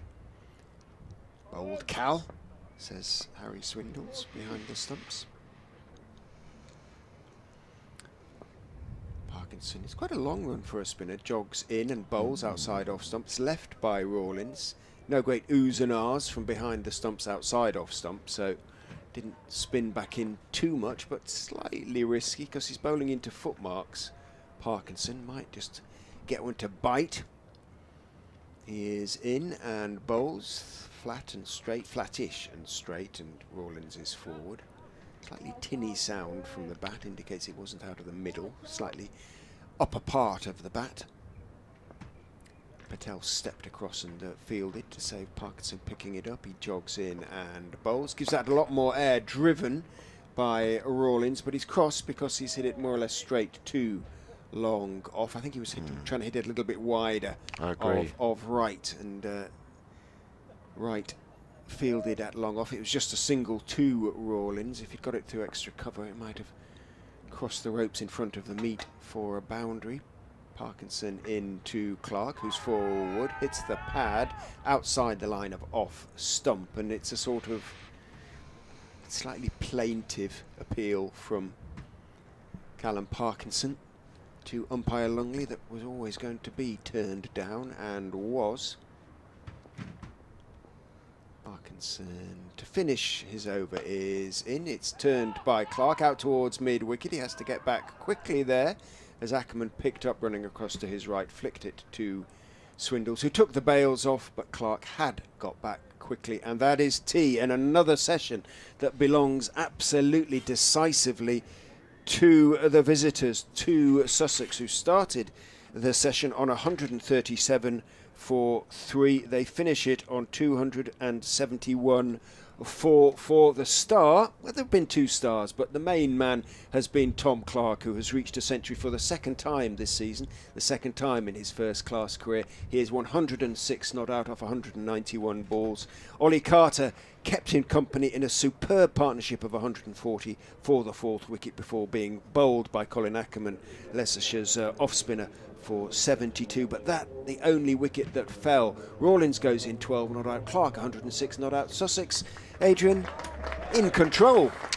Yes, they are, and Tom Clark comes off, and how nice to see the Leicestershire players applauding Tom Clark as he makes his way off the field. That's been a tremendous knock by Tom Clark, who has got more work to do. Just to quickly read you this email from Phil Pendicott, who's an exiled Woodford, London, who says, I'm enjoying coverage. I attended day 1 and froze for the cause. He says, such a shame not to see a contribution from Pujara. His dismissal looked dodgy live, but hopefully it will even out somehow. I agree about the multi-angle coverage, very good. And of course the inbox camera is a nice innovation. I was intrigued by the pulsating tile on the ceiling above Adrian's left shoulder. Yeah, sorry about that. Yeah, the ceiling tiles. They're just polystyrene, and in the wind they go up and down, I'm afraid. Yeah. Thanks very much, Phil, for your email. Much appreciated. And just one final one before T. Martin got in touch, who says that Tom Clark needs 9 for his career high score, following Carter having done the same. That was a little while ago. Some clear signs of progress. If they can have better luck with injuries, this could be a breakthrough season for Sussex. Lots of competition for places. Should be healthy, and full marks for the overseas recruitment this season. Pujara is a gem. Thank you, Martin. Thank you, everybody, for your messages. Richard and I are going to have a cup of tea, and we'll see you in about 20 minutes' time.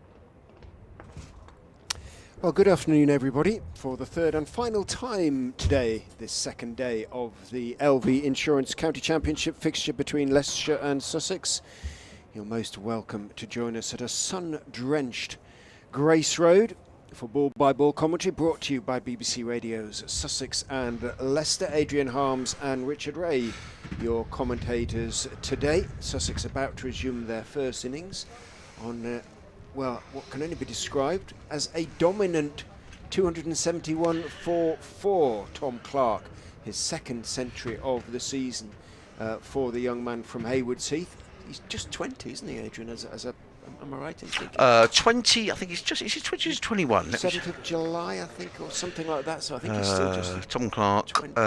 I've got the 27th of February. I think he was 21 in February. I've got born July the 2nd, 2001 in the Who's Who, so let's see what Playfair says. That's Richard Ray and Adrian Harms having an argument already about the age of Tom Clark. The only figure that really matters is 106, and that's what he's on at the moment, and that it's his second century. Well, I'll tell you what, we'll interview Tom tonight. It says here 27th of February 2001, but right. There you go. Okay. It could be wrong. So maybe he's the players fill in these themselves. He could have been wrong himself, couldn't he? About well, I would imagine that that's probably right. In which case, he's still only 20. But either way, as you say, super knock. Do you think his parents are listening? They might be. Yeah, they might be. So if anyone's listening, just drop us an email: sussexcricket@bbc.co.uk. In comes Ackerman to bowl the first over after tea. Bowls to Rawlins, who's forward on the leg side, and there is no run. There's a slip. Backward point, cover mid-off, sweeper on the cover boundary, backward square leg, deep square, mid-wicket, and a mid-on as Ackerman is in, bowls, and Rawlins plays that firmly to mid-wicket, and there is no run. Leicestershire have a fine young batsman called Louis Kimber, who actually was very unlucky not to be selected for this game, but he gave his birthplace in Who's Who. Come back to that in a minute. Ackerman in bowls, Rawlins forward, plays to mid-wicket, there is no run. The Who's Who had him down as being born in Scunthorpe, Lincolnshire. They're Lincolnshire born, but his mum, when I read this out, his mum let me know it wasn't Scunthorpe, it was Lincoln. She said, "I know, I was there." She said, "Yeah, she should know." Ackerman in bowls to Rawlins, stretches forward, plays into the onside. There is no run. So Sussex leading here by 61. The new ball is around the corner, which could be a pivotal moment in the match, or an important moment in the match. Ackerman bowls, Rawlins drives, checks the drive and plays it to mid-off and scampers through for a single. His 13th run, Sussex 272 for 4. Sussex will want these two to be there when the new ball is taken, because, and I see no reason why they wouldn't take it. Just break off because Rich has got an update to do. It's just after 4 o'clock. As Ackerman is in, bowls, Clark goes back, works it towards mid-wicket, picked up there by Ben Mike. Good footwork by Mike, had to hop around a little bit to pick that one up. Did so, just the single from the over. Here comes the update. They are. It's been extended to 62 now, that lead. Players just back on the field after tea. Tom Clark resumes on 106 and not out. His second century of the season for the 20-year-old from Haywards Heath. Real breakthrough season for him. Delroy Rawlins is with him at the moment. He is 13 not out. Just the one wicket in the afternoon session for the Foxes out of Ali Carter, bowled by Colin Ackerman for 72. Foxes need wickets. The new ball is not far away though. Maybe that will do the trick for them. Sussex 272 for 4. Parkinson is in, forward goes Rawlins, back down the pitch it goes. Patel waits for the ball to trickle into his hands, 3/4 of the way down the wicket. Slip in. Interesting field there, Richard, with that little silly mid-on. As Parkinson is in, gives it a little bit more air. Rawlins is forward, bunting it out. Driving it out really, but he didn't really follow through, pushed it out firmly towards long off right, picks up Rawlins, takes 1. The young Raven, because that's what I think it is, sort of gunmetal grey almost, blackish. Back goes Clark, turning a delivery towards mid-wicket, flies across in front of us again. First game of the season, Adrian, I went out the back of the commentary box. There was a fox on the roof. Wow, how'd you got there? I have absolutely That's haven't incredible. seen it since. In goes Parkinson and bowls, clipped off the back foot by Clark out towards mid-wicket. Again, there is no run. Haven't seen it since, but it must have sort of clambered up the various sort of flat roofs over the side. And big fox? no, youngish, I think. Okay, No, that's a bit lost. It wasn't too big. Incredible. In goes Parkinson and bowls. Bit of a thick inside edge from Clark, drawn into pushing at that one, and Parkinson groans in disbelief, thought he'd maybe just sneaked that one through the defence of Tom Clark. Clark having just to sort of play himself back in here. But they're everywhere on the ground at the moment, aren't they? In goes Parkinson and bowls. Clark solidly forward, pushing the ball back down the pitch to Patel. End of the over, 273 for 4. But up here, what, 60 feet off the ground? Incredible. I mean, I guess he could have sort of walked up the sort of fire escape, the steps that we have up to here. It could, but I don't think it came from over in the opposite corner. So, and it went to ground underneath this sort of metal railing that forms the floor of the Morris Burrows Terrace, and just seemed to sort of disappear. Extraordinary it was, but as I say, I haven't seen the poor thing since. So it's going to be Ackman. Leicestershire just trying to get to the new ball here. 4 overs to go. Comes in around the wicket. Bowls to Rawlins, who's back on his stumps and eases that into the offside. No run. Appropriate though. Do you ever see a martlet at Hove? That's interesting. I was just thinking here that, I mean, normally you might expect to see Rawlins dancing down the wicket for the spinner, but I think with the new ball imminent, I would be very surprised if he does that. Ackman bowl short. With that, he pulls the ball away for 4 runs. They probably deserved it, to be fair. It was a low-risk shot. It was a long hop down the leg side, and Rawlins helped himself to deep backward square for 4 runs. A loose delivery from Ackman, who's actually done a decent job here. He's in his 11th over. Figures of 1 for 23 in his 11th over. Was it Parkinson the charge he gave Rawlins? Yes. To 40 for 1 straight 6. Yeah, which is a favoured shot. Exactly, that's what he wants to do. So it's Delray restraining himself, Ackman just keeping the ball pitched up. And we are now 3 overs away from... Any reason why Leicestershire wouldn't take it, Richard? I can't think of one. No. Absolutely. And Hendricks has had a rest now. He's had tea as well, hasn't he? So if Hendricks is to get it, then he'd be okay to take it. The point being about the martlet that it spends its life on the wing. How did it become the emblem, the symbol? Down in Sussex. In goes Parkinson and bowls. Clark is clipping the ball firmly out into the offside. I should know this, and I read all about the martlet and the coat of arms and all the rest of it. So I should know where it historically came from, but I can't recall that at the moment. Okay. Parkinson is in. Bowls. Left comes off the pad. There is an appeal from the ever hopeful Rishi Patel. Yeah. But obviously hitting him outside the line didn't matter, but the fact it was very high on the pad, and it was, the umpire would and could only have been guessing completely that might have been going on to hit the stumps. As Parkinson tosses that one up. Fuller driven out towards mid-off. Right is perhaps slightly deeper than usual, but not much. Ben Mike is down here at long on.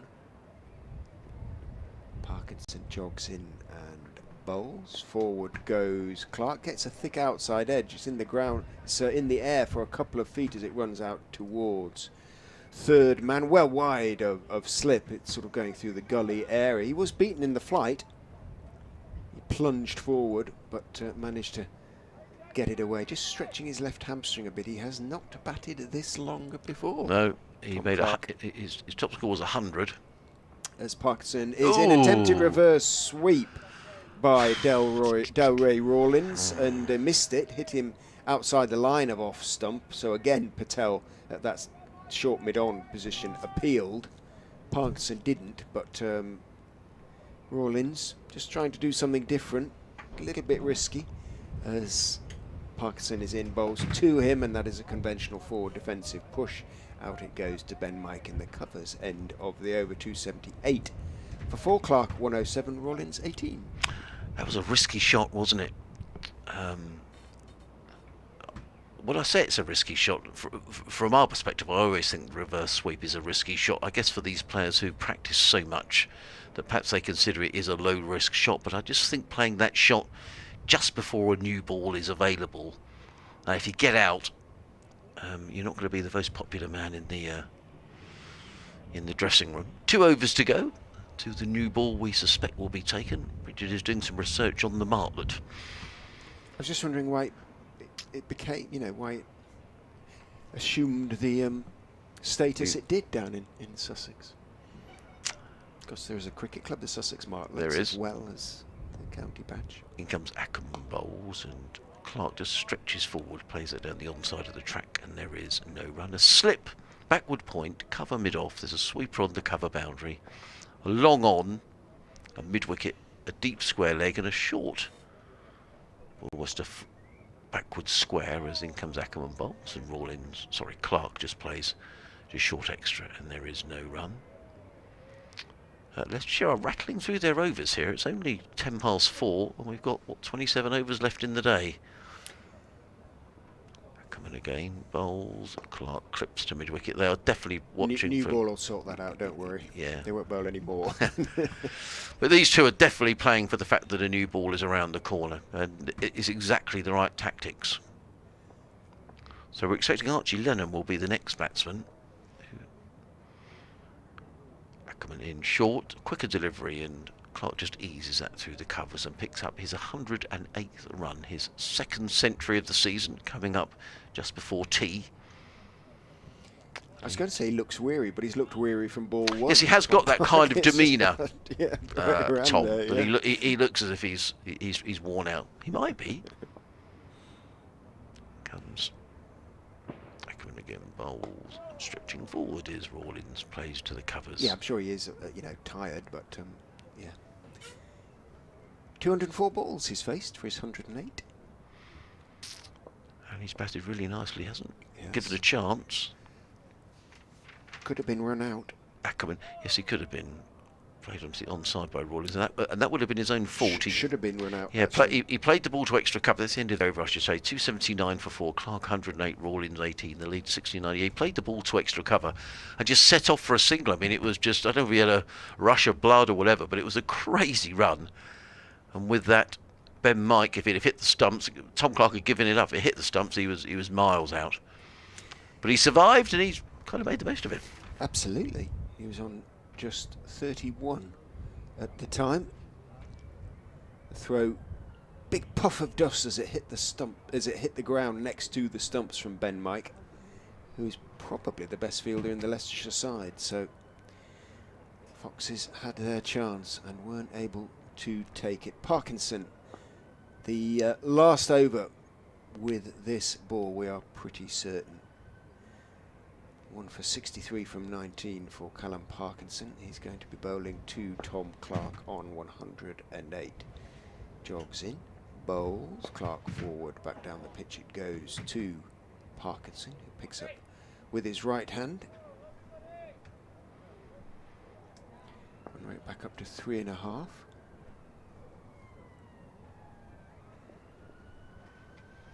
Parkinson bowls, Clark starts to go forward, realises he's not going to get there, then he waits in his crease and just defends it.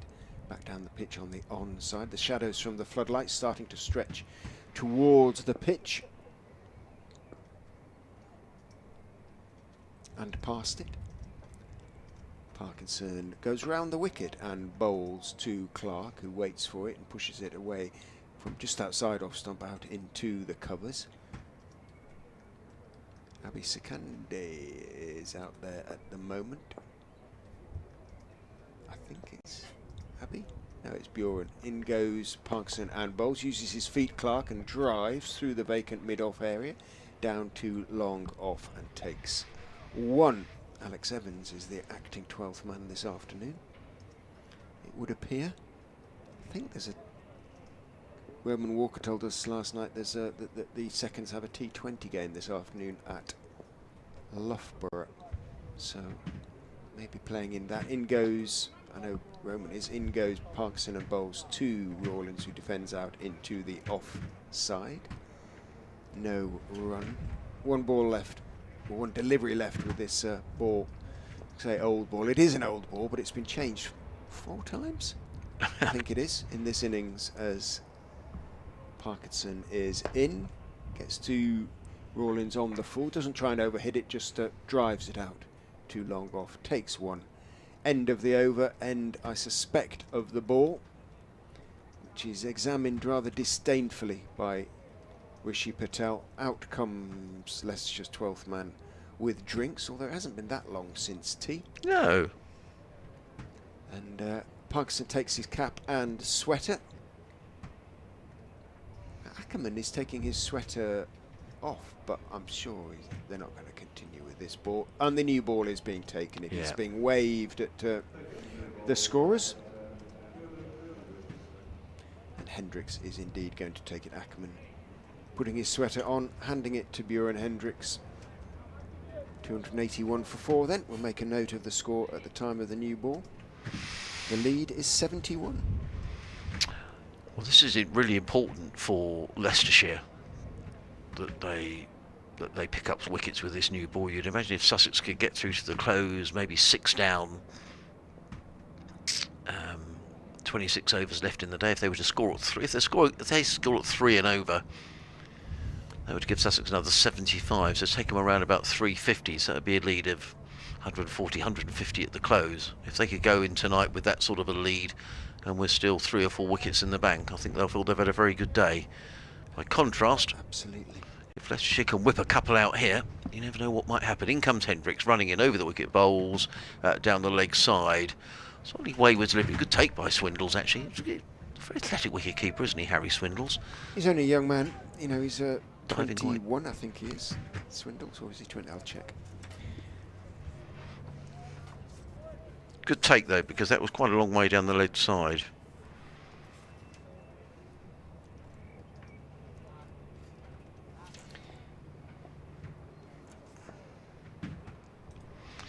In comes Hendricks again, bowls, and that is a poor delivery with the new ball, and that won't endear himself to his skipper.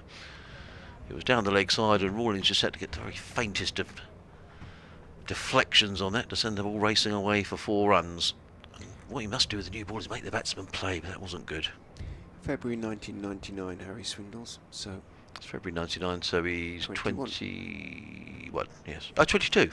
No, 1999, 23. Yes, 23. I was right in the end. Oh, Richard. Hendricks. Names printed off. 2 slips. A couple of looseners really with the new ball.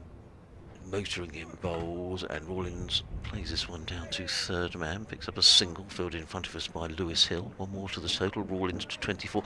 And the applause around the ground is for the 50 partnership between these two, between Tom Clark and Delray Rawlins. And really good to see Delray getting his head down, and he would have known this is a good pitch, and it is a good pitch. It's a fast outfield, beautiful batting conditions, it's a lovely sunny day, and a real chance for Sussex to give themselves a really good first innings lead here. Hendricks is in the bowls, and taken by Swindles down the leg. So it's gone away, he's beaten Swindles, it's run away for 4 leg byes. And this has not been a good opening over with the new ball from Hendricks. So 4 deflected down the leg side. It's awful stuff. Yeah. Sometimes you wonder with a bowler whether they, sometimes you do see them perhaps having a couple of looseners with an old ball before they take the new one. They'll be really disappointed with this over. Sussex 290 for 4. Hendricks none for 70. So at the moment he's got 4 wickets for 550. In comes Hendricks bowls, that's better, but eased through the covers by Tom Clark. It's a lovely looking shot's going to raise. They could go for 4, it was no more than a little push by Tom Clark, and it's raced away across the outfield for 4 runs. The outfield here is lightning fast. That's a little more than a push. He goes to 113, 294 for 4, and this over, what's the score this at the new ball, Richard? 2? It's 281. 13 off it so far, 13 including off the extras. Yeah. That's not what his skipper would have been looking for. 1, 4 leg byes, 4. 13 off the first 4 balls, 5 balls. So, Leicestershire supporters not impressed, I can tell you. no. Hendricks again. Bowls, and Clark is hit on the... oh, I think he's been hit somewhere painful, is he, Tom Clark? Maybe not. Maybe on the thigh pad. Anyway, the ball bounces onto the leg side. It's the end of not the greatest over from... No, he's limping a bit, it hurt him. Just Hendricks. Yeah, it did hurt him. Gets a pat on the back from Harry Swindles, the wicket-keeper. End of the over, 294 for 4. Clark 113, Rawlins 24, partnership of 58 between these two. And if you've just joined us, very good afternoon from a lovely sunny Grace Road, which looks a picture at BBC Radio Sussex, BBC Radio Leicester, Adrian Harms and Richard Ray. Yeah, all looking perfect as far as Sussex are concerned. They have extended their first innings lead now to 84, which is substantial, but they still have 6 first innings wickets in hand.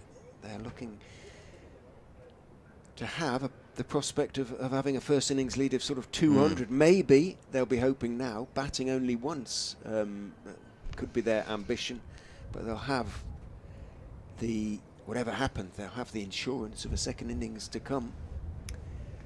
So it's going to be Chris Wright who's going to share the new ball with Bjorn Hendricks. Leicester supporters hoping he does rather a better job with it, uses it rather more effectively. But the two have sort of swapped ends from the start of the match.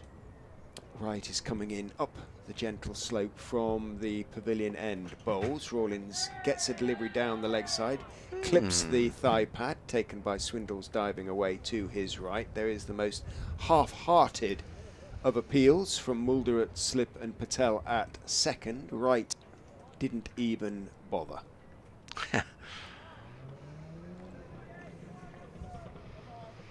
Swindles is in the shadow of the floodlights now, curiously. Yes, it is there, wasn't it? Probably rather enjoying it, being in the shade for a little while. Wright charges in and bowls to Rawlins, who's playing firmly off the back foot, but only as far as extra cover. We had to stop in the first match against Worcestershire back in. Were we still in April at that stage? I think we must have been. Yeah. Because the sunset, it was 7:05, 7:10 p.m. and it went down behind those trees over there, and it was just shining straight into eyes. It was just built. Right. It felt. Night fell essentially. In goes Wright and bowls, and Rawlins is driving pleasantly. Good work. Unlucky Callum Parkinson. He managed to get behind the ball. It deflects off his hands, down towards the meat, and as a consequence, Rawlins is able to pick up 2. The floodlights were obviously on, but the sun was still up, so they weren't. It wasn't quiet, but it just basically suddenly dipped behind the trees. It was so early, and it essentially went dark, and we were playing suddenly floodlit cricket, and we were only about an over to go. But it was the latest finished I've known. It was about 7:10, 7:14, something like that. Did you had rain or? No. In goes Wright and bowls edge. Oh, what a catch! Oh, fine catch at second slip by Rishi Patel. Rawlins went forward, took a thick outside edge. Patel dived to his left, held a two-handed catch. Brilliant piece of work by Rishi Patel, and maybe the moment of inspiration that Leicestershire need, because they needed something. Rawlins goes for 26. Well, that was a brilliant catch. Absolutely brilliant catch. Away to his left-hand side. Plucked out the air, ends a partnership of 60 between the two, and that's just what was needed from a Leicestershire point of view, Richard. We said that if they're going to take the new ball, they need to pick up wickets with the new ball. The opening earlier over from Hendricks was a poor one, but Chris Wright tempting the air out of Rawlins. Rawlins just looking behind. I think he was just double checking that the catch had been taken cleanly, but it was a really, really fine catch. And Leicestershire will just feel now that they're, as I say, that the lower order, here comes young Archie Ledham. He's diminutive, isn't he? Archie, as he makes his way out, young 17-year-old. Oh, great catch, because he had a long way to go. Yeah, it was a brilliant catch, absolutely brilliant catch.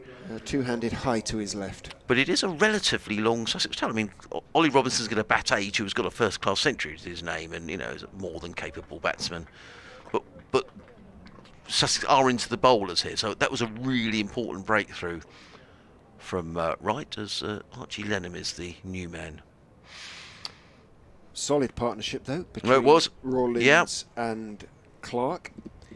Was worth, let's see, 296 minus 236. Even I can manage that one. That's 60 for the 5th wicket on the back of 140 for the 4th. So the last 2 wickets have added around 200, as in exactly 200. But this is interesting now, because this will be an examination for the Sussex lower order. New ball, and what Sussex won't want to do is to throw away this advantage. What's the lead now? 86. It's still a good lead, but Sussex will want a few more than that. So the 17-year-old Archie Lenham facing up to the rather older Chris Wright, who bowls outside off stump. Lenham just hops across, lets it go through. Suddenly there are 3 slips, and it looks like a new ball field. Yeah, it does. No, it does. Just his 3rd first-class innings of the season for young Archie Lenham, but he can bat, make no mistake about that. He's got a best of 24. He's come in too high, hasn't he, really? But that's just the nature of... I've never seen Archie bat at resources. 7 for Sussex before. Exactly. But he's no mug with the bat. No. Wright is in, bowls, defended on the back foot from young Archie Lenham. I mustn't just put those 2 words together, young Archie, because the teenager, whatever, you will remember that he's just a teenager still. Yeah, just 17 and still combining cricket with studies and various other things. The one thing you will see about Archie Lenham is, however fast the bowling is, he will not get out the way. He may be pretty diminutive in stature, but he's not frightened, and he's batting there on merit. And he will see this as a real opportunity. Archie doesn't often get this opportunity to go in and bat with just 5 down on a good track. But this will be a tough examination against the new ball. So Hendricks will be hoping that this over is rather better than his first over with the new ball, which went for 13 runs. But he's got 2 slips in place. He wants his cover point to go to a deep cover, which perhaps slightly defensive field placing. Nonetheless, here comes Hendricks, bowls, and Clark clips beautifully for 4 runs. That's a quality shot by Tom Clark. It was over pitch. It was a nice juicy leg stump half volley, and Clark really made the most of it. Lovely looking shot, but not the best delivery. And Hendricks is just sort of struggling here with this new ball. I wonder if that field placing with the deep cover on is more to perhaps give Lenham the strike. But the 300 up for Sussex. Tom Clark goes to 117 by 17 runs, his best score in first class score, I should say.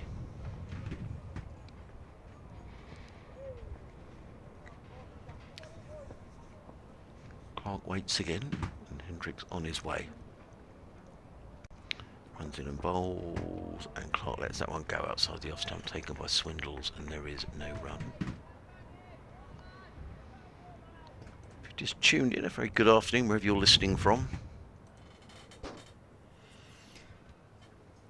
In a deck chair, I am anticipating a few Sussex supporters, hopefully in the sunshine, enjoying a rare dominant day for the county, and good signs going forward for a young side.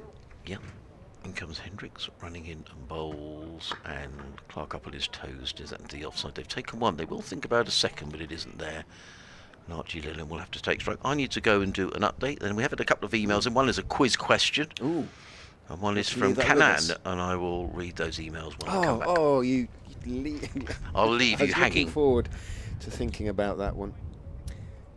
Quiz question to come. I hope it's to do with martlets. You know, they have feathers instead of feet. These mythical Sussex birds.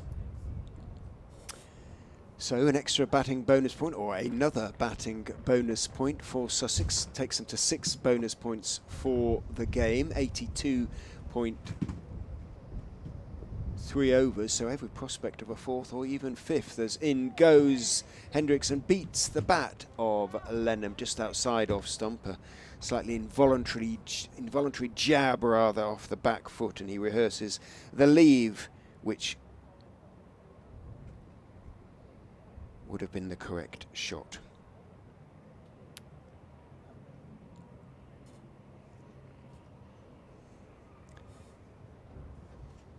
Hendricks' figures for Leicestershire, 4 for 556 at the moment. He's bowled a bit better than that. He's been unlucky.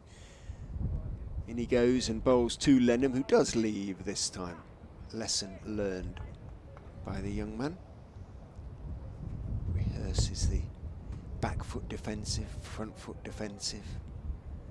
Nerves will be jangling a little bit, I'm sure.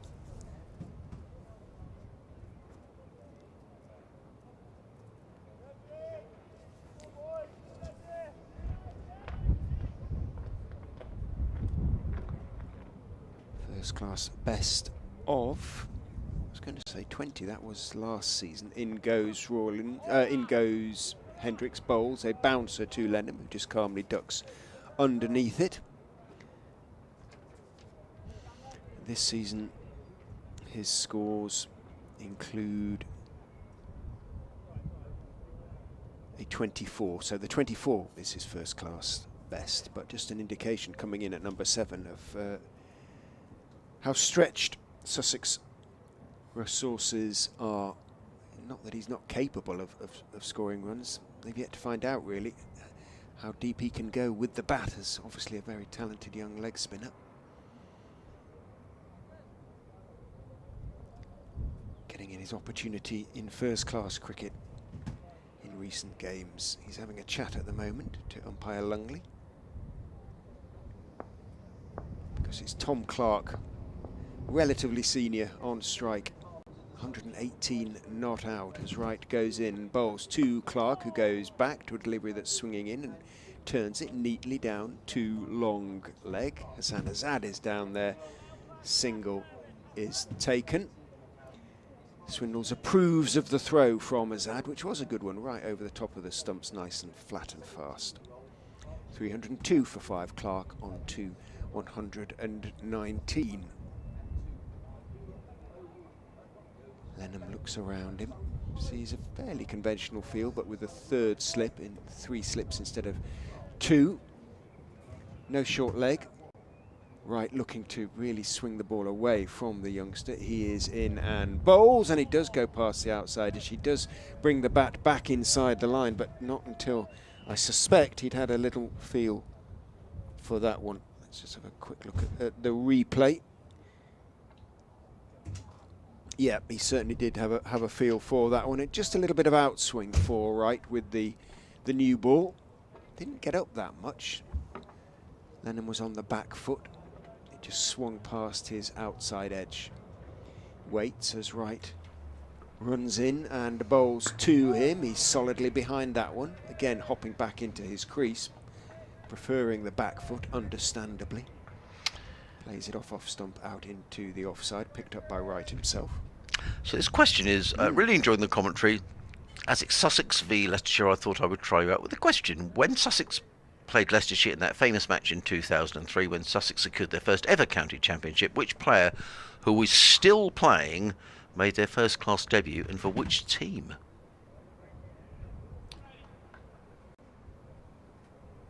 Update coming from BBC Radio Leicester shortly as Wright bowls. Lenham defends.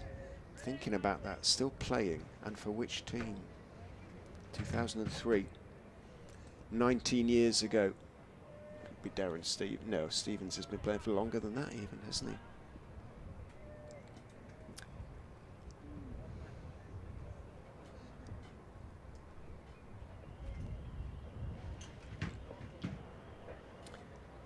Well, it looks at the moment as though Sussex are in the driving seat, although the Foxes have taken another wicket, their first since tea, that of Delray Rawlins, who was actually brilliantly caught by Rishi Patel, diving high to his left at second slip off the bowling of Chris Wright for 26. But Rawlins had put on 60 for the 5th wicket, with Tom Clark. Clark is still there. He's 119 not out, his second century of the season. Also got a couple of half centuries, real breakthrough season for young Clark. A 17-year-old is with him at the moment. Archie Lenham has come in at number 7 for Sussex, a demonstration of how stretched their resources are at the moment, but he's battling away out there, learning all the time. Together they've moved the Sussex score onto 302 for 5. Remember, Leicestershire scored just 210 in their first innings, so already 82 ahead, Sussex, still with 5 first innings wickets intact. And Lenham is off the mark as he plays that one off stump, just outside off stump, just leant forward and pushed it wide of point and picks up a single. 303 for 5. I thought I did know the answer, but actually Steve has just been in touch, and I've just seen Steve's reply, and so I do.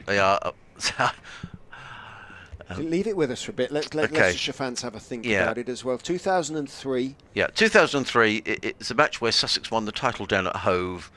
Which player in that match? Oh, now have you given something away? No, I didn't mean to say that. When Sussex played Leicestershire, when Sussex secured their first ever championship, which player who was still playing made their first-class debut, and for which team?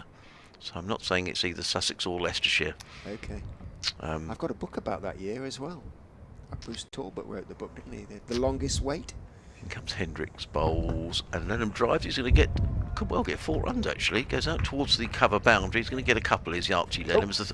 Well, he should have got 2, but there was a bit of hesitation there, and I think that Archie Lenham, he took the single, and he was thinking about coming back for the second, but he was a little slow to come back, and in the end, Tom Clark took charge and said, "No, we're just going to have a single." Lenham to 2, 304 for 5. So a couple of other answers have come in, and all of you are right. So Steve, David, and Adam have all been right. Well, suggesting it's a Sussex player, aren't they, really? If they're all coming in from Sussex listeners. Another good question from John, as in comes Hendricks bowls to Clark, who very nearly plays on. The ball dribbles out in front of him, and there is no run. John has been in touch and says, is Surrey's current score of 671 for 9 the highest total without a centurion? So in that game, Burns made 30, Patel 76, Pope 96, Folkes 91, Overton 93, Sam Curran 78, de Grunholm 66, currently is the last wicket stand, Clark on 54, Worrell on 44, so 3 players in the 90s. I have no idea, John, but it's a great question. It'll be on Cricket Archive. Thank you for getting in touch. In comes Hendricks and bowls, and Clark forward plays to mid-on, and there is no run. Philip has been in touch. He's listening on a dog walk, and he's got a picture of his dog. And it looks like a cockapoo, but I might be wrong. He's sitting down on a grass verge by a path. So I'm glad you're listening on your dog walk. Beautiful day here for a dog walk. It's beautiful, lovely sunny afternoon. There's Hendricks striving for a wicket. Comes in, bowls to Clark, who covers up and plays into the offside. There is no run. Foxyfield's suggesting he has the right answer. Yes, and it is the right answer. There you go. The answer is, lots of people are going to touch. David, Steve, amongst others. Yes, the answer is Luke Wright, who will be playing for Sussex in the T20, starting in a couple of weeks' time. It's very soon, isn't it? Sussex's first game is against Glamorgan, I think on the 26th from memory. So less than a couple of weeks away. Hendricks bowls, Clark plays firmly to mid-wicket, and there is no run. We've had a lengthy email from Kanan.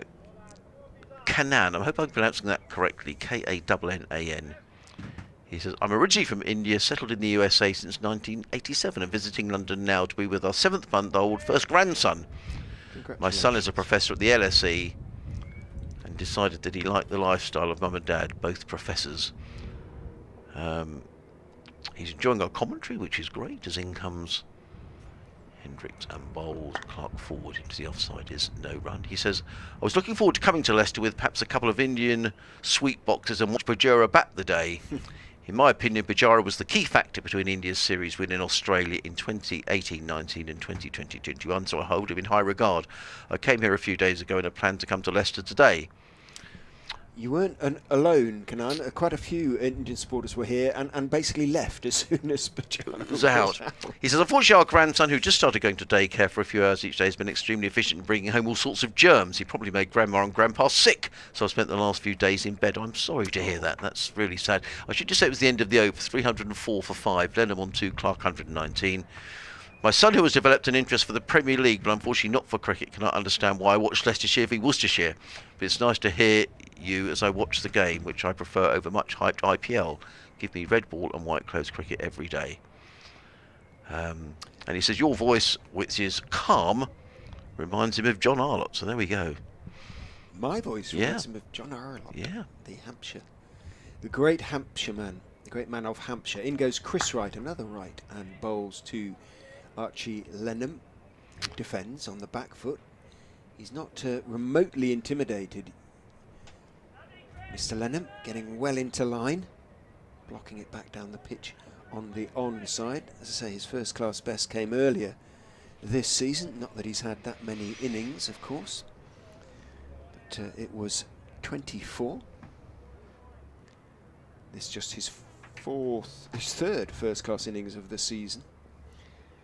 Overall, as Wright is in and bowls to him, he edges between second and third slip, and it's going to run down to the boundary for 4. I don't think it carried. Mulder down on one knee at third slip. Patel, who's we've seen already, can catch flies at second slip. So a little bit of fortune for Archie Lenham, but it wasn't a chance. No, he made 23 against Nottinghamshire earlier on this season, did Archie? He's now made 6, so he came into the season. Well, he'd only played 2 first-class innings before this season. In goes Wright and bowls to him. He's solidly behind a Midland leg delivery. So this means if he'd played 2, and this is his 4th, this is only his 6th first-class innings for the teenager. Yeah. So coming in at number 7 in those circumstances. Yeah, he's never batted this high before. No, I don't imagine he has. So he'll be thinking, well, I've got an unbeaten Centurion at the other end. I've got a flattish track. Yes, the ball is new, but that means it comes off the bat better. Oh. He's got license to bat as long as he wants. Definitely. Wright is in, bowls to him outside off stump. Gets a little bit of lift, but a good leave from Lennon, who then rehearses a cut off the back foot, which is probably as well that Wright didn't see him do that. And, yeah, it might have just riled Chris Wright a bit. Not much riles Wright, in fairness. He's a fairly philosophical character.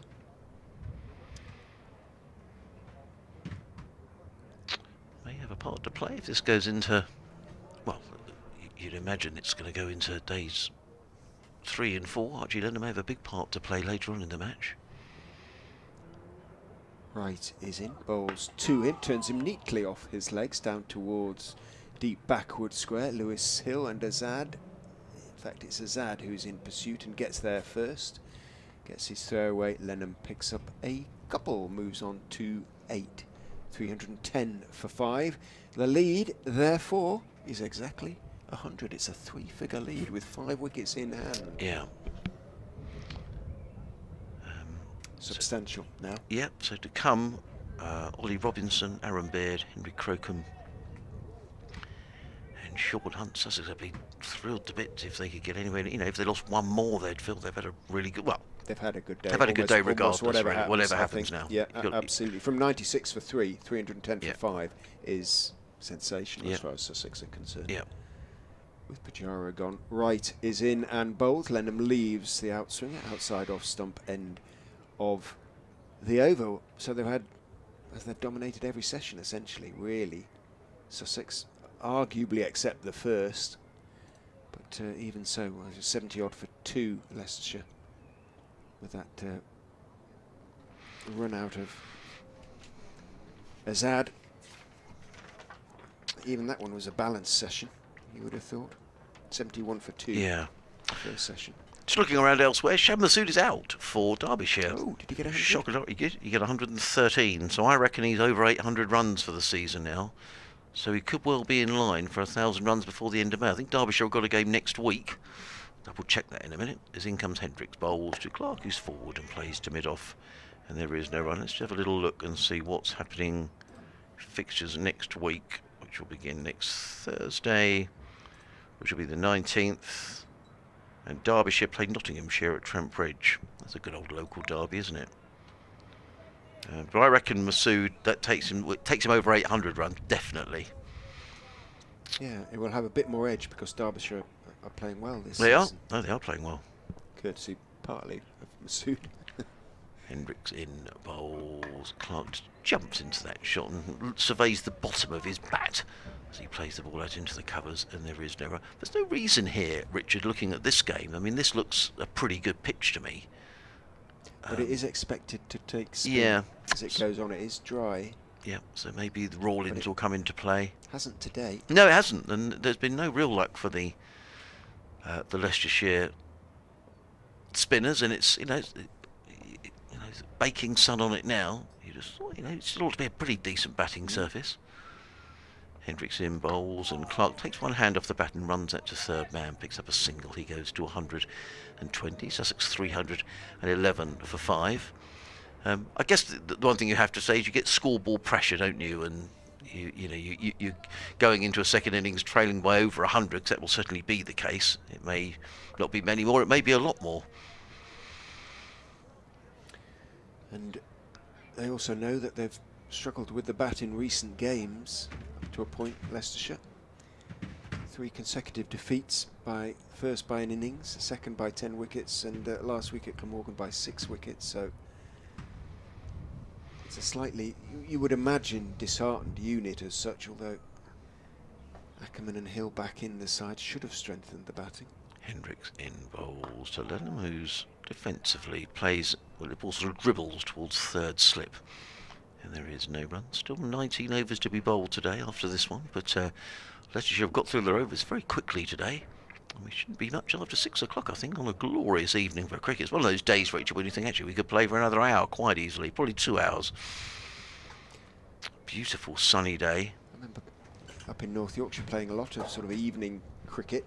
Games didn't used to start till sort of 6:30 sometimes, and 20 over games, and you used to get them in one way or another. Hendricks into bowl to Archie Lenham's in bowls. Oh, it was short, and Archie Lenham just dunked underneath that at the last minute. He's short is Archie Lenham, and he had to get right down low. The ball rattled through to Swindles, and there is no run. There are 3 slips in place. I thought for a second he might have flicked his helmet, but no reaction from Lenham or indeed the umpires, where they like to check, don't they? But yeah. only just got below that one. Just moved his mid-wicket a little deeper, which is an interesting move. Maybe thinking Archie Lenham's going to take on a hook shot. 3 slips, third man, point, big gap between point and mid-off through the cover region. Give him one, I would imagine. Get him down the other end if he's just struggling a little bit. Lenham on 8, Sussex 311 for 5 as he comes bowls, and Archie Lenham just plays confidently enough to mid-off. There is no run, so end of the over. 311 for 5, Lenham 8, Clark is 120. Looks like Abby Sakandi's coming on the field, I think. Is he going to just bring on a drink, I think? He's carrying the bib, the 12th man bib, so he has to hand it to the... Is he going to hand it to the player going off? Someone coming on? Who is... Ben Mike's running towards us, takes the bib. Yeah. And maybe he's going to put his bowling boots on, because I would imagine he might be next cab off the seam bowling rank for Leicestershire. See if we can find some details of... So just very quickly in the second division, we've got a bit of a break here. Derbyshire 213 for 2 after Worcester made 368. Glamorgan 323 for 8, leading Durham by 12. Quite a recovery from Glamorgan, who were at one stage 110 for 5. Now 323 for 8. Billy Root on 66. Michael Nesser made 62. Tim van der Hookten, who's a good cricketer, is on 24. So Glamorgan have made a decent start to the season, actually. Bjorn Hendricks just coming off as well, so he's done for now. Alex Evans is coming on for Leicestershire. They have 2 12th men, or should that be a 12th and a 13th man? I'm not quite sure how that works. 2 substitutes are on the field anyway, Sakande and Evans. And Middlesex 109 for 3 in reply to Notts' 4-15 all out. So all those games very delicately poised. First Division has just been a run fest, to be honest. Not necessarily a lot of fun games like that. No, I couldn't agree more. Chris Wright continues from the pavilion end. Bowls to Tom Clark. Thick inside edge. Bounces down into the ground. He is looking a little weary, isn't he, Clark? Yes, he is. I mean, I've been joking slightly about his demeanour, but his batting hasn't been weary, but it's starting to look a little bit tired now. He's been out there for 224 balls, and well, he's been in from the first ball of the day, because he replaced Tom Alsop, who was dismissed the last ball last night, or whose dismissal became the last ball last night. Right in bowls. Clark is leaning forward in defence on off stump, pushing it out into the offside. We were saying about some of the games in Division 1. Somerset made 591 for 7, and then Gloucestershire lost a wicket to the very first ball of their reply. George Scott was LBW to Peter Siddle. Imagine standing in the field for 591 for 7 and getting a first baller. Gloucestershire 58 for 1 now in reply. Surrey 671 for 9 at Beckenham. I know it's a really good batting strip at Beckenham, but again, that doesn't sound like the greatest game, does it really? Isn't this what, you know, the criticism has been all about? Yeah. That too many green tops and it's not easy to score runs. Well, in goes Wright and bowls. Full swinging delivery and clipped out to mid-wicket, slightly across the line by Clark. But if he's not seeing it well now, he won't. Mulder's starting to warm up at first slip. Yeah, Northants racked up 597 for 6 at Edgbaston against Warwickshire, who actually have lost a couple of wickets in reply. They're 57 for 2, but Sibley is still there on 17. And Lancashire 566 for 9 against Yorkshire at Headingley, declared. So tons of runs in the First Division. Wright is in and bowls. Nicely played, waiting for that one with a horizontal bat. Outside off stump, Clark dabs it down into the ground. It bounces towards backward point. There is no backward point. Various fielders converge, but not before Clark and Lenham have comfortably completed one. Yeah, what have we got after this? 18 overs left in the day. As you say, Sussex, whatever happens, have had a good day. Your correspondent about the highest score with no hundreds can be answered in the affirmative. Surrey's highest ever, it is the highest ever score with no hundreds. Well, thank you. Now, Wright is in to Lenham, who goes back on his stumps as ever and carefully defends the delivery off middle out towards mid-on. Teddy from New Haven also got the question right about Luke Wright. Thank you very much for posing that. I forget who posed the question now. I was thinking it might have been Chris Wright, because he's been playing for almost that long, 36 now, I think, Chris. Yeah. But his debut would have been for Essex, I think. I'll check. As he turns with ball in hand. Runs in and bowls to Lenham, turns him nicely off his legs out to the man on the leg side boundary. At deep square is Sam Evans, single taken. Ken Allen has been back in touch, Richard, and he says thanks for reading out his email at the end of the over. 313 for 5, Lenham on 9, Clark 121. Chris Wright's debut was 2004, so the next year. So yeah. Thank you. There you You also, do you have an email, Richard? Is it leicestercricket@bbc.co.uk? Do you have an email address that people can send stuff to? Not that I've been using of late, I'm afraid. I will have to work one out. We used to have foxescricket@yahoo.co.uk. Right. Probably still do somewhere. Right. So the best way to get hold of you is via... But Twitter, or, well, foxescricket@yahoo.co.uk will reach me once I sign in. There you go, Cannon. That's, Rohan's been in touch. Got a change of bowling. Is this going to be Mulder who's going to bowl? It is, yeah. Richard Ray 2323 at gmail.com will find me. I think everybody who answered the question about Luke Wright as Mulder comes in, bowls to Archie Lennon, who does play the short ball well. He just sort of sways out the way. The ball rattles through into the gloves of Swindles. So Rowan says, thanks for the coverage. You just mentioned the dry pitch but lack of spin today. With the highest scoring this season, I was wondering about the role of spin. Do you think the spinners, despite the good weather, are flat pitches, are still being short-changed? It seems like the ball is going soft. And with that, the chances of even the leg spinners. Carry on the email in a minute. As Mulder is in bowls. Let him again. Let's let go, and there is no run. I personally would like the ECB to give greater latitude for teams to prepare spinning pitches, as long as the bounce is okay, rather than discourage it. And thanks for the coverage. Thanks, Rowan, for getting in touch. What do you make of that, Rich? I think it's a fair point. Good point. No, absolutely. Leicestershire have tried to do that here to a certain extent. I think by shaving the ends of the pitch, making them a little bit drier and shorter grass, and hoping that, not that it will break up, because they very, very rarely do here. I don't think I've ever seen a pitch crumble here in 10 years of commentary.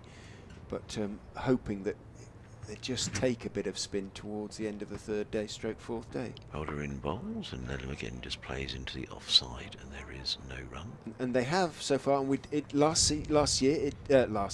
week it did at Cardiff. Callum Parkinson really got a few to bounce and spit towards the end of the fourth day, which was, you know, he was saying sort of pitch he'd like to roll up and take around with him, to be quite honest. Interesting. But that was a really good cricket wicket. There was something for everybody, really. You could score runs on it. There was something for the seamers and something for the spinners.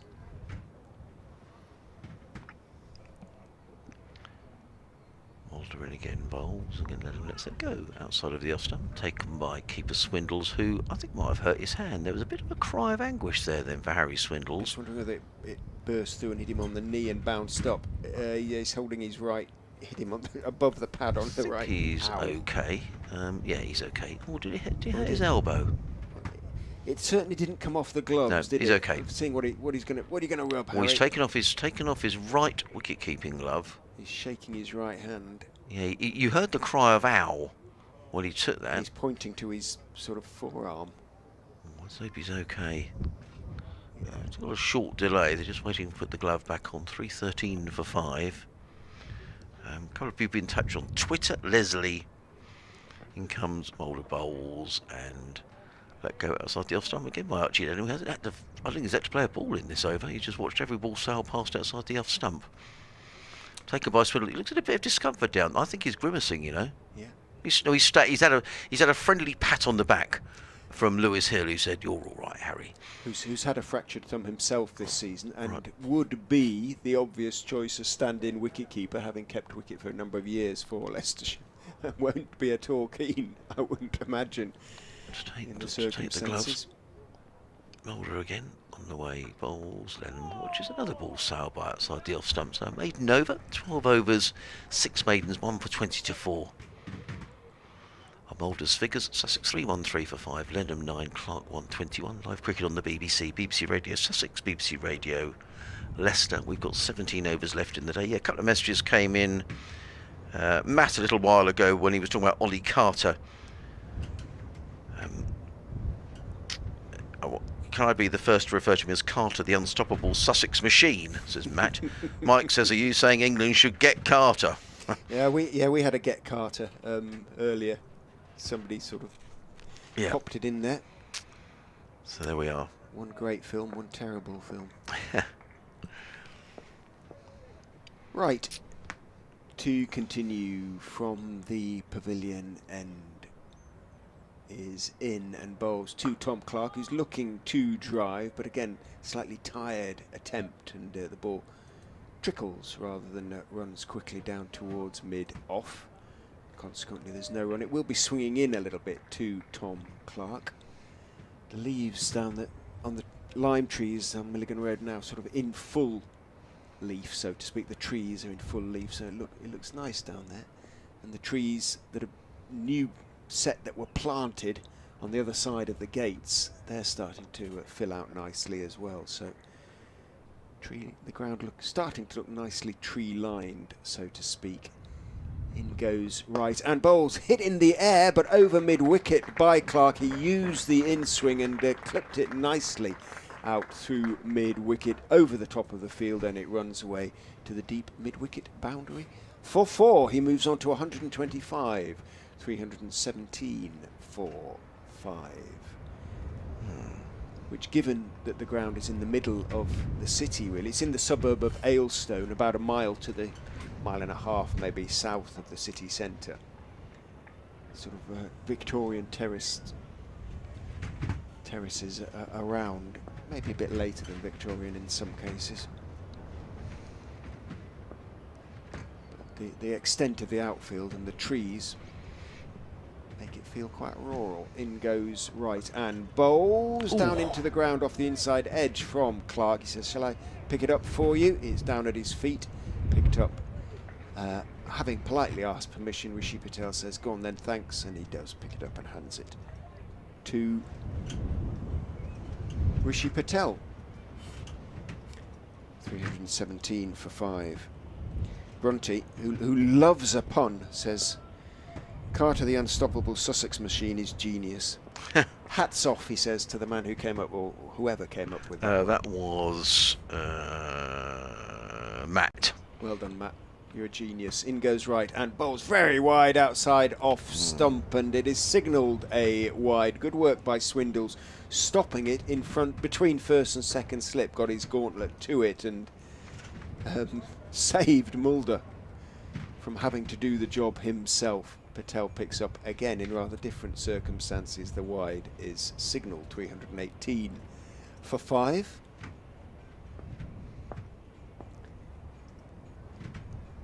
Approaching then, well, it is 128. I was going to say approaching 130. No, it's not. It's 108, isn't it? Yes. Yes. That's right. Yes. Only 20 out. Right is in and bowls, and guided by Clark through the vacant area just in front of point. Ben Mike can't get across from the covers. Hill is out there now on the offside boundary, runs in and picks up, and the single is taken. Clark onto 126. New territory for Clark in every respect. Number of runs scored, amount of time batted. Can he bat through the day? Well, yeah, absolutely. Yes, that's right. Came out at number 3, didn't he, this morning? Yeah, he was out from he was in there from the first ball of the day. There are just 16.2 overs remain. An hour's cricket. Can he get through? Which reminds me, there'll be an update for BBC Radio Leicester any second. Do keep going, Richard. Right, number 31 on his back is in and bowls to Lenham, and no ball that beats Lenham. All ends up. He leant forward, it bounced and left him, swung away past his outside edge, but it was a no ball. Right, bowled. How many did he bowl last week? He was not responsible for more than 2 out of 25 at Cardiff, but I think that's 6 in the innings now. 3-2-1 for 5. The lead then 111. Here comes the update.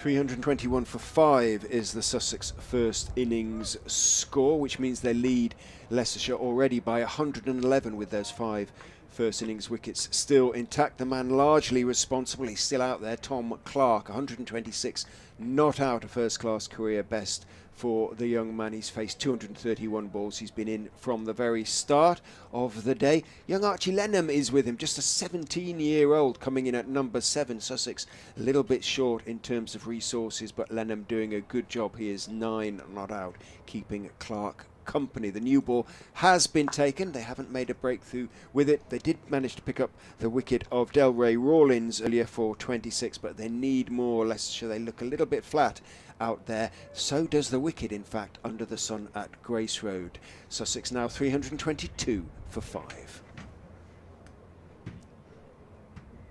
So they did actually pick up a wicket with a new ball. It was Rawlins, wasn't it? I should have got that a bit wrong, but there you go.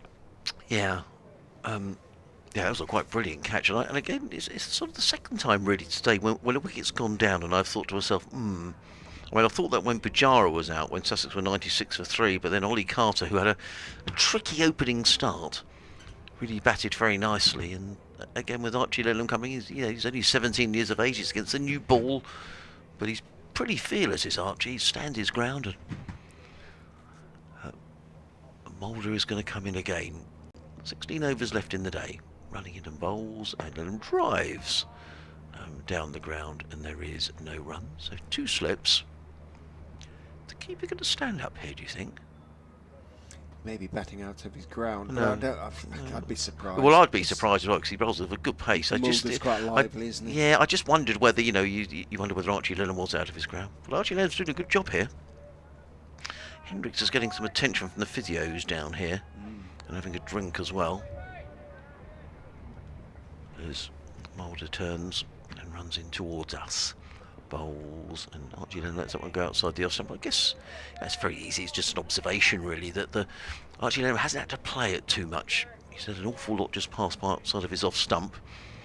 And Sussex will just be really, really pleased if they can get this ball just as soft as they possibly can. And if they're still batting tomorrow morning, perhaps the tail can rustle together some more runs. Give Tom Haynes the chance to really go on the attack, which he hasn't had too much of an opportunity to do this season.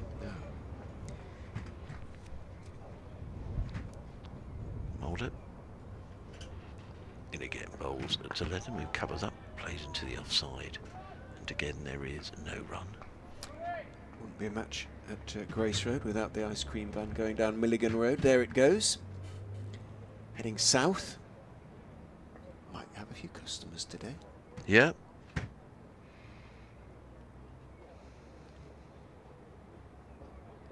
Not stopping though. On it goes.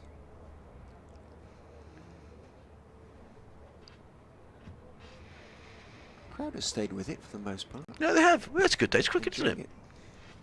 Mulder in bowls. And again, Lellam lets that go now. I got the feeling that was a good leave, actually, judging by the reaction of Swindles and the reaction of Mulder.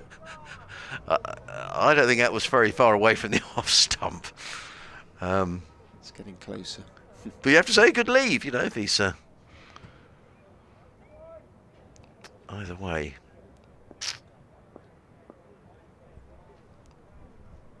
Sorry, I've actually declared on there 671 for 9, but that doesn't sound a desperately exciting game at Beckenham. Well, we'll see.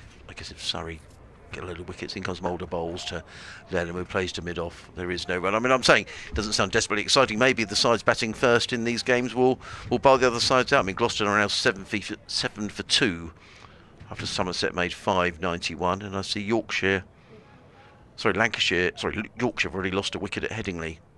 Lancashire's 566 for 9. Adam Lyth out for Yorkshire for 10. People will be trying to catch the eye in these couple of rounds of matches, Richard. In comes Mulder again, bowls to Lellam. Lellam covers up, plays to mid-off. And there is no run. End of another over. 15 overs remaining in the day. 322 for 5. Clark 126. Lellam on 10. I mean, this may be the last round of matches because probably I don't know whether England players will play next week. They might well do, I guess. A chance maybe to impress McCullum ahead of the Test series against New Zealand that starts, I think, on the 2nd of June. Yeah, he's promised a new broom approach, hasn't he? Yes. To a certain extent. Stokes ditto. Two very attacking cricketers. Hendricks is wandering back out. Abi Sekande is jogging off. Yeah, Shanwasub was 713 runs, Richard, so he's well over 800 now, isn't he? Lovely if someone could get 1,000 runs before the end of May. They'd do it easily if there was another 2 rounds. Yes, they would, yeah. They're running out of games, rather. Yeah. But Pujara's still in the picture. He might not bat again in this match. Jadeshwar Pujara. Tom Clark facing up to Ben Mike now, who's replacing Chris Wright. 1 for 38, Mike, having taken a wicket with his very first ball of the day, that of Pujara. And perhaps slightly fortuitously. Yeah. But Ben can... will have bowled plenty of good balls, or perhaps had LBWs turned down that probably were going to hit. Goes in and bowls very wide and will be signalled wide. Wow, that Clark wasn't wide. stepped forward, and Swindles did well to take it in front of first slip. Swindles trying to encourage his teammates. All out tonight, says Swindles. Well, he's optimistic, young Harry, but he might feel like you, Adrian, that it's an inexperienced Sussex lower order, but acquitting itself admirably at the moment. Mike is in, bowls, cut at by Clark, down into the ground it goes, stopped on the third bounce by Rishi Patel at second slip. Patel showing he has a really good pair of hands, and he at least I think has been a positive in the last couple of games for Leicestershire. Very good 80, oh sorry, was it 80? 82 I think he scored against Glamorgan last week. Going in at number 3, Mike is in, bowls, back foot defensive push from Clark, but he's pushed it into the gap behind point. 2 men out there at third man and point are on the boundary. So comfortable run, comfortable single taken, moves on to 1-2-7. Lead creeping rather than racing up at the moment, but Sussex won't mind. Plenty of time left in the game.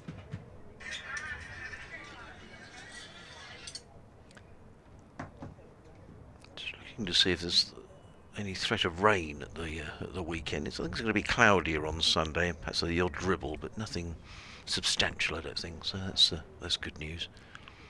Mike over the wicket to Lenham onto the pads, and the peel for leg before, not serious. It was going down the leg side, and it bounced out towards square leg.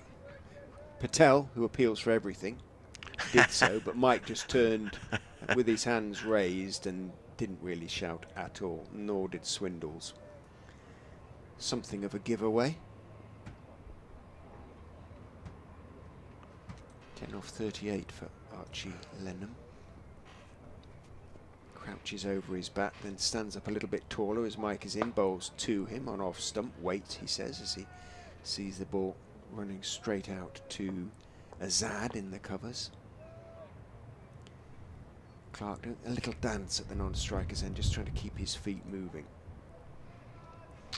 Well, he's done a good job here, Archie Lenham. He's chewing up balls with every ball that goes by. Sussex will hope this ball is getting softer and softer.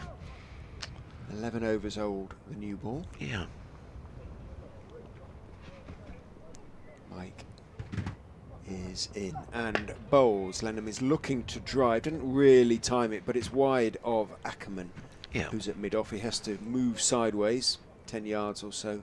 Does so, but Lenham picks up 1. Moves on to 11. Ice cream van coming back down. Yeah. Still quite breezy, isn't it, Richard? I mean, we're protected in here, but I'm just looking at the... What did you say the road is out here, Richard? The Milligan. Milligan. Spike. You can see, right. You can see the trees. The lime trees, the leaves. Yeah, lovely, aren't they? The flags. The wind, the breeze, and you can see the running fox on the flagpole to our right, pointing to the south, which is where the wind is coming from. In goes Mike and bowls down the leg side, tries to swing it on its way. Clark gets a glove to it, Swindles. It's going to run down to the third man boundary for 4. It's byes again. Bounce and swing for Mike, but badly misdirected. Tried to sort of hook it down to fine leg, didn't get anything on it. Clark, Swindles leaping to his right, entirely convincingly. Got a glove to it and managed to deflect it over the bar, so to speak, but that's not much use in cricket. No, and it ran down to the boundary for 4. 3:29 for 5. End of the over. Useful little stand between these two. So I did wonder when. Yeah, 33 now. Just perhaps more than that. They've just managed to get through this new ball.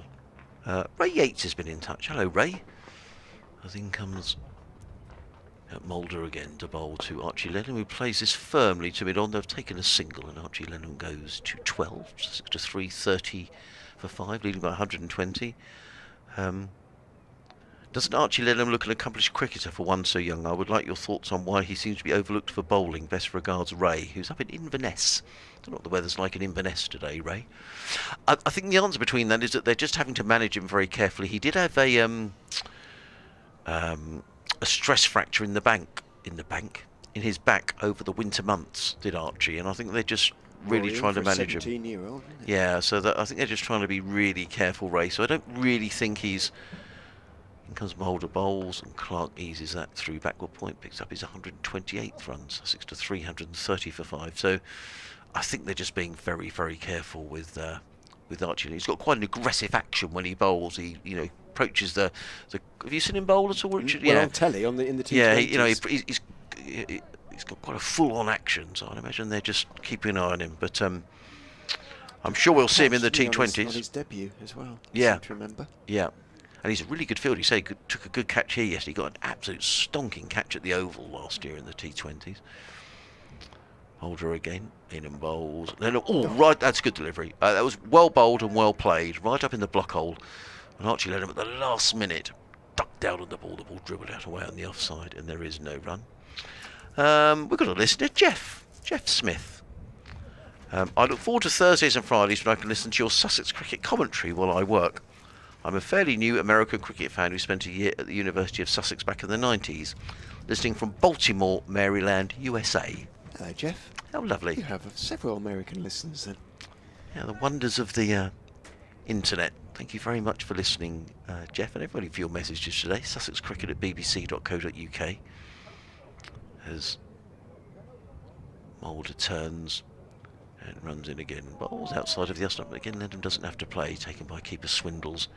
And there is no run. The weather forecast good here for tomorrow. Cloudy on Sunday, but just looking at the local forecast, I think it's all about quite a lot of rain overnight Saturday in the south of England. But I don't think it's going to cause too many problems, it would seem, so far in this neck of the woods on Sunday.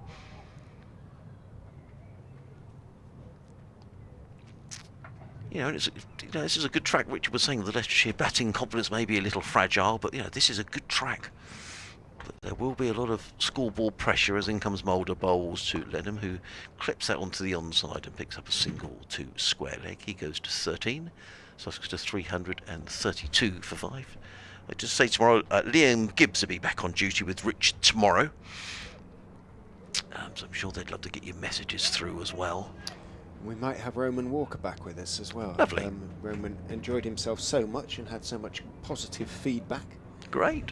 That he's saying he'd like to come back. So lovely. Well, hopefully we'll have Roman alongside to give a little bit of expert insight, genuine cricket insight. Oh, that's what you need, isn't it?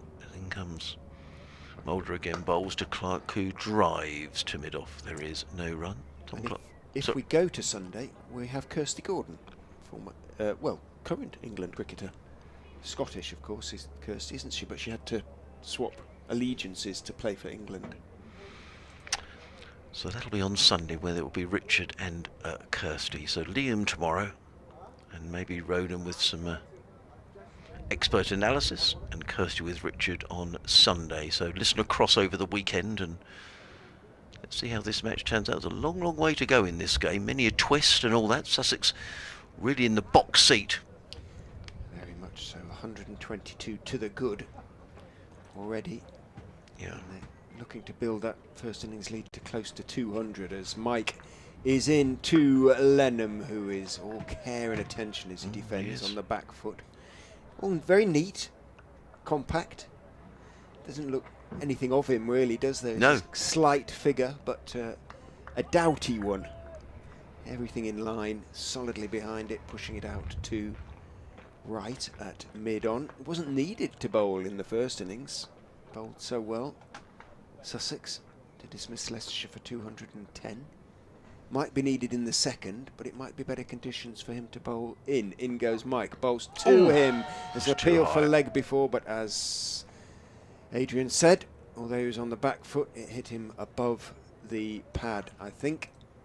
There's not much of him height-wise either as well, so hitting him above the pad doesn't necessarily mean it's not going to hit the stumps, but it did on that occasion. 333 for 5. Did he signal leg by then, Leon? He did. Yeah. So it wasn't an inside edge, it was just missing.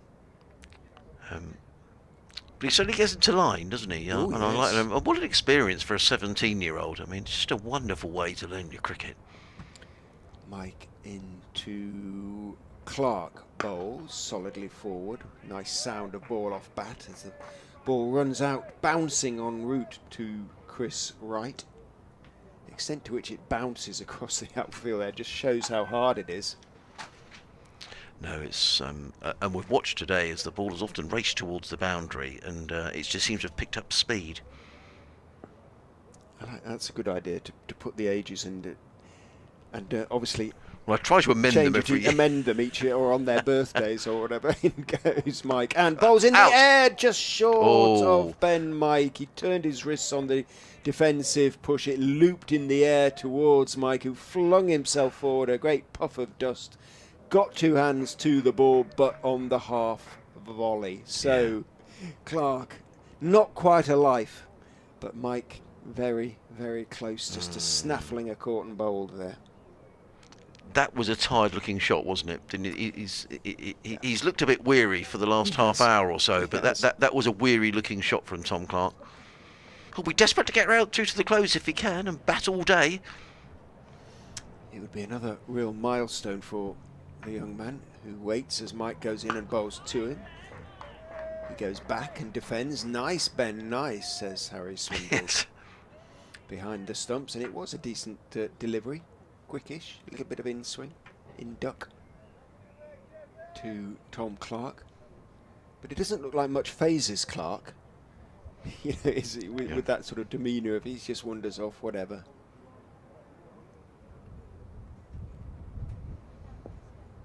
Takes guard again. 239 balls he's faced for his 128. Mike is in and bowling. He tries to whip him away down the leg side, doesn't get anything on it, and looks disconsolate in the way that he always does, whether he's just hit a 4 or a 6 or missed the ball completely. And it goes through to Swindles down the leg side behind the stumps. End of the over.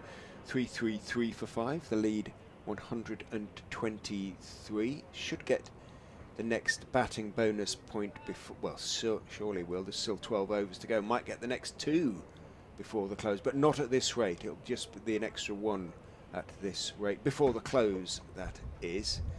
16 overs in which to score 67 runs if they want the full. Yeah. But they'd settle for the win, I suspect. Yeah, I agree. In comes Mulder bowls to Ledham, who plays that beautifully for 4 runs. That's a lovely looking shot by Archie Ledham. Through backward point, the ball races away for 4. Nicely controlled. He goes to 17. Sussex to 337 for 5. Yes, I think it is. Did he get an edge for 4? Yeah, he might have done actually. Let's have a check. Yeah, that's his second, you're right. So he did get one early on. Not entirely sure it was off the middle in the way that one was, though. Knew what he was doing there. Mulder again.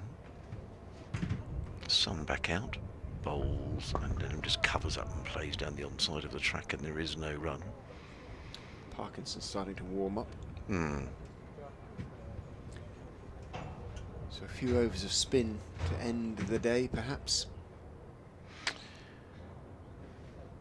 Be interesting to see what happens, just to see if that there is any more help for the spinners. Yeah, and I would suggest that at this stage of proceedings, Sussex wouldn't mind if there is. Absolutely, with Delray Rawlins in the side and this young man Archie Ledham perhaps bowling his leg spin. Mulder in bowl, short, and Archie Ledham up on his toes. He's cut that one over the slips deliberately for 4 runs.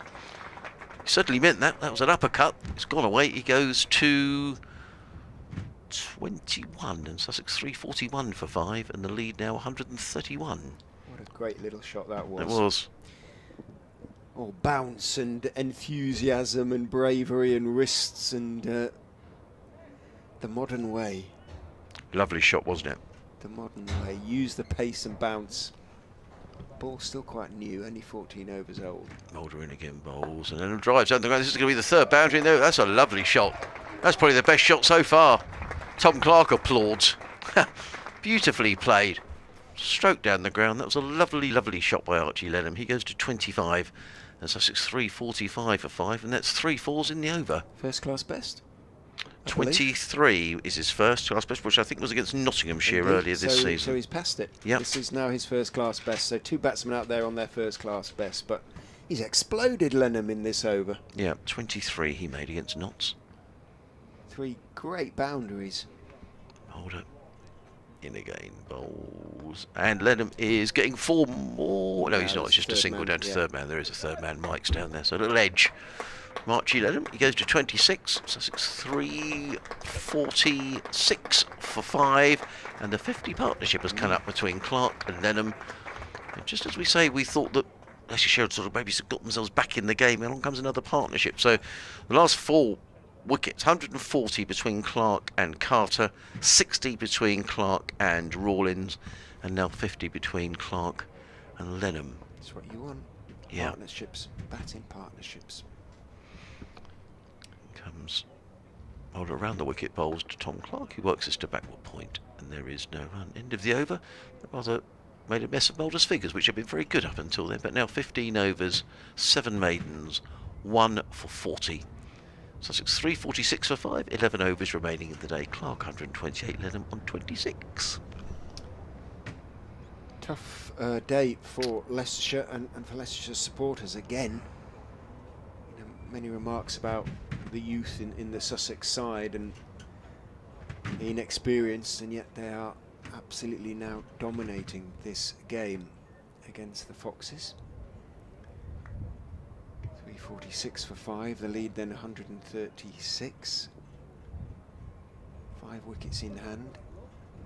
A 4th batting bonus point, 1 blow away. Lenham on 26 faces Ben Mike, who bowls, driving, doesn't time it as well as he would have liked, but Azad dives over the ball, which trickles down towards deepish extra cover. Ackerman, who had started to run, had slowed down, anticipating Azad was going to get there, had to accelerate. Lenham picks up 1, moves on to 27. He didn't quite time it quite as well as I thought, actually. When he hit it, I thought that was going to go all the way to the boundary, but yeah, it wasn't quite timed. Certainly not as well as the 3-4s he hit in the previous over off Mulder. Mike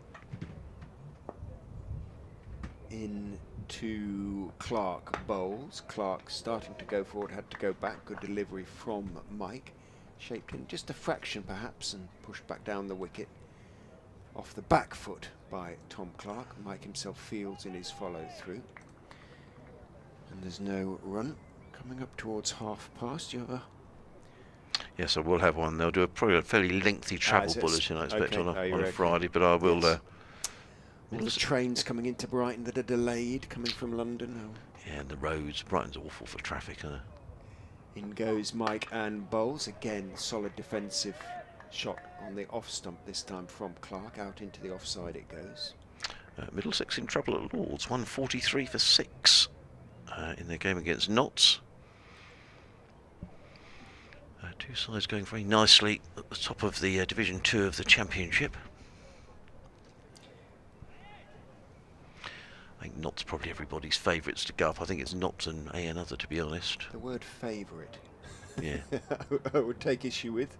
Certainly a lot of Leicestershire supporters would, but I know what you mean. Sure. As Clark drives that slightly wider delivery, pushes it out behind point and picks up 1. Dave Fletcher, BBC Radio Derby's commentator, has been all the time we spent with him. He took issue with the use.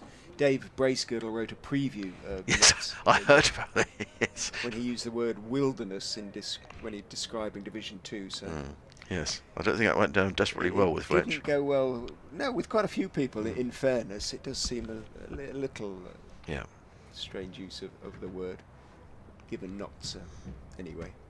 In goes Mike and bowls a huge bouncer that is going to go bounding over the head of Swindles. Absolutely no chance of getting there. It is a no ball on height. And there's the signal, no ball. Then hand raised for height. And the signal 4. So Leicestershire adding to their no ball tally in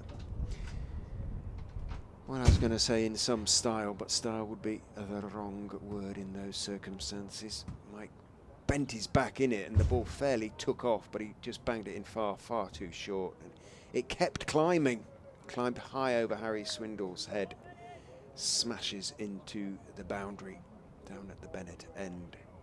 354 for 5, so the extra batting bonus point, or the 4th batting bonus point, means Sussex are now sitting on 7 bonus points for the game. As Mike is in again to Lenham, just dabs the delivery on off stump out into the covers.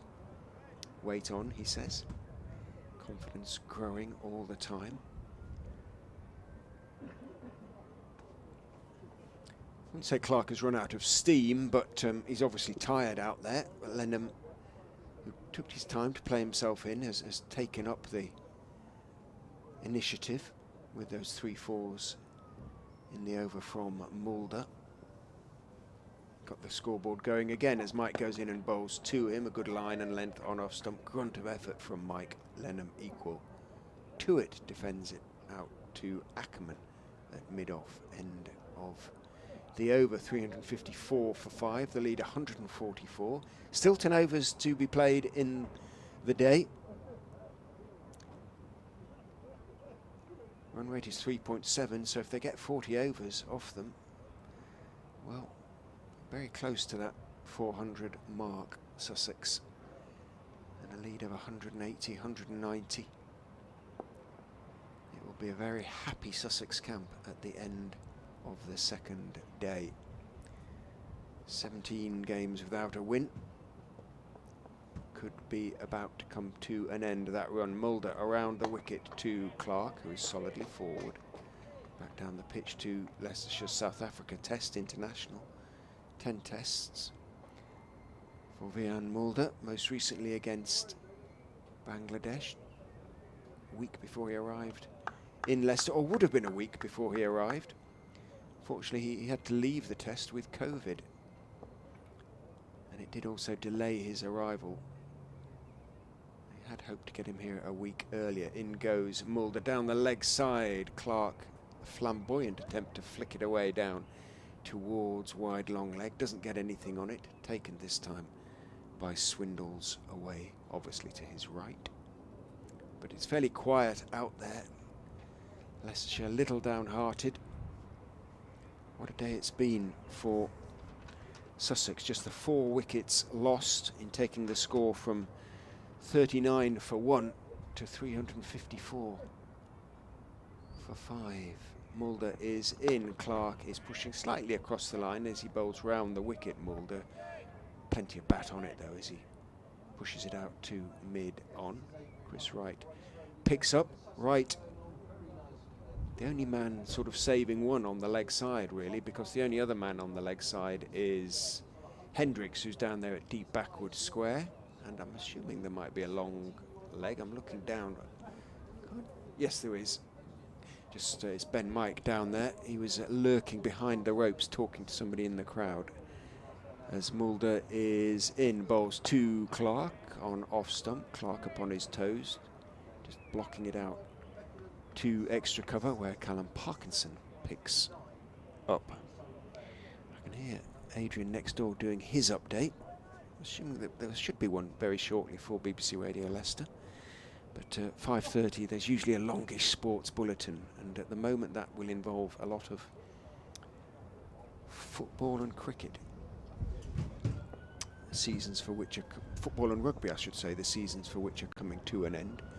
As in goes Mulder and bowls. Clark is forward, thick inside part of the bat, and he's a bit cross with himself as it runs out towards mid-on. Here comes the update.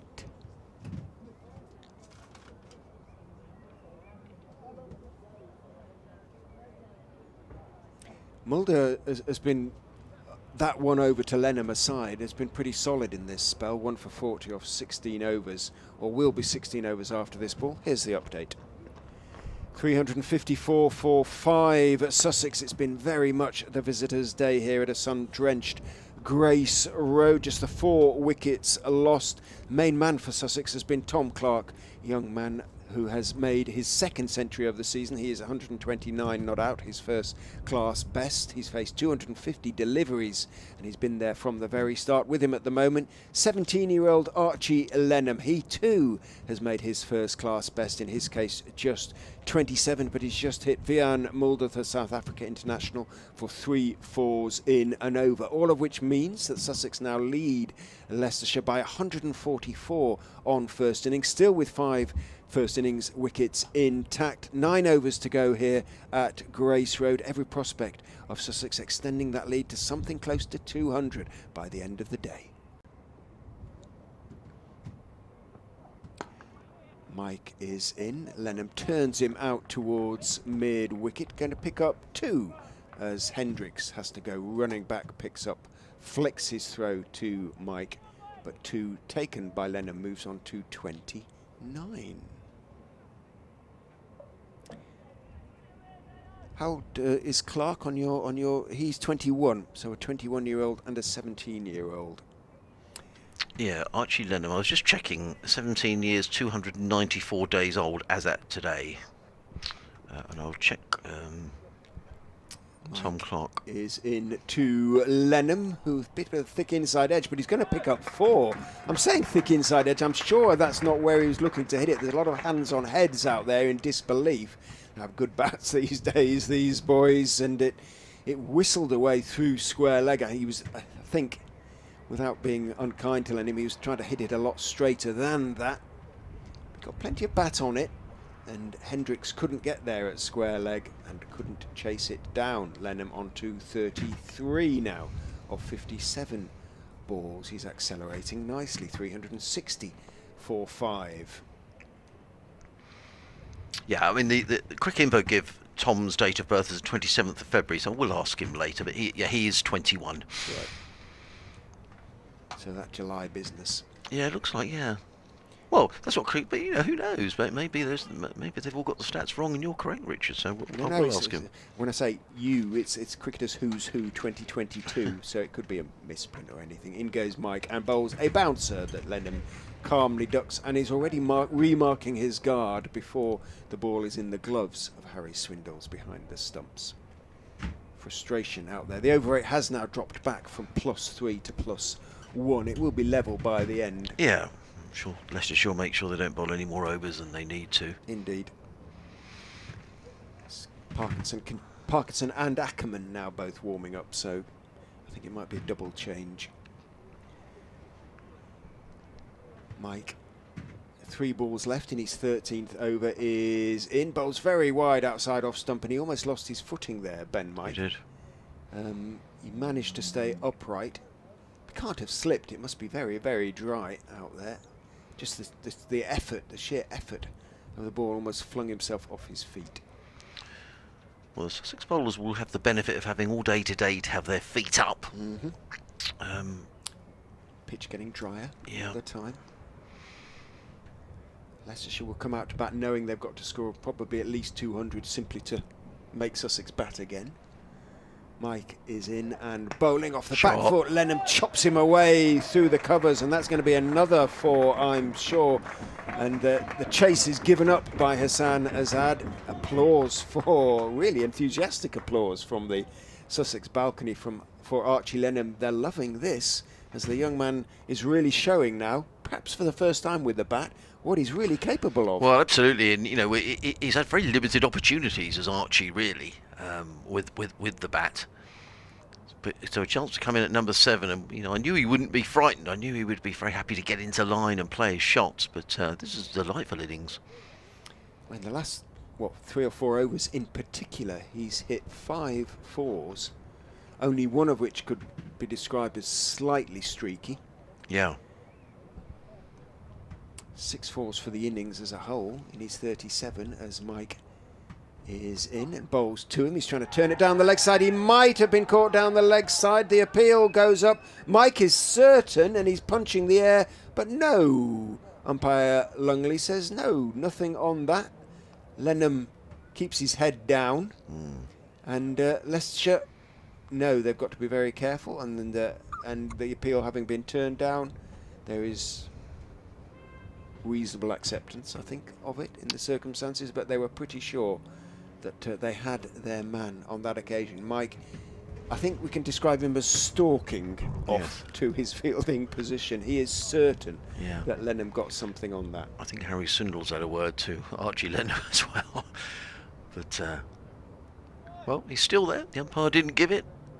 We are going to get some spin, though, I think, with, 8 overs remaining in the day. And we're going to get a bit of Callum Park. So this partnership is now worth 68 between these two. As I say, if Sussex can get through to the end of the day without losing any wicket, well, whatever way, they've had a good day. They lead by 154. But it is going to be Callum Parkinson, who has bowled 20 overs, 2 maidens, taken 1 for 65, picked up the wicket of Tom Alsop.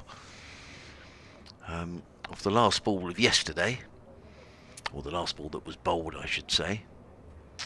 So the field, there's a slip, a sweeper on the backward point boundary, extra cover mid-off, there's a long on, a mid-wicket, deep backward square, and a shortish fine leg, as in comes Parkinson, bowls to Clark, who nudges this one nicely through backward point. He'll come back for a couple of runs, will Tom Clark, fielded out here by, who's that all the way out here? That's Sam Evans. Before Clark comes back for a couple more, he goes to 129. Sorry, 231, I'm sorry. Lovely afternoon.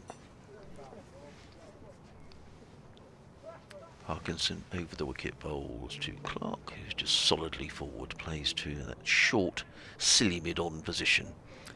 These two have now added 70 for the 6th wicket. Yeah, so the partnership today have been very good for Sussex. Parkinson in again, bowls, and Clark just runs that into sort of the gully region or backward point and picks up another single. He goes to 132. 366 for 5. Nicely nurdled. It was nicely nurdled.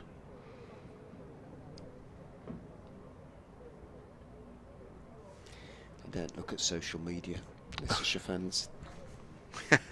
Apoplectic or resigned, or you can use whichever description you want, really. In comes Parkinson, bowls and clipped away by Lenham through square leg. They've taken 1.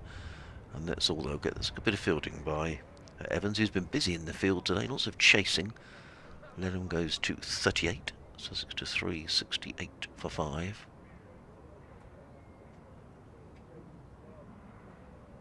Parkinson wants Evans now to come up. He's got some more running. He's got some more running to do now as he comes into backward point position. And in comes Parkinson, bowls, and Clark is solidly forward, plays down the offside of the pitch. Well, that's the other thing, of course, the batsmen, as well as the scoreboard pressure, etc., will be tired. Yes, they will be. Evans has done a lot of running. Yeah. They'll be glad to put their feet up tonight, won't they? But this, this still looks a good, I know it's very dry, but it still looks a good batting surface as Parkinson is in bowls. And Clark's down the wicket and hammers that one away. That's a lovely looking shot. Has that gone for 6 runs? Not quite. No, it's gone for 4. Just used his feet, did Tom Clark, danced down the wicket and helped the ball over mid-wicket for 4 runs. He goes to 136, Sussex to 372 for 5.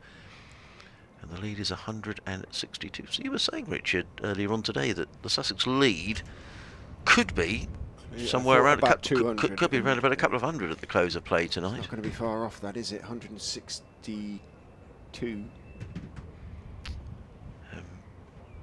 So we might see the lower order having... Well, we'll see how they go tomorrow. I mean, you'd have thought they're going to want to bat... Well, probably as long as they can, I guess. Well, bat once, yeah. That's all they want to do. That now is the aim, isn't it? Yeah, bat once. And this partnership between the pair now worth 76 and 7 overs left in the day. What a day it's been for Sussex by the Sea. We couldn't be further from the sea here in Leicester. But they are thriving. The ball is being examined. It is being checked to see if it goes through the template. How old is it? 19 overs Surely, old. Yeah, crumbs. So looks like it may be another change. Oh, hang on. Has it gone through? Oh, it's gone through. So it lives another day. I suspect may not be long, but it got through the template on this occasion.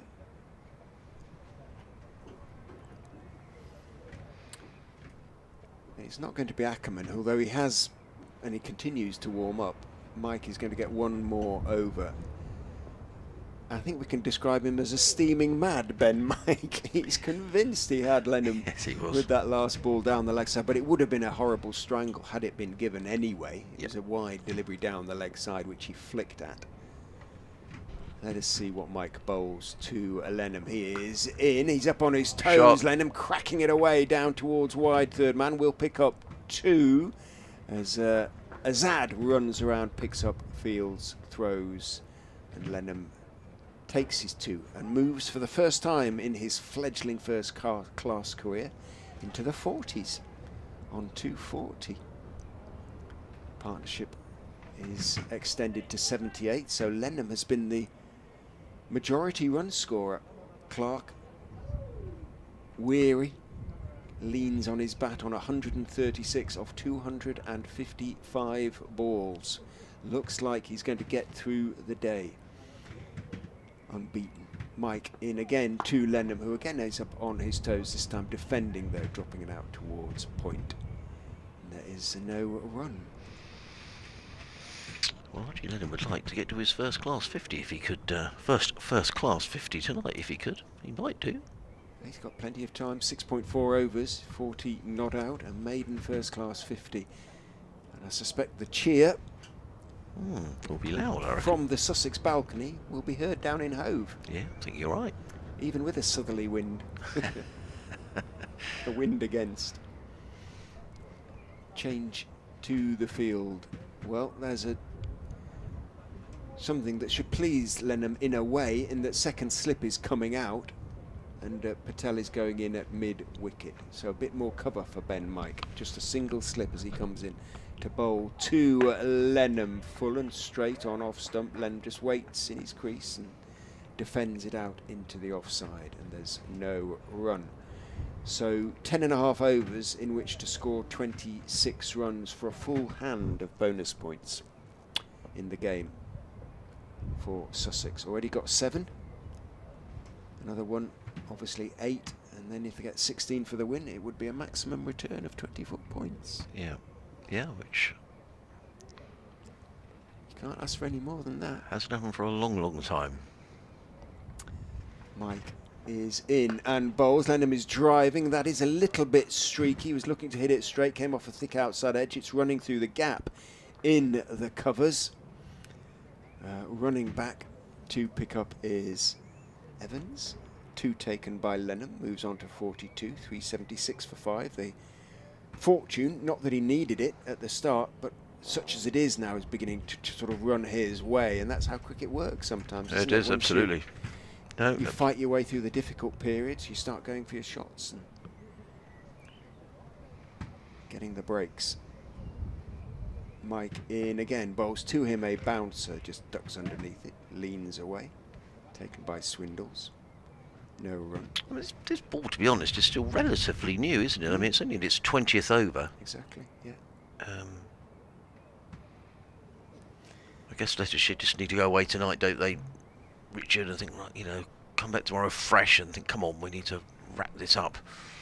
But these two have batted really nicely. Still Ollie Robinson to come.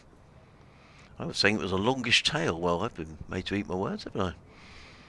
Mike into Lenham, full toss on leg stump, clipped away by Lenham, but he's crossed with himself because he's hit it to Parkinson at long leg.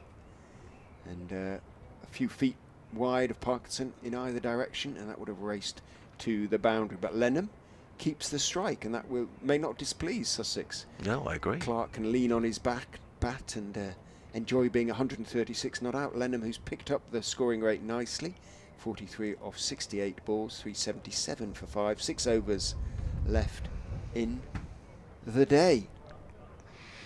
What a day! What a day it's been for Sussex. You haven't had many. No, it's the best best day they've had. I mean, they've had, funny enough, Ian Salisbury was saying the thing is they've had sort of the odd day here and there. It's been good, but they haven't had a good 4 days. They could put the whole lot together. Well, maybe they had a good day yesterday and a good day today. So they'll hope for a good day tomorrow. Colin Ackerman is coming into the attack with 6 overs remaining.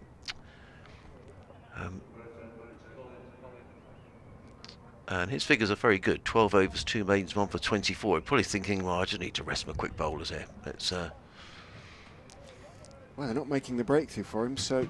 No, skipper is on. He's bowling just with a slip.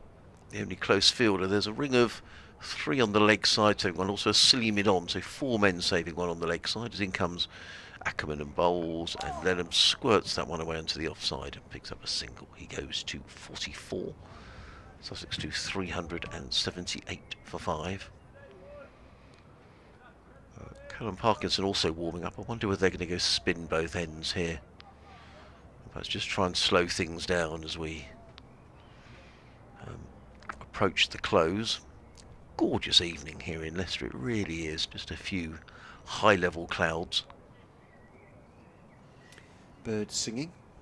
Martlets, maybe. Yeah, I think not. In comes Ackerman bowls, and Clark just dabs that to mid-wicket, and there is no run. He's been out there all day, Tom Clark, for his 136.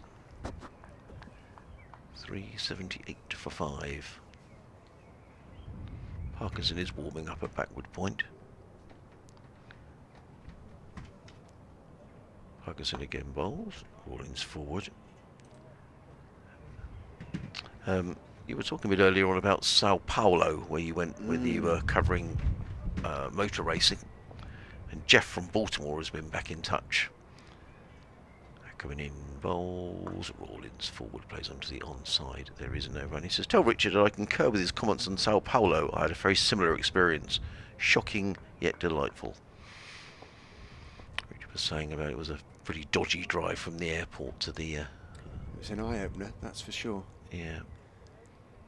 Ackerman again bowls, and Clark turns that to backward square leg, and there is no run. He remains on 136, 378 for 5. Archie Lenham on 44.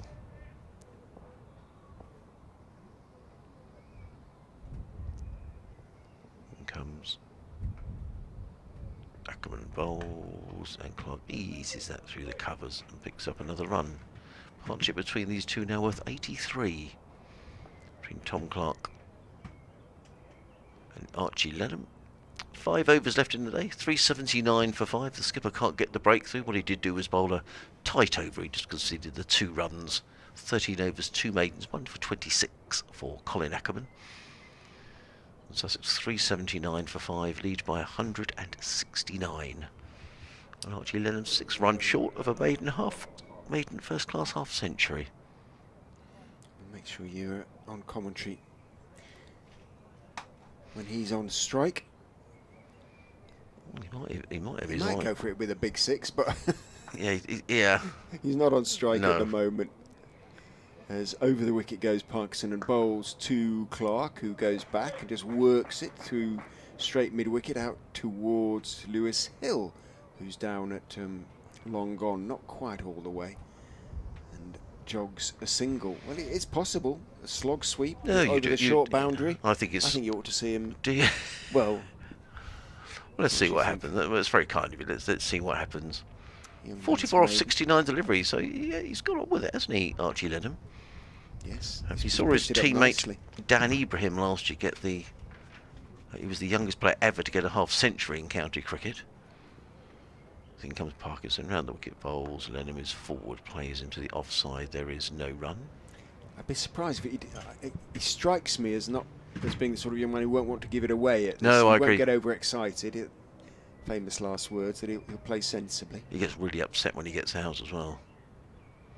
Parkinson in and bowls. Lenham stretches forward, play down the onside, and there is no run. Wait for the bad ball. Yeah.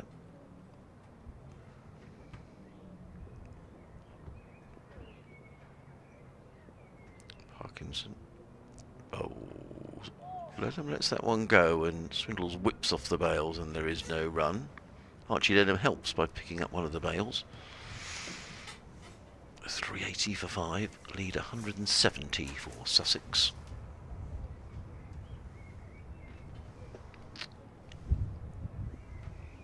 Parkinson just waits. Swindles Swindles just puts his gloves back on. In and bowls, and then drives to mid-on and picks up a single. Good running between the wickets between this pair. Partnership now worth 85. Lenham goes to 45. Sussex 3. I think that's, yeah, there we go. 381 for 5. The field goes a little deeper for Tom Clark. Parkinson is in over the wicket, bowls, and Clark driving, and he's caught. Tom Clark is caught. That's a terrific catch by Ben Mike, who's in there at silly mid-on. Hammered away by Tom Clark, and that's the end of a wonderful innings by Tom Clark. He's out for 138. Ben Mike just stuck out a big right hand. The ball stuck, and Tom Clark is on his way. And how nice to see the Leicestershire players all come across and just patting Tom Clark on the back. So he goes for 138, caught by Ben Mike off the bowling of Callum Parkinson. Using his feet, and he just stuck out a big-handed Ben Mike, and the ball stuck. And that partnership between the pair was worth 85, and he should get a good round of applause here, should Tom Clark. Let's see if we can get a nice photograph of him.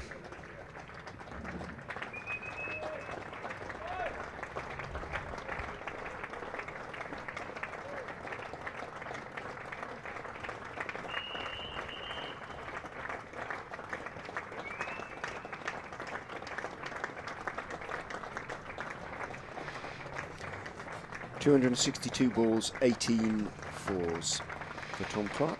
Well, that really was a super knock by Tom Clark. And people all around Grace Road standing and applauding. And that's lovely to see. I don't know whether Tom's mum and dad are here. Well batted. That was a really good knock. And actually, in terms of when he got out, it was a slightly strange dismissal, because he was hammering the ball. Mike just stuck out a hand and the ball stuck. So they got plenty of it. He did. But it was about sort of shoulder high, maybe about head high to Mike's right. And as you say, one of those that either sticks or doesn't. Partnership 85 with Archie Lenham for the 6th wicket. So the partnerships today have been very, very impressive indeed. Yeah, 140 between Clark and Pujara. Not Pujara. Sorry, Clark and Carter. Yeah. 60 between Clark and Rawlins. 85 between Clark and Lenham. That was the end of the over. 381 for 6, and Ollie Robinson's a new batsman, but he won't be on strike. Ackerman in to Lenham, who goes back and just works it out to mid-wicket. Be interesting to see what Robinson's approach is, actually. He can hit a long ball, can't he? He can. Ollie Robinson. Yeah, he can. But I'd be surprised. In goes Ackerman, bowls. Again, back on his stumps is Lenham. Wistily turning it to mid-wicket. Lewis Hill, the fielder. No run. Might not get to the 400 before the close now. 19 away from that. Might just slow things down a little bit. As Ackerman is in, he's trying to pull it down the leg side. There's an appeal for leg before. It looked straight, but maybe high. It's running down to the fine leg boundary. 4 leg buys. It was a fairly concerted appeal. Yes, it was. Leicestershire. No, it was. So he looked like he was kind of pulling it off the stumps, but for me it was a fraction high. We'll have a look at that. Here we go. Bad one. It would have been leg stump had it hit anything, but it was certainly a reasonable appeal.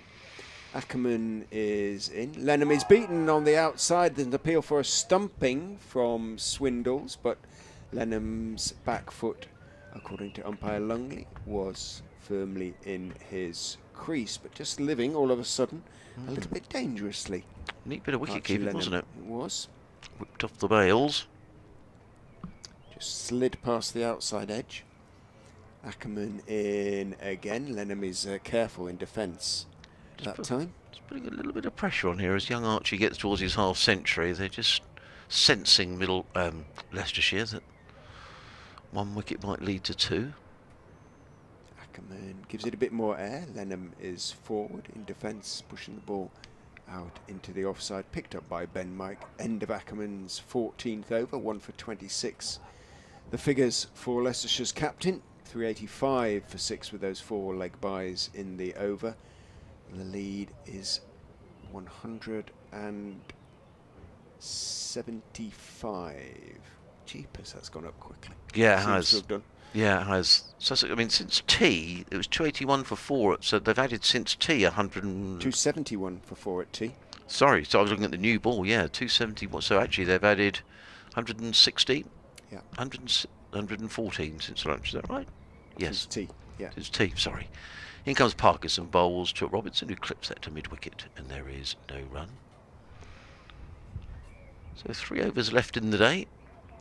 And we're going to finish about 5 past 6 or so. So well done, Leicestershire, who have got through their overs very smartly today. But very much Sussex's day, and very much Tom Clark's day, with that 138 as Parkinson's in bowls. Robinson forward, plays it straight back down the track. I have to say, Robinson cutting an altogether livelier figure than he did yesterday. Bless him, he looked poorly. Yeah, apparently I was hearing that he apparently ate some. They think it was some dodgy chicken that he ate.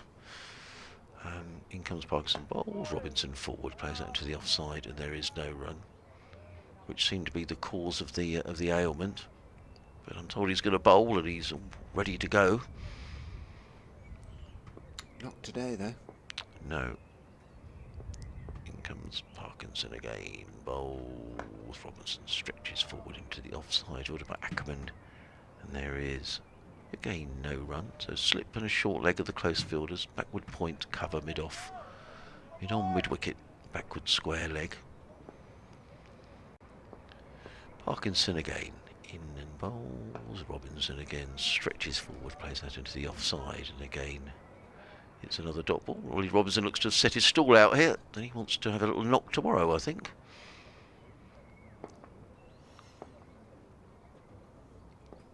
Parkinson bowls, and Robinson flicks this to square leg. There is no run, so made over from Callum Parkinson. Have been too many of those today. 23 overs, 3 maidens, 2 for 75. Sussex are 385 for 6. Archie Lenham on 45. Ollie Robinson yet to open his account. Well, if they are to bat only once, they'll be thinking in terms of a lead of sort of 250, really. Yes. I would have thought, which means that Robinson doesn't really have license to go in and then try and biff it around a little bit. No, they won't, because the game is far from done. I mean, it's, as I said, it's still a good batting wicket. I know Sussex have got Robinson and,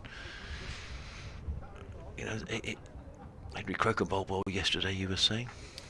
Ackerman is in to Lenham, whose mind perhaps has turned to the close. He's just defending at the moment, blocking that one out on the onside. The sun goes in, it's quite chilly. Look at the cameraman there, it looks quite cold. In goes Ackerman, bowls Lenham. Back foot defensive shot this time, taken by Patel at short leg. Yeah, no, I think they're very brave, the camera, the people at Grace Road, out there in the breeze. Yeah, hopefully they've got their thermals on underneath. Yeah, I would. Up to not half. Ackerman is in, Lenham is driving, he's got it through, he's got it past the first cover, but Wright manages to sprawl to his left and keep it to 1. So he is within now just a 4, Archie Lenham, of that maiden first class 50. Here's an update for BBC Radio Leicester. 386 for 6, just 9 balls left in the day. They have taken 1 more wicket since tea, the Foxes, that of Tom Clark, who batted really well. Went to 138, his 2nd century of the season and of his career, and his highest. He was really well caught by Ben Mike at a sort of short mid-off position.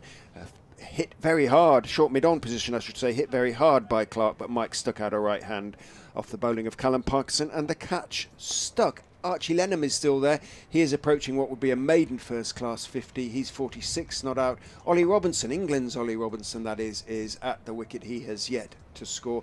386 for 6 means that the lead for Sussex is now 176, still with 4 first innings wickets in hand. Appen goes in, Robinson leaves outside off stump, taken by Swindles, end of Ackerman's over. Can Adrian Harms see Archie Lenham over the line in the last over of the day? I'm sure he'd sleep rather more easy in his bed if he could get through to a half century, would Archie Lenham. I'm sure by the same token, you know, it's a tough game, his first-class cricket, and Leicestershire will be thinking, well, he may be a little bit nervous, and maybe there's a chance to pick up a final wicket in the last over of the day. But whatever's happened, it's been a good day for Sussex, beginning on 39 for 1, now 386 for 6. So they've added what? Over 350 runs in the day, is that right? 347 runs in the day. In comes Callum Parkinson. Left arm round the wicket, comes in and bowls. Let him is forward. Not to be tempted. The field, there's a slip, a short leg, a short extra cover of the close field as the rest of the field. Backward point, cover, mid-off. There's a mid-on and mid-wicket. So everybody up on the single at the moment. So there's plenty of gaps if Archie Lennon decides he wants to get down the wicket and get after Callum Parkinson. We'll see. And he comes, bowls, and Lennon is forward. Plays carefully. Mid-wicket comes in and field is Ben Mike, and there is no run. Parkinson back to his mark. Turns and will come in to bowl to Archie Lennon. Lennon bowls, Lennon is forward. Play that into the offside. 3 balls gone off the last over. Lennon not to be tempted.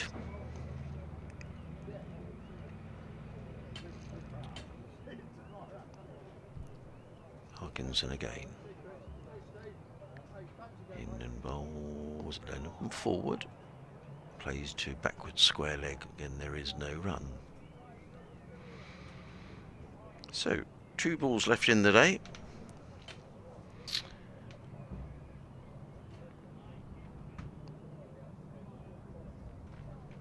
Parkinson working away on the ball. It's still only 25 overs old, this ball.